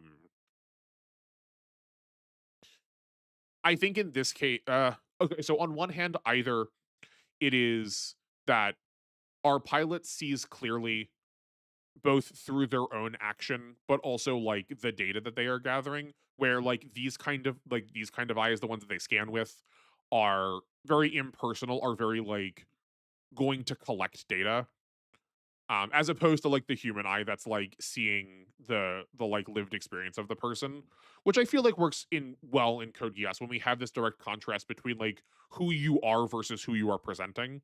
So maybe the fact that we have all of these like visually coded elements unified says that this person not only can like see through the lies of what's happening, but that they're like able to incorporate the data that they are experiencing in the world into what they're doing with their life.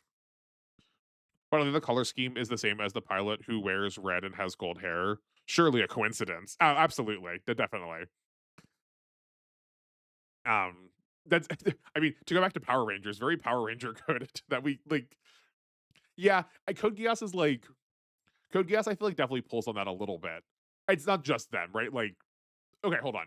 It's not just them. Uh but it does lean really heavily onto a lot of main characters having a visual color scheme, and then making and like that being their unit too. But I was gonna say, but like Gundam does that too. Like a lot of shows do that. But whereas Gundam, I feel like the character is given that color scheme and they're like, please paint my mech this color too because I like it. Whereas here, I feel like it's more the mech first and then the character is designed afterwards. I don't know if that's true. That might just be a vibe I'm getting. Um, but I think because when we have the like narrative moments, okay, when we have combat, that combat is either exclusively combat or exclusively conversation. Code Geass sort of jumps back and forth. It does so very quickly, but it jumps very quickly back and forth between it being fully narrative or fully action. A lot of the fights in Code Geass, whether the characters knew it or not, were very one-sided. I think a lot of characters go into things thinking that they are going to win, but ultimately someone lays a trap, enough traps or has enough plans that the winner's already sort of been decided before the fight, as opposed to something like, you know, one of the big three, like a Dragon Ball, like the typical shonen fighter kind of show, where like you need the battle to sort of hone your skills to like turn you into the thing that wins. Um, so it like it does feel like we need to have the mecha sort of stand in for a pilot. So I think a lot of design attention is given to them maybe first because that's how you're going to see on the battlefield a lot more. Where it feels like a lot of the actions, despite the fact that Gundam is a real, it feels like a lot of the actions of Gundam pilots regularly sort of get pulled into the behavior of their mech too. Whereas here, it feels like the mechs need to do something different to show us the tactical side of things versus maybe what the characters are like experiencing on the inside of it. Suzaku has his iconic white costume to match the Lancelot.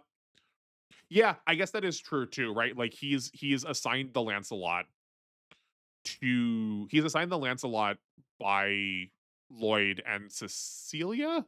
Yeah, as like a test pilot, and then they do give him the outfit to kind of match it. Yeah, it's true. I don't know if he's like the only. I don't know if he's like singular in why I'm thinking that, because like Lelouch is. I actually well, but like Lelouch's black uniform comes from his school. Um, he does dress as Zero though, but that also Lelouch and Suzaku are also harder to make the call on because their color schemes come from Shaoran and Watanuki from the rest of the like Tsubasa Holic Clampaverse. So they're like they weren't going to change those here. Um, where like Callan was already kind of doing a red color scheme because of her hair. Uh, before we got the Gurren. But yeah. Also, yeah, as far as Gundam goes, Camille and the R2 don't start with matching colors. Well, obviously the Zeta does. Yeah, yeah, yeah. Yeah. And ultimately Gundam is a story that is trying to tell, like, we're ultimately trying to tell a story about people and how they relate to war, and that like a lot of their machines are at the end of the day rendered as a tool to perform war. That's like why the Gundam needs to get destroyed at the end of most of the series. Whereas here, I think the worldview of Code Geass, it takes that humans and conflict are sort of like inevitably intertwined. Um, so but it does so in a way that doesn't necessarily entangle them together, right? We don't have something like G Gundam where the pilot literally does move the mech along with his body. Instead, we've taken two separate halves, kept them very distinct halves, um, but are still working, like are still a whole. We've just like pushed them. The separation between them is like machined so fine you couldn't tell the difference unless you tried to look for it. Maybe. Callan and the Gurren is also the obvious choice to point out. Yeah, yeah, like that's like maybe the exception, but I feel like Callan is also designed around that at first because she was given a unique unit to counter Suzaku first, where we didn't have this like every named pilot needs to have a mech that is designed around them. That was still at the point where it felt a little bit more chess like, where a lot of our like side characters were just given sort of like the generic default units because the robot themselves didn't matter as much as the like how we were moving the pieces. Whereas later we want our robots to have like different powers or different abilities once we know our characters a little bit more and they stand out. So the fact that this is also like, I guess I didn't talk about this at all, largely because I don't know what's drawing from, but like a couple of these units, so like High Grail, um, the Tristan Divider, I'm pretty sure the Sheffield I2. Yeah, that's also an Oz. Um,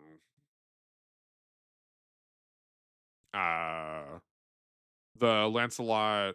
Oh no, the Lancelot. Oh yeah, no, the Lancelot sins from the movie. Uh they're all from previous series, so like we were intentionally drawing back to them. Maybe all of this was like all just fully garbage and none of this matters in this case because all this is just flashback. Like for all I know, this doesn't even factor into um Rose at all. In which case, I think all the things that I said are like still true about the design elements, other than maybe the like side pieces being used for defense, and maybe those do make just more sense for Oz. Um, Also, I guess fitting that Dorothy and Oz go together. I mean, like I like I get that that's on purpose. Um, Actually, where'd you say the part about Dorothy? I mean, yeah, yeah. My input is that it's based on Dorothy. Yeah. Um, Oh, actually, hold on.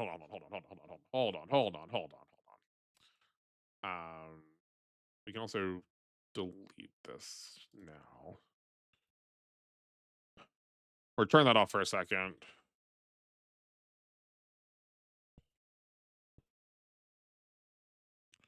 Oh, okay. Hold on. Who's who's the isn't there a girl with pink hair that's a knight of the round? That's who I was thinking when you said Dorothy. I wasn't thinking of like Dorothy from Wizard of Oz. Because like she has, I guess for like the red high heel for the red heels. Her dress is blue though. Um, because I was combining. I knew there was a knight that was named Dorothy, but or Dorothea, but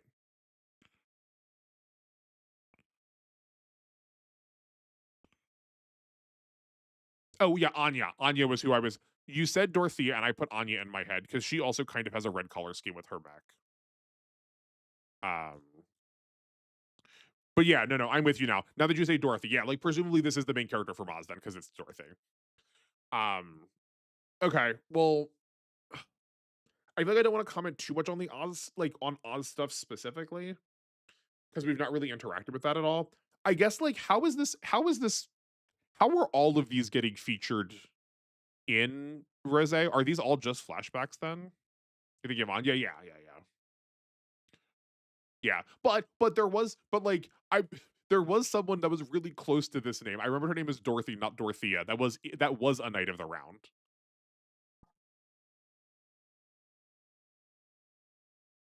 Yeah, how do these show up in Rose?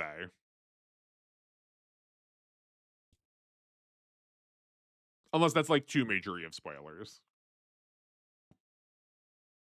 Because like I've been assuming that this stuff is like set roughly around the time of Rose.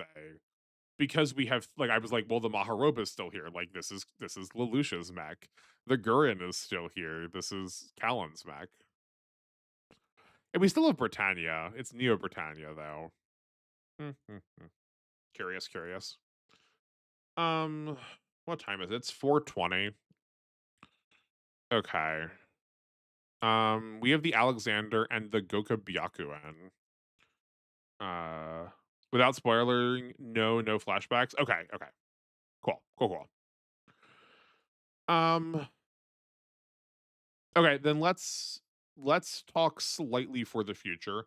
Is the Goka Byakuen worth talking about in terms of Rose? And then if not, the only thing we have left is I'll probably do all these Alexanders together because nope, that's not the button I wanted. I wanted to hit control. My giant sausage fingers hit control and shift at the same time.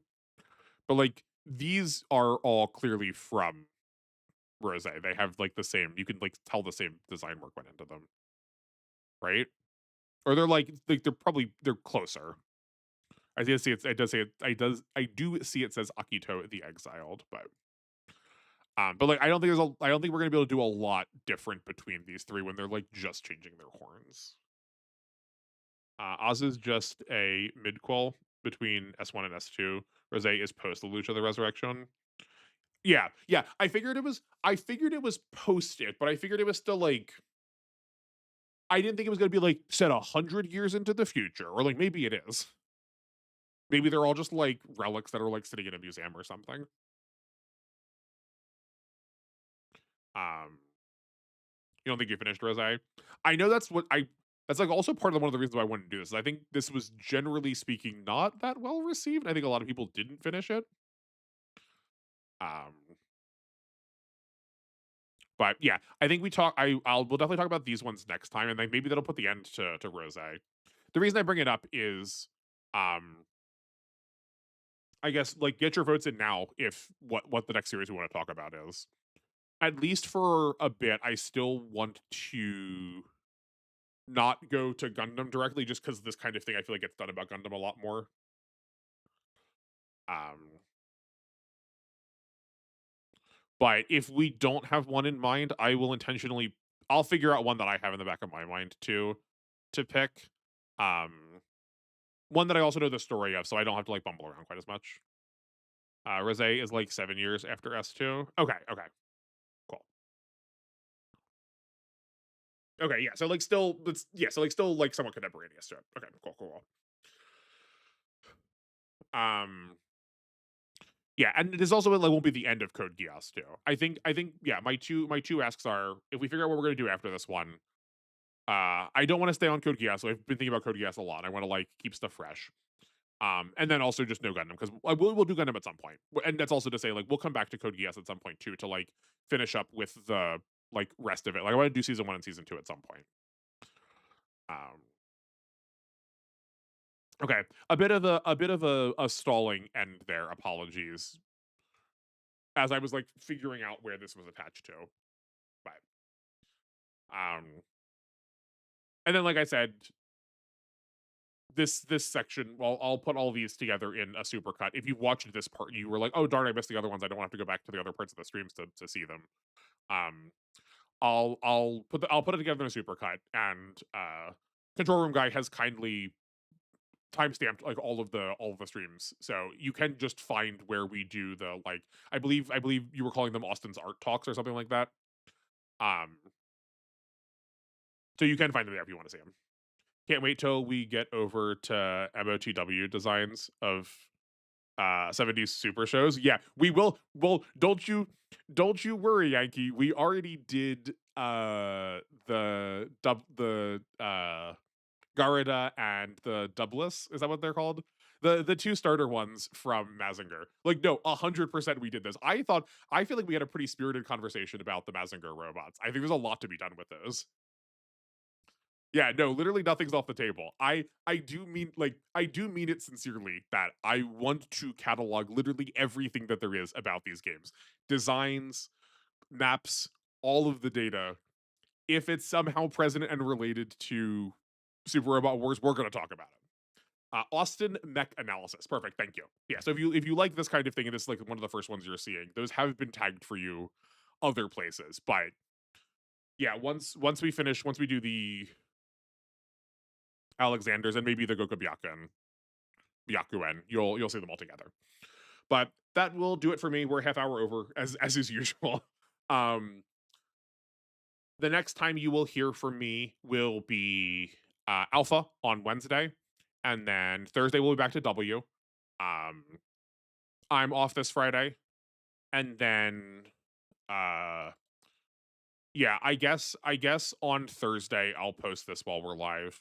But just as a reminder for everyone, I am going to be away at a board gaming convention on for Thursday, Friday, Saturday, Sunday, and Monday.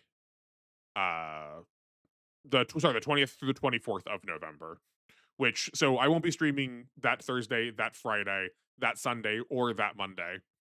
But I will have stuff for you in the meantime, such that you will be able, like, you won't be fully devoid of channel content. Uh, Alpha and W day after day, I am spoiled. You and me both, because these have been killer choices. Alpha and W are really good. See you then. Thank you for coming by, Yankee. I appreciate you being here. Take care. Hopefully we'll see you. We'll catch you in stream again. But if not, I will glad to see you in the VODs. I'm glad we got another person on the team. You need a blue sky or something for these updates or a community post. Yeah, as I was gonna say. Yeah, I'll put in a community post on Thursday.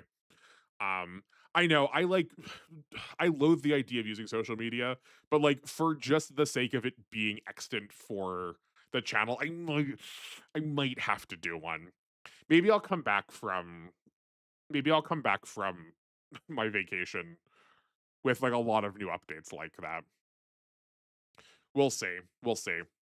Well, thank you everyone so much for watching. I appreciate you being here. We uh we continue to grow. I am flattered and humbled as is always. Is I'm glad it's still fun. Like I started this project 7 months ago. I can't believe we've been doing this for 7 months. Um I mean I haven't been streaming for that long, but yeah, I'm glad you're all here. This is this has been a good project. I hope we keep growing with it. Um but that'll wrap things up for me for today. Uh take care, control room guy. Thank you for being around. We'll see you next stream, and we'll if I don't catch any of you in the VODs, I will catch you hopefully live. Take care, enjoy the rest of your night, make meaning out of your day, and I will see you all later.